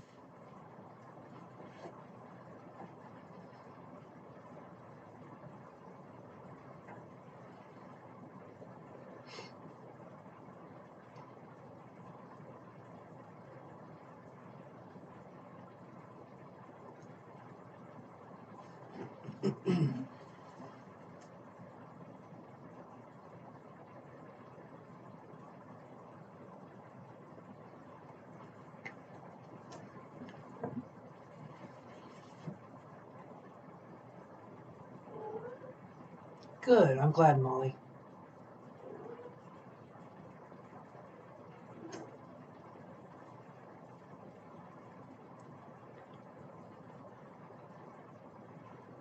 Okay.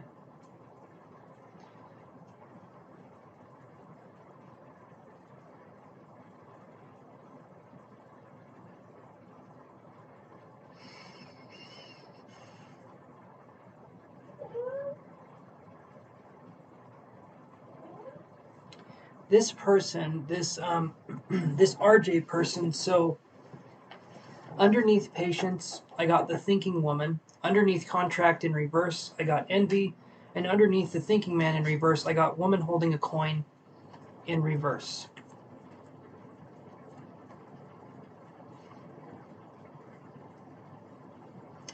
when I see these cards, Amber, what I feel,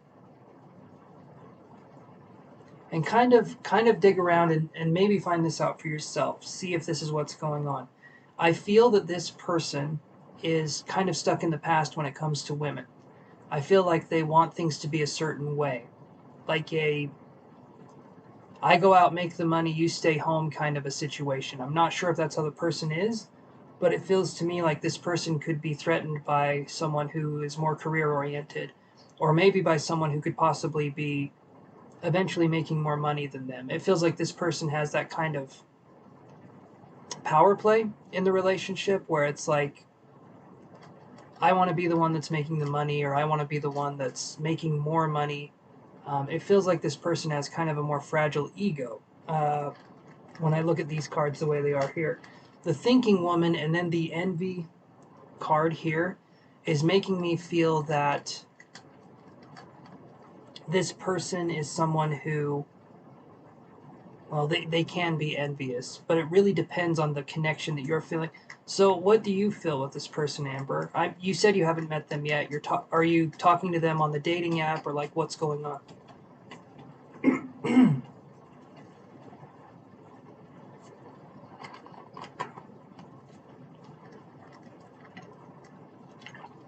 Okay, alpha male. All right.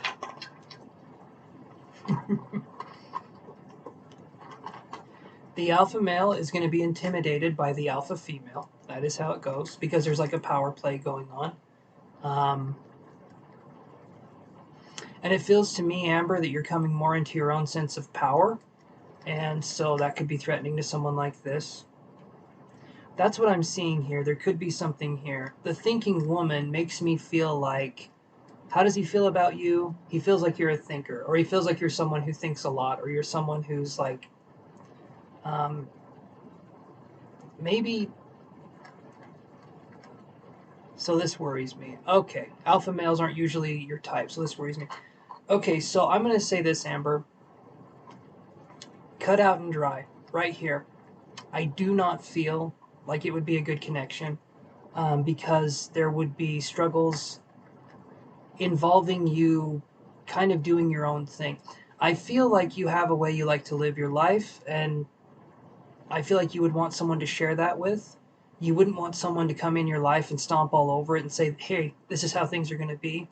You would want someone to build a life with you slowly over time, and you would want to have some sort of cooperation. You wouldn't want to have someone tell you how to run your life. You would want someone to come in and be like, let's live it together. I don't feel like you're going to get that with this person. It feels like it's more of a domineering kind of relationship. Um, and like you said, alpha males aren't usually your type. The confidence can be great from the alpha male perspective, but a lot of it is built off of nothing. A lot of that alpha male confidence is built off of posturing and false ego. It's not like a real sense of confidence, because the alpha male concept is a man that has been deeply emasculated. He doesn't want to have it happen again, and so he puts on the alpha male persona, right? The chest out, and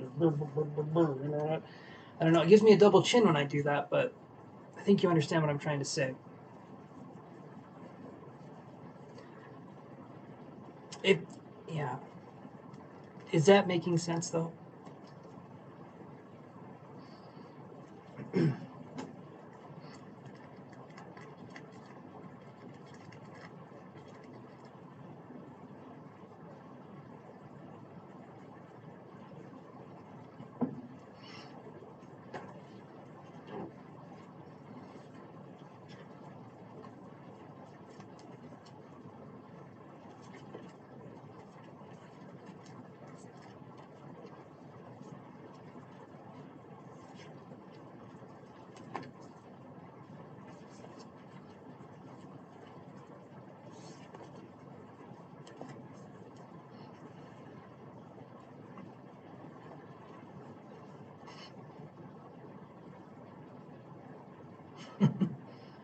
Thanks, Molly. I'm glad you appreciate it.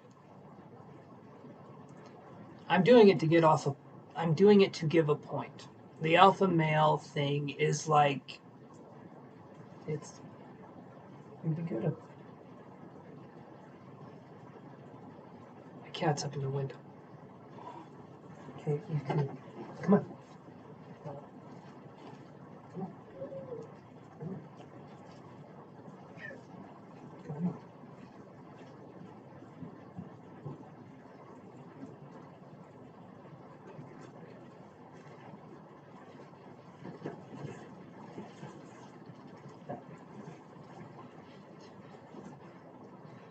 Okay, so that's a sign right there. We want to have someone in our life that's not scared of a woman having her own autonomy and being like, hey, I like things this way. I want to do things this way. You know, and I feel like this person's old fashioned. I don't feel like it's a progressive kind of person. I don't feel like it's an evolved kind of person. It feels like to me this person's just sort of in their own macho head. Okay. Um,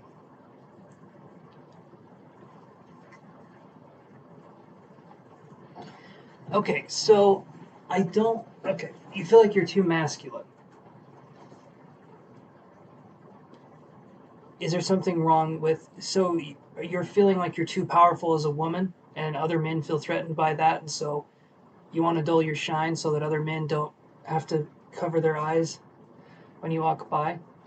It's okay to be you, right, Amber? You want to have someone who understands you. You want to have someone who gets you. But I understand maybe we feel like we're too masculine, and maybe we feel like the masculine part could have come from a traumatic event. So maybe we're feeling like the masculine part could be from a trauma response and not necessarily a personality trait. That could be something.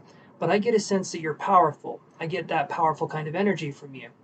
I get I get an energy from you where I feel like you give away your power to other people a lot, and I feel like you're taking that power back now. But in what ways? Actually, let me just ask that question. In what ways are you too masculine? And then we'll move on to the third question, and then we'll go to Kathleen's question. I know, Kathleen, I take a minute to do my readings, so thank you for being patient. I promise we'll get to you.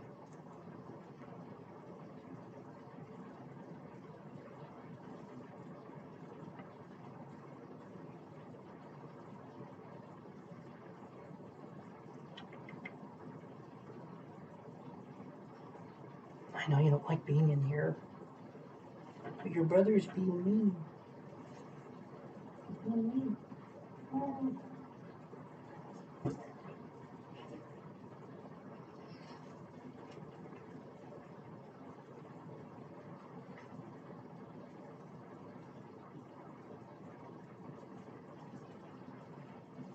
Okay, I'll open up the door. You two can share some space.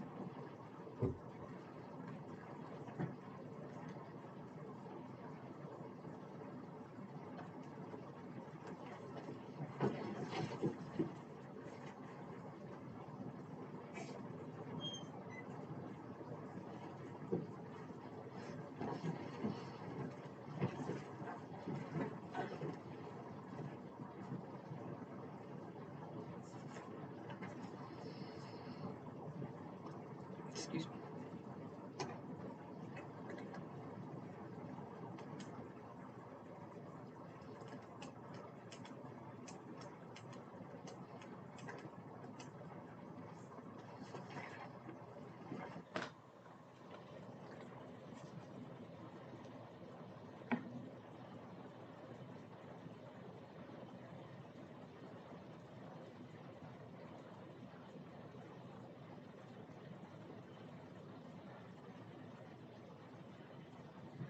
Okay, so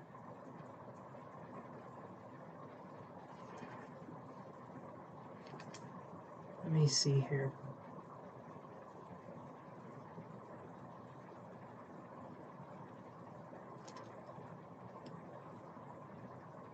All right, Amber. So your third question was we're curious about your acting school.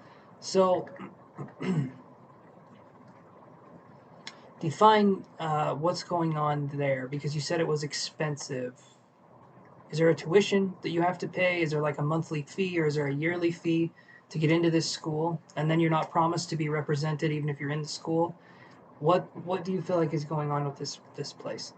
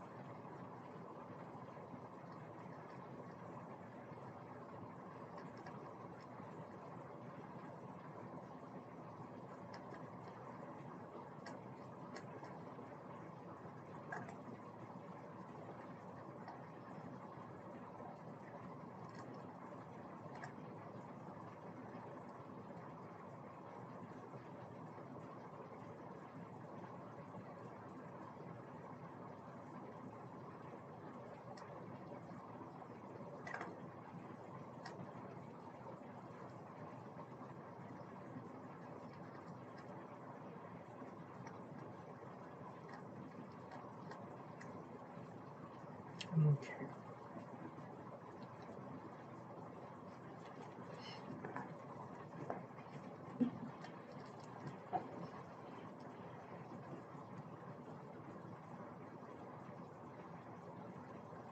Yes, it's a large tuition, plus starting from the bottom with no promise of success, but the name is significant.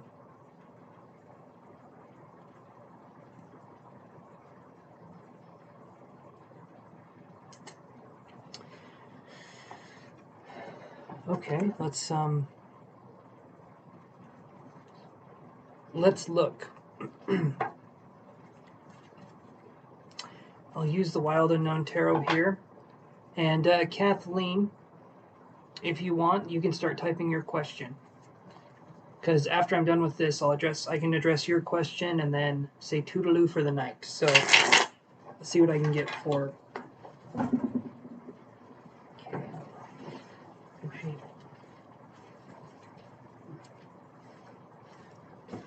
Here, honey, I love you. Come here. I love you so much. Come on.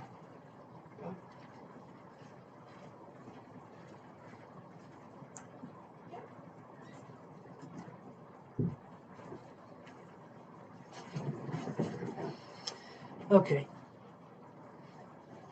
Just trying to do a lot financially, want to know if it's smart. Okay, I'm in good shape and want to stay that way. Okay. Let's see what we got here.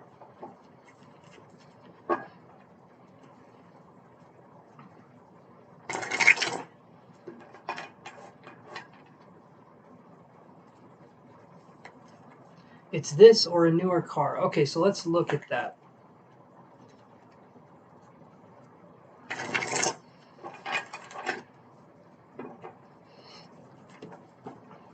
It's this acting school or a newer car. Let's see.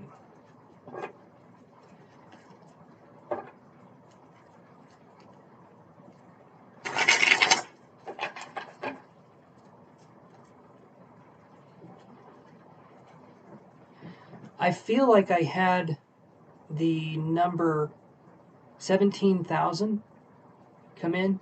Is it that expensive? Is the tuition around like $15,000 to $17,000, or is it probably much less expensive than I'm thinking? Because for some reason 17,000 came into my head, and I was wondering what that could mean. But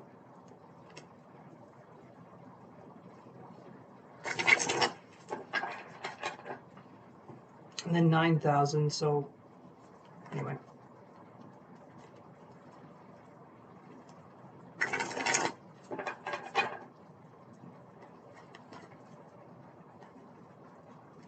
You don't have to tell me the price. I just had that come into my head and was curious, but you're good either way.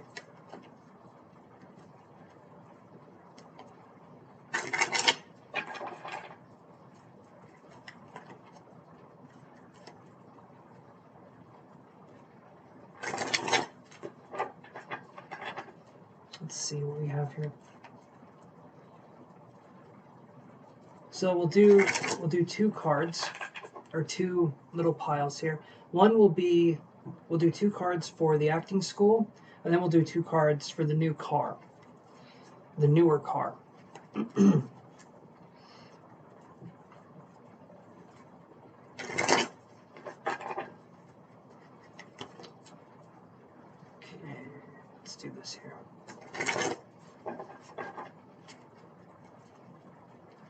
Okay, so acting school.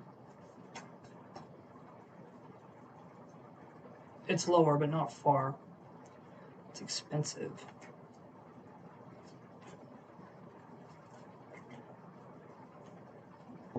Okay, so let's do this. So the acting school would bring us death. And I don't mean that in a way to scare you. Death is transformation. Death is change. It's not something bad. It's like a rebirth. Death is just change. And then we have the 7 of Wands in reverse, which is just a candle. Okay, so basically to answer your question, there isn't an answer yet. I'm going to draw another card here because right here this is saying you would change, but for what? So let's look. All right, so Amber decides to go with the acting route, with the tuition acting route. What would be the end result from that?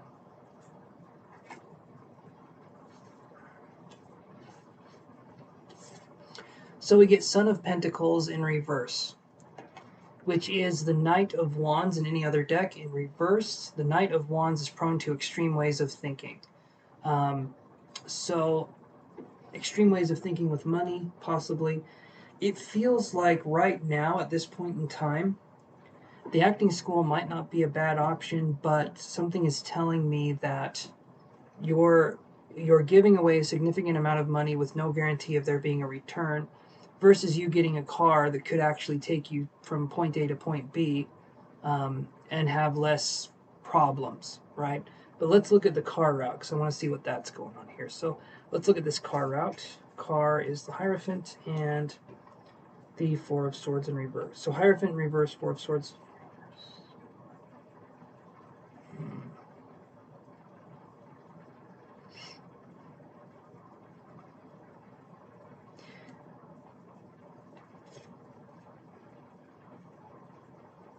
So 4 of Swords in reverse, Hierophant in reverse if we were to get a new car. Doing things, the Hierophant in reverse, to me is doing things in a non-traditional way. But where we have the 4 of Swords in reverse, which is a card about resting, when it's in reverse, doing things in a non-traditional way, trying to move forward. Do we need a new car? A newer car? Is that something we need? Possibly. The acting school, though, it feels like there's change, but there's a lot of uncertainty. And then the Son of Pentacles here. So I don't feel, if we went with the acting school, I don't feel we would see any return on our investment anytime soon. I feel like it could eventually pay dividends. I do feel like there's something there, but it feels like there's a lot of unsureness here. And it feels like if we're putting up that money and we don't know what we're getting in return, that could be something that could be harder for us to do. But let me draw another card here. Then we get the Daughter of Swords. This is upright. This is on the acting one. I'm looking at the acting question again.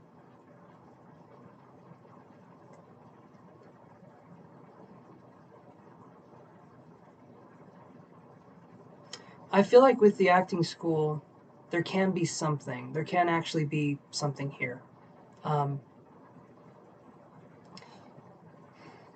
It is a lot of money, though, and it's not something that you're getting back anytime soon. But it does feel like there's names or there's connections here. And it feels like this would be a fresh start. This would be something. I get a better feeling with the acting school than the new car. That being said, I'm not thinking anything's going to happen right off the bat with the acting school. If it does, that's great. But it feels to me like the acting school is going to take some time. And if we're looking at it in a sense of, like, will I make my money back in a year? Maybe that's not the right way to look at it. Maybe, will I make my money back in a few years? Will I make connections, right? Okay, so if Amber goes with this acting school, will she make connections in the industry? Will something come of her going with this school?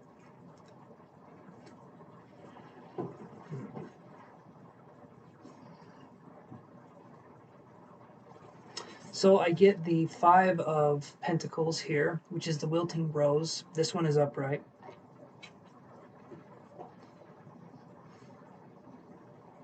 It just doesn't feel like the right time for the acting school.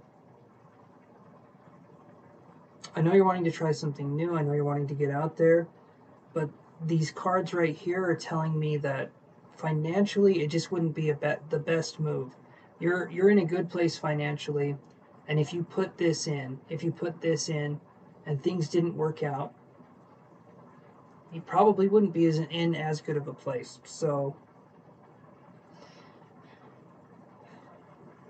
I'm not saying it's a bad idea to go with the acting school, but I am saying to me it feels risky. But for some reason, getting a new car feels risky. Getting a newer car feels risky too. So I'm trying to understand why.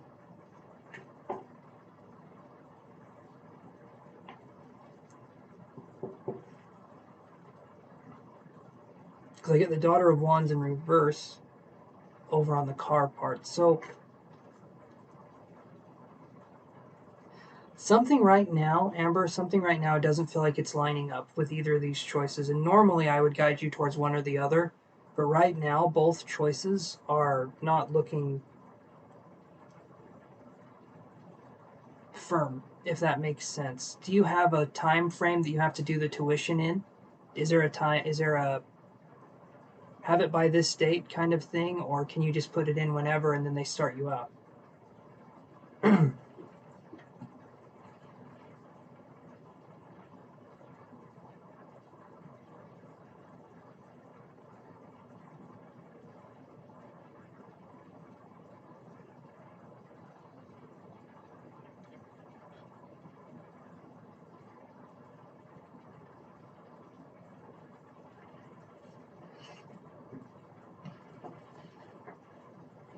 You're still driving your first ever car. She needs repairs.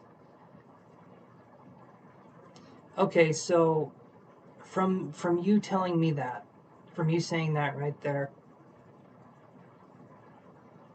guidance with your relationship with Rick. Okay. All right, Kathleen. Thanks for posting your question. We're almost to you here. I would say, Amber. Here's what I would say. We had a long time affair, and his GF, who was married to her first husband, raided his emails.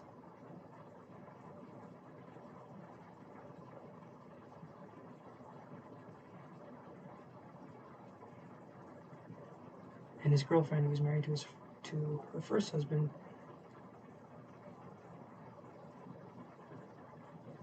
Okay, Kathleen. Okay, we'll absolutely look at that, and we'll see what's going on there. Okay.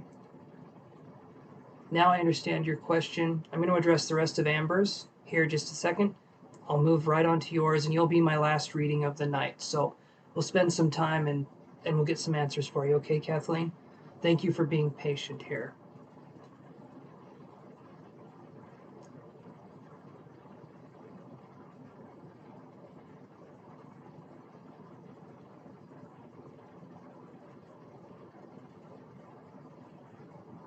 Okay. So Amber, right now, the car to me seems like a better priority. Maybe what you could do is, instead of getting a newer car for a long time, since 2014. I'm sorry to hear that, Kathleen. I am sorry to hear that, my friend. We'll see what answers we can get for you. And like I said, you'll be my last reading for the night, and so I'll make sure to spend some time, and we'll see what we can do for you. Okay. Um,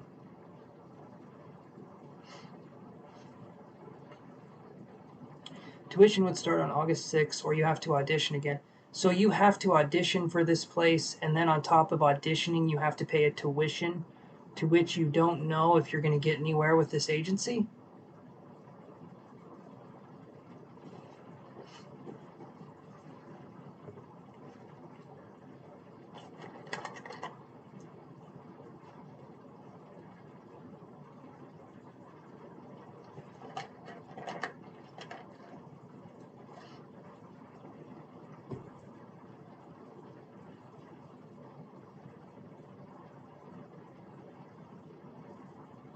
Mm-hmm. Am I still alive? Yeah, Maxine, I'm still alive.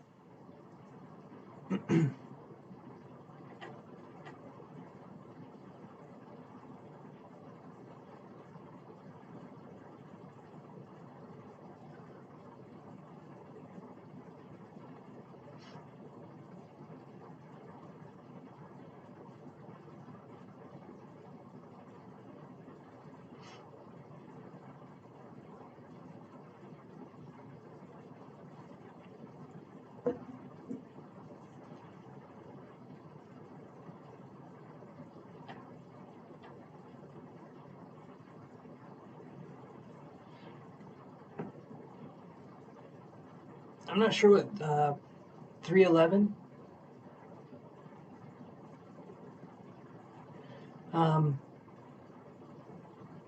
So I would say, Amber,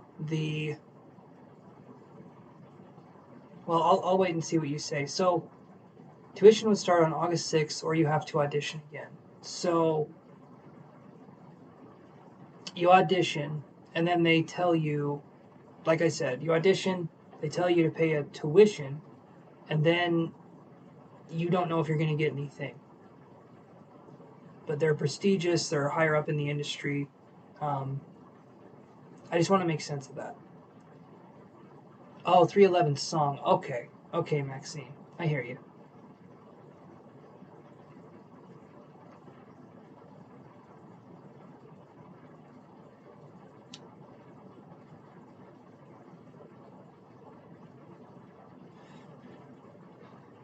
It's looking to me right now, Amber, that the best thing to do would be maybe look at the new car or a newer car.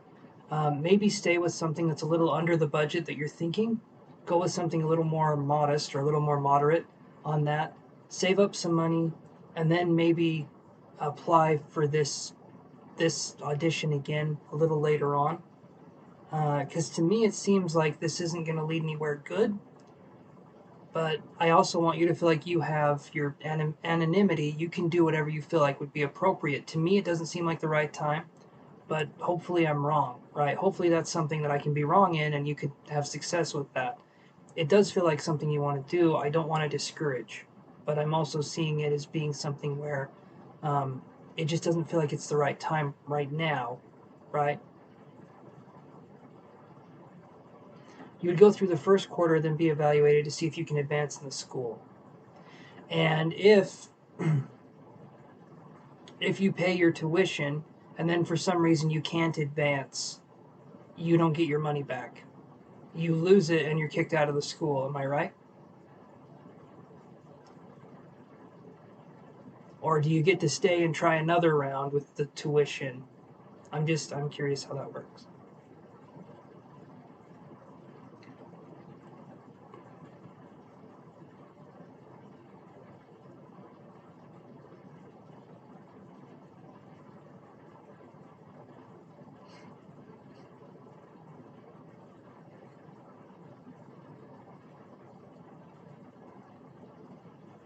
Okay.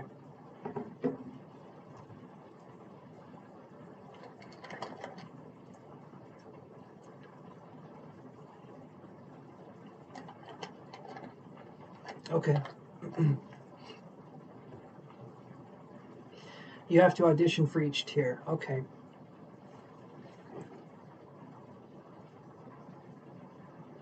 So, yeah, I would say maybe if not this year, maybe next year. I'm not sure. Other than the fact that you have to pay the tuition fee again if you need to retake, as in thousands of dollars tuition fee. And acting is expensive. Um,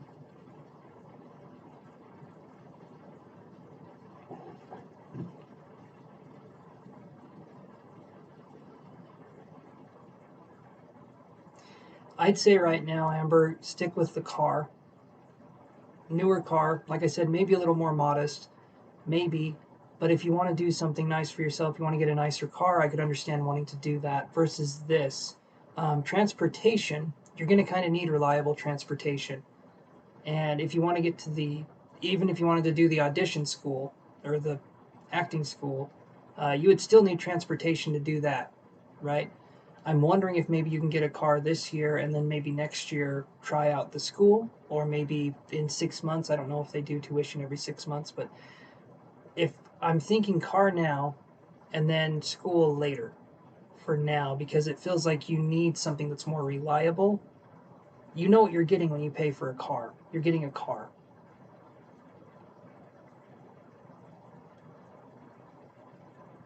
Um,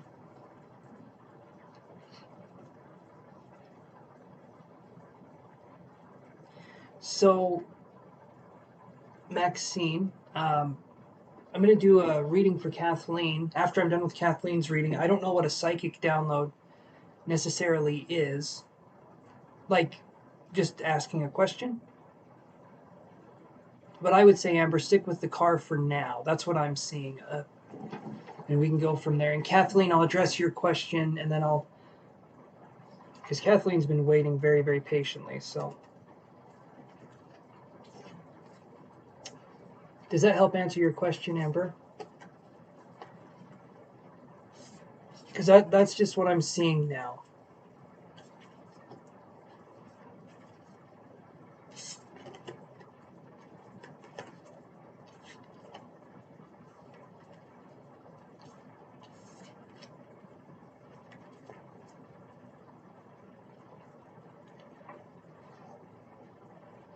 You're very, very welcome, Amber. Thank you so much for coming by the channel and for continuing to help support the channel. I appreciate that.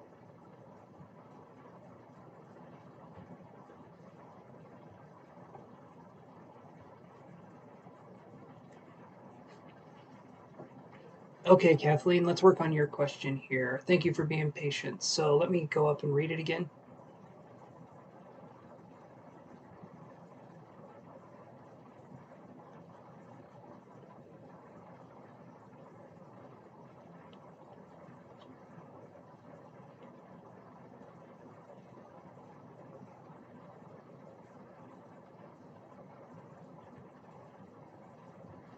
Okay, Kathleen, so just so I understand this right, is this Rick person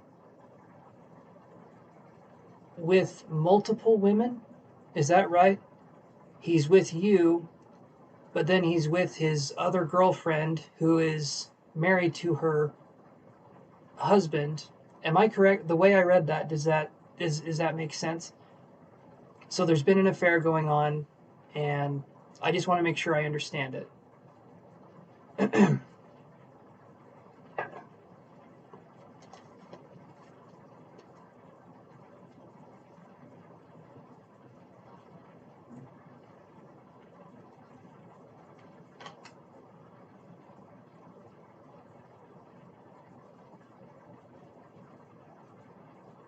Yes, he was with you. Okay. And okay, all right. That just makes it so I can understand it. So, she rated the emails. Okay. Okay. Perfect. All right. Let me look at this again.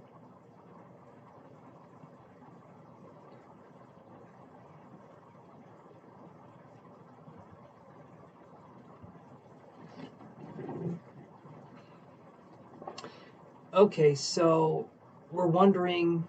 I'm just going to read this one more time.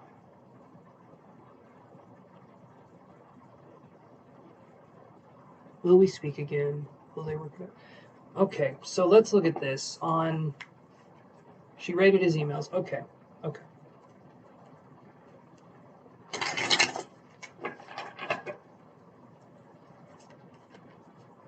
And he ended it with you. Okay, okay. Let's look at this.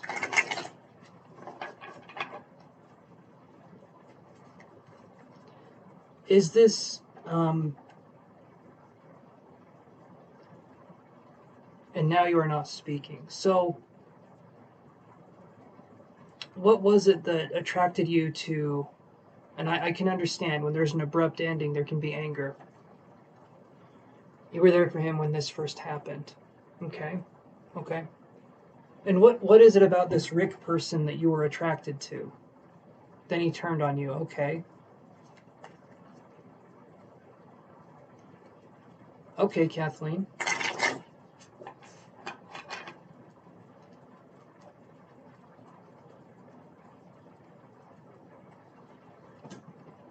Did okay.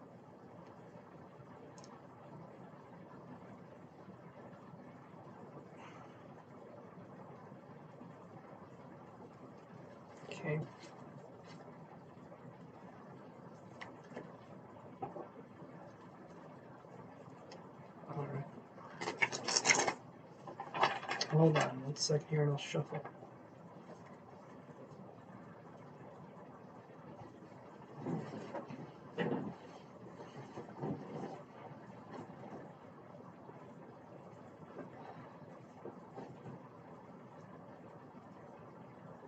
Both play sanctioned bridge. Okay, okay.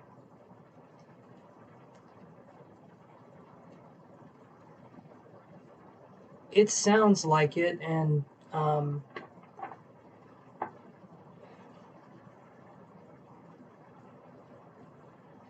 okay, intense relationship.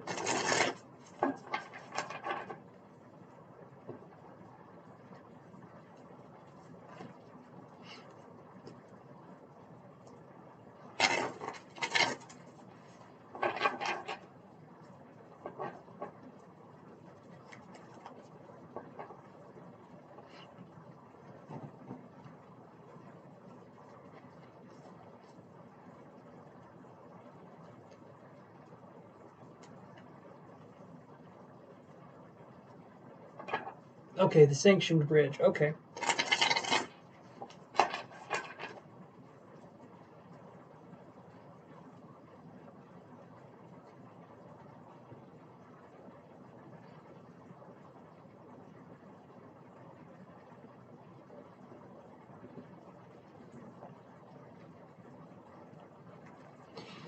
Okay, so you don't know what you'll do eventually. So I'll draw some cards here and we'll see what I can get.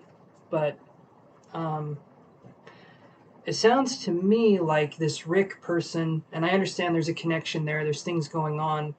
Um, but it sounds to me like this Rick person isn't exactly the kind of person that. How would I put this? He doesn't seem like the nice, like you said, he's cruel. He can just kind of turn on you. So why would we want to be in a relationship or speak to this person again when they've treated us so cruelly, right? I understand there can be a connection, but it seems to me like if this person can just turn on you whenever, that doesn't seem fair to you, right? I'm going to do these cards instead, the energy cards.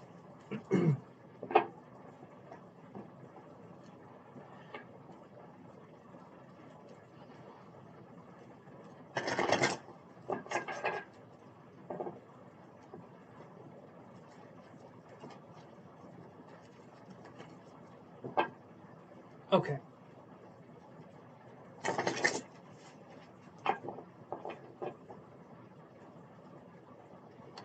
I can understand that.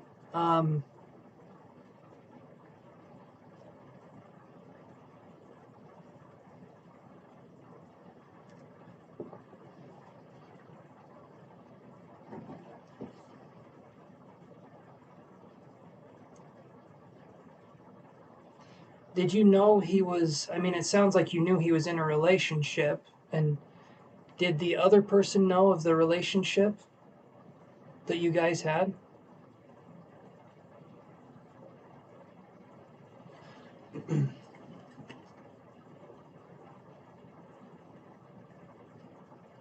I can understand you're angry. Okay.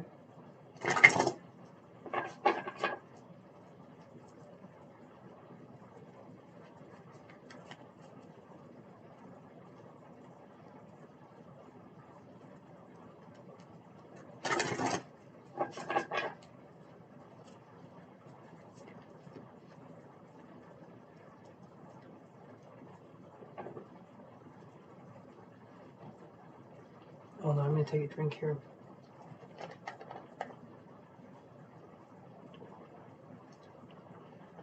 Okay, so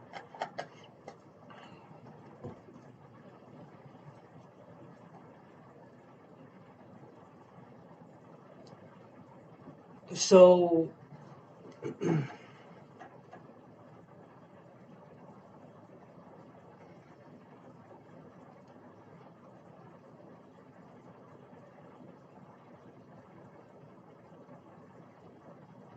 I'm sure she is. It sounds to me like it sounds to me like he's a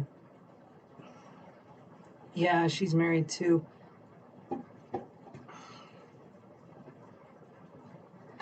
I'm going to be straight up with this, and I'm just going to say it how I'm seeing it here. I don't need cards. I don't need psychic ability. I don't need anything to say. To me, this whole situation feels very, very off. People are with each other, there's secrets, there's things going on here. And people just cheating or doing whatever they want that way. It's 78. I mean, that's...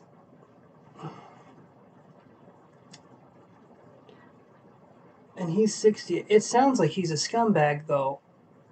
To me, it sounds like he's a scumbag. I mean, doing this and being in this situation, it seems to me like someone could have said something. Something could have happened. Hey, Tracy. The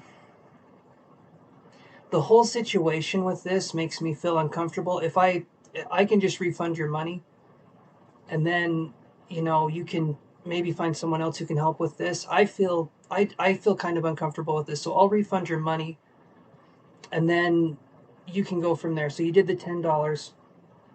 Kathleen, I'm sorry I couldn't be of any help. I feel like this isn't necessarily my forte. But if you want, you can find somebody else here. Like I said, I'll refund, and I'll just send it right back to you. So I just don't feel comfortable with answering this question. Okay. And I'll just refund it right now, so hold on.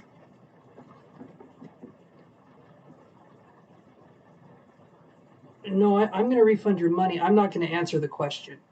So I am going to refund the money. So hold on. No, Kathleen, you're fine. I'm going to just do this really quick. Hold on.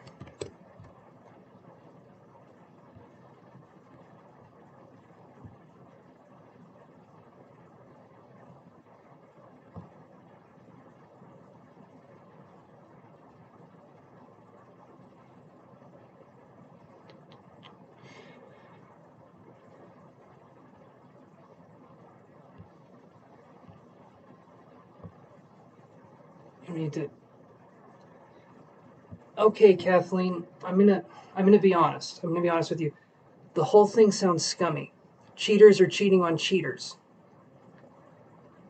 I don't want to take sides, but the whole thing to me sounds scummy. I don't believe in what you're doing. I don't believe in what he's doing. But to me, honestly, I try to help people on this channel, and I don't feel like, I don't feel like I can be helpful in this situation. So I'm just going to give you your refund, okay? And then you can do with that whatever. But I am going to give you your refund, so hold on.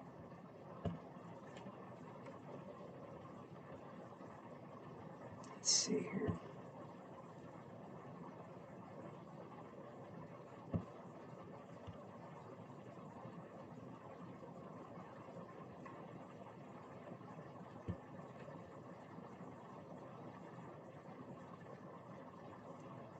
Okay, that should have gone through. You should have your money back.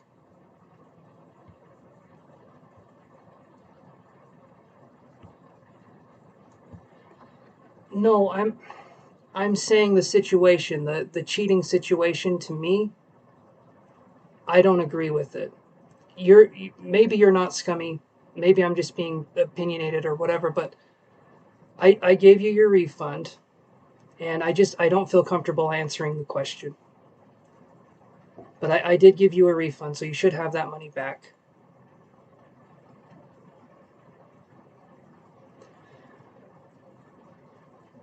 Okay, Kathleen, you're good. I don't have a tolerance for cheaters.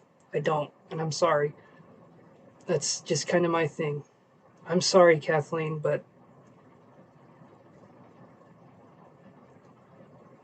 I did give you a refund, though, so that should be in. I'm sure there's other people that will take the question, though. It's just not going to be me. I'm sorry.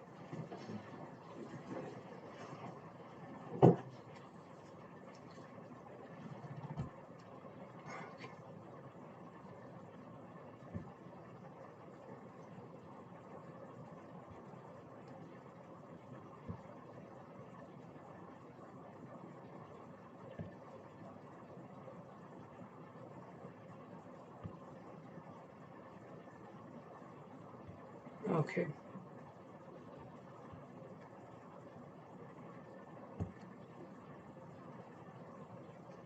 Okay. Okay. I'm just gonna take a drink of water here.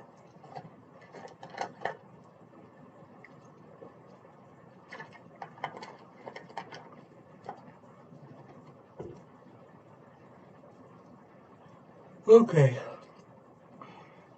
So, Maxine, what was it that you were wanting, possibly? And Tracy, hold on a second here.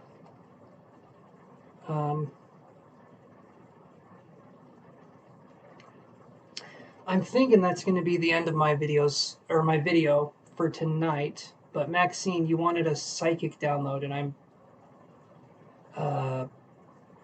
just like getting information.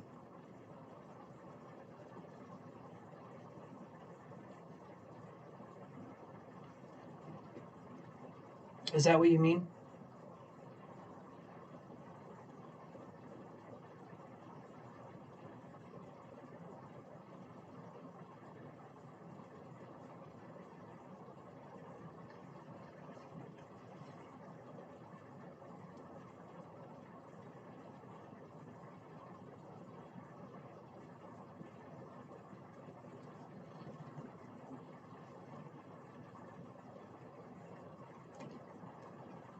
We can try it here and see what we can get.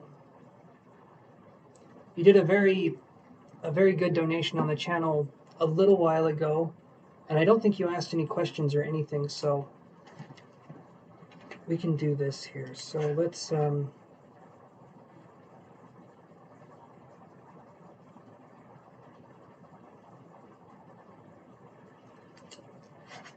okay.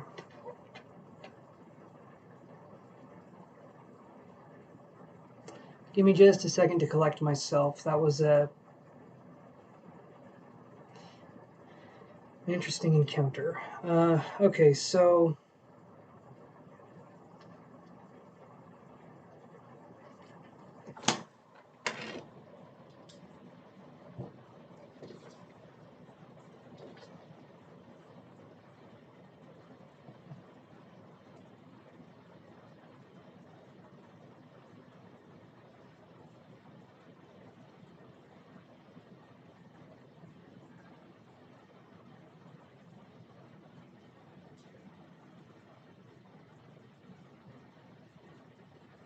thank you, Maxine. Yeah, so this here for you, Maxine, this will be my last reading for the night. And then after that, I'll go live again on Wednesday. So Tracy, I am sorry, my friend, but it'll be on. Okay. Yeah, it'll be on Wednesday if you want to.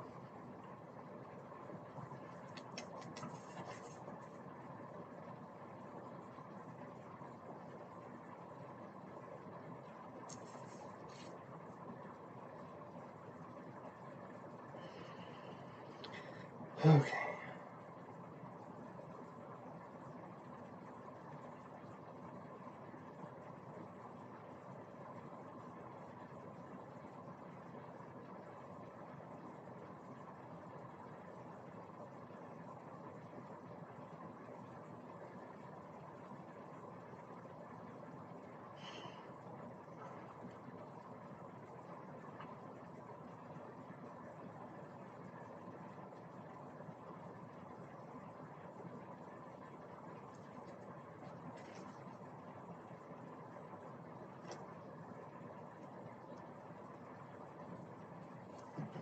Okay, Maxine, so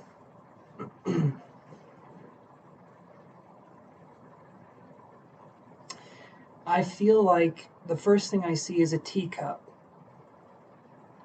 This to me would signify I feel like we're taking time out to spend more time with ourselves. So we're kind of like pouring tea for ourselves. It feels to me like maybe we're being more solitary at this point in our life, or we're trying to focus on building ourselves up.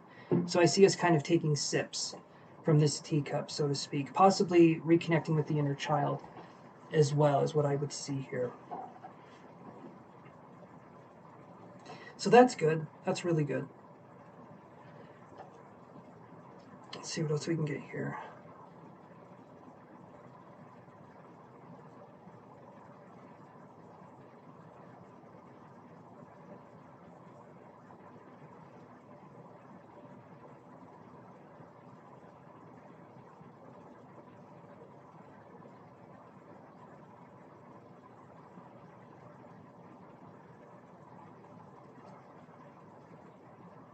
Let's see.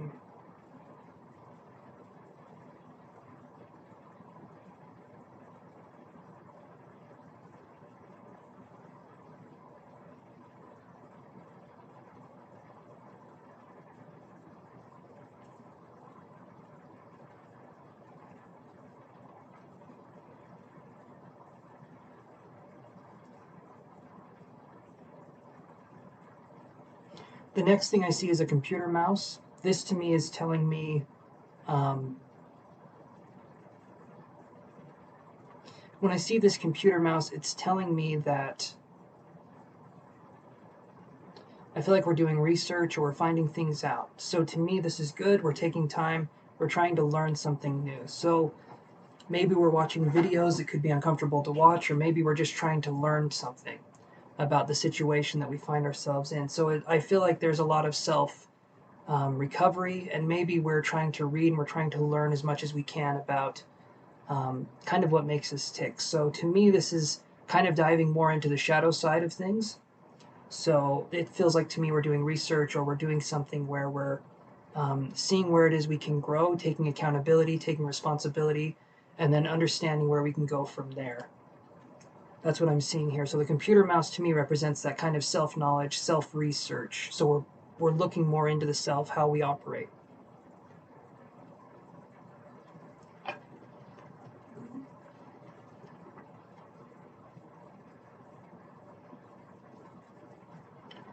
Thank you very much, Tracy.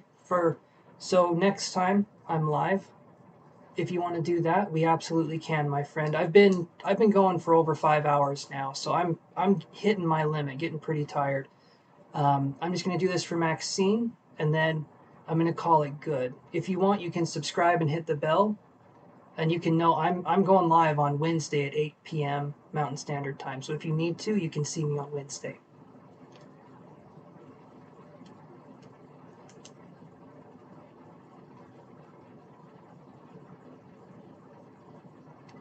Okay, so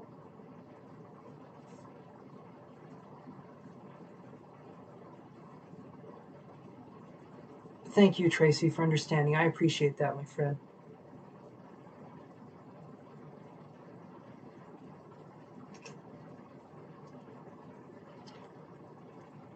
Okay, so I'm seeing a glass, and it's a finely crafted glass. This to me is representing your sort of personality. We're polishing it up. We're working on the self. Again, this is stuff I've said before. But a lot of this is working through divine feminine kind of terminology, because we talked about the teacup and we talked about the glass. Both of those are receptacles, meaning they hold things. They're of the divine feminine because they hold things, right? And to me, this is going to be something where I feel like we're focusing more on healing that part of us, the divine feminine. We're finding out what that means for us.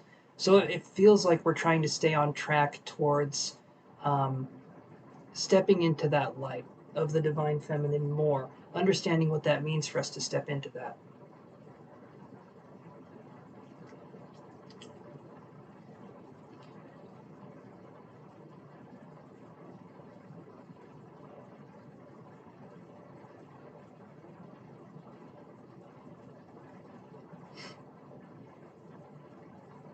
The next symbol I see, I feel like, is a horseshoe.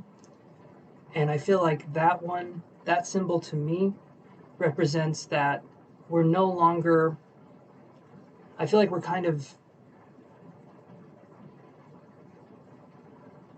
I guess the best way to put it would be I feel like we're kind of done playing games. We're now wanting to play for keeps. We're wanting to make it so we're not playing at all. We're wanting to be honest, sincere, and upfront. Yes, I just got a gift from a friend, a labradorite pendant. Awesome, awesome, really cool. I love that. But it feels to me like we're entering a more mature stage in our lives where we're realizing what we will and won't put up with. So to me, this is good because it's working on self-actualization. I feel like we're listening more to things. I feel like we're trying to understand things more. We're going back and we're learning new things. It just feels like we're picking stuff up and we're starting to understand it. We're having aha moments more and more. and I feel like we're just starting to get things, and we're entering a calmer. It feels like we're entering a calmer place in our life. That's what I'm kind of feeling here.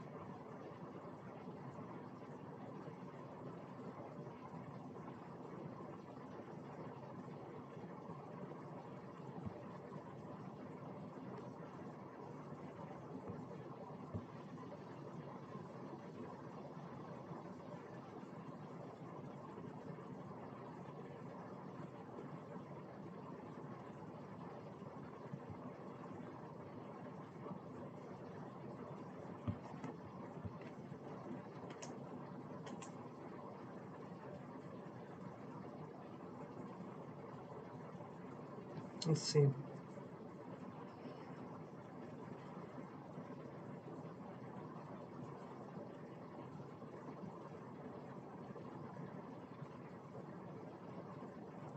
You're welcome, Maxine. Thank you for being kind. Um, I almost feel like there's a little girl and she's wrapping a piece of string around my finger, and it feels like there's a rainbow. It feels like we're making a promise, or we're keeping a promise that we made to ourselves when we were younger, on finding happiness and on being honest and true to ourselves. And it feels like we're starting to honor that connection. But I see it as a little girl wrapping a ribbon around our finger, and I'm feeling like this is a sign for us to keep going and to keep moving forward. It feels like other people have told us what to do and how to live our lives to a certain extent, and now it's up to us to pick up the ball and to do our thing with that. But that's what I'm seeing here.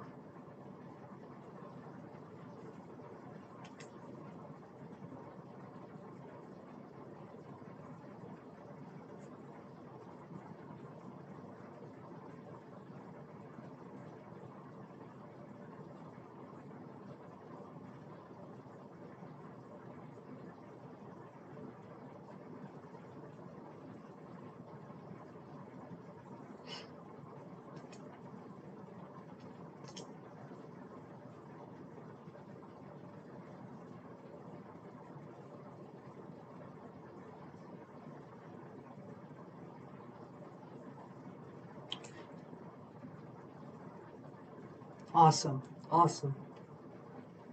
There's a song that's coming in. Maybe it's something you've listened to, or maybe it's something you've heard. It has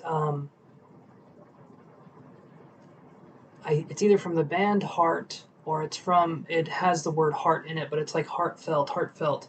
And I feel like I'm listening to a song that's like saying heartfelt apology, heartfelt, sincere, heartfelt, but it's like it keeps coming through as a heartfelt thing. And that's what I feel like you're trying to do more, is let your heart lead you to where you need to go. Instead of listening to other things, you're trying to follow that intuition. And I'm feeling like it's going to lead you to some good places, but we need to understand why we were ignoring it. When we were ignoring it, we need to understand why we were doing that. But I'm feeling here that you're starting to reclaim that sense of the powerful divine feminine, which is really good.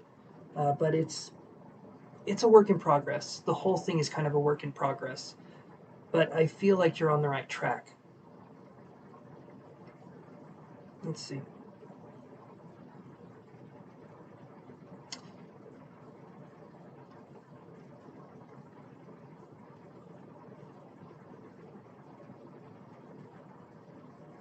And now I'm seeing something that to me feels like, so it feels like when you're watching like a school play or something, it feels like this is the end of Act 1 that we're coming to. And right now, Maxine, you're in the intermission, and you're waiting for the show to start again, because you're trying to figure out what part you're going to play in this new act, right? So if we imagine the whole life, our whole lives are a show, and we're actors in that show. Right now, you're in the lobby. Maybe you're grabbing some snacks, maybe you're seeing what's going on. But right now, you're in the lobby and you're waiting for the show to start again so that you can see which character you're going to play this time. But it feels to me you're looking for conscious ways to reinvent yourself and reimagine how your take on your life is going to be. But that to me seems like where we're at now. We're in the nexus of creative flow and trying to find where we can best put our creative energy to get something more. Does that make sense?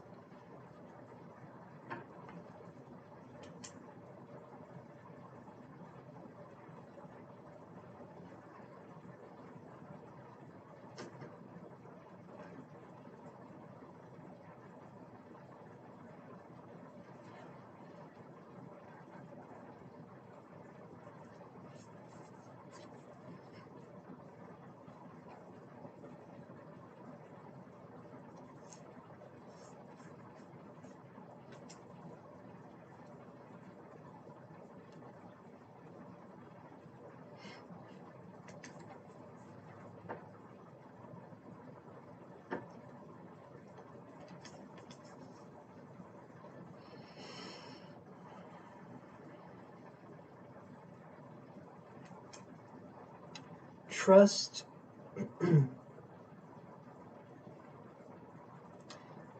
trust yourself through this process. Listen to that little girl that we were talking about. What is it that the inner child needs? What is it that the inner child wants? I want you to take time to respect the inner child. I want you to honor that inner child's connection. I want you to see what it is the inner child wants you to see. And sometimes it's down paths that aren't exactly easy, but I want you to understand that it's necessary. The inner child, in a lot of ways, could have felt ignored. They could have felt dismissed. They could have felt invaded. There's a bunch of different feelings that the inner child can have. All of those are valid. When we start to take responsibility that we didn't cause those problems, but we're the people that are fixing those issues, then we start taking responsibility for ourselves. We start integrating that inner child back inside of us, and we start understanding more and more about ourselves, because a lot of who we are is locked away in that inner child. And so it's up to us to sort of pick that lock slowly, and eventually we can sort of unleash the inner child more completely. But I'm feeling like you're working towards that sense of self-acceptance, and it seems to me like it's going really well. There's still more for you to do, but it feels to me like you're on the right track.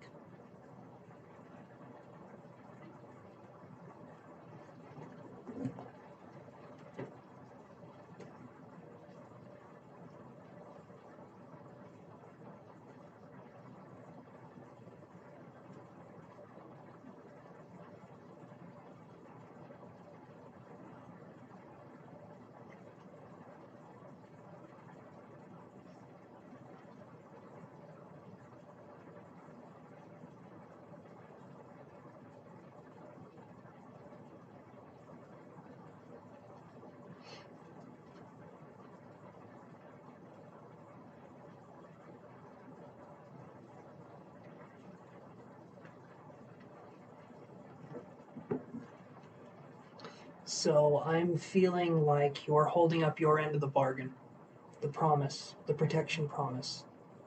And to me, it seems like you're doing a really good job, honestly. Um, it's not feeling like the energy isn't feeling as stuck as it used to. It feels like things are flowing more. But okay, let yourself be in those moments. Let yourself experience all that emotion, everything that's there, and realize that that's part of the process. But thank you, Maxine. Um, I do believe I'm going to take off here, but thank you so much for letting me practice with you and letting me try that. I appreciate that very much. Um, so I'll be live again on Wednesday at 8 p.m. Mountain Standard Time, and I will talk to you guys then. So you guys take care, and toodaloo, everybody. Have a good one, Maxine. See you guys.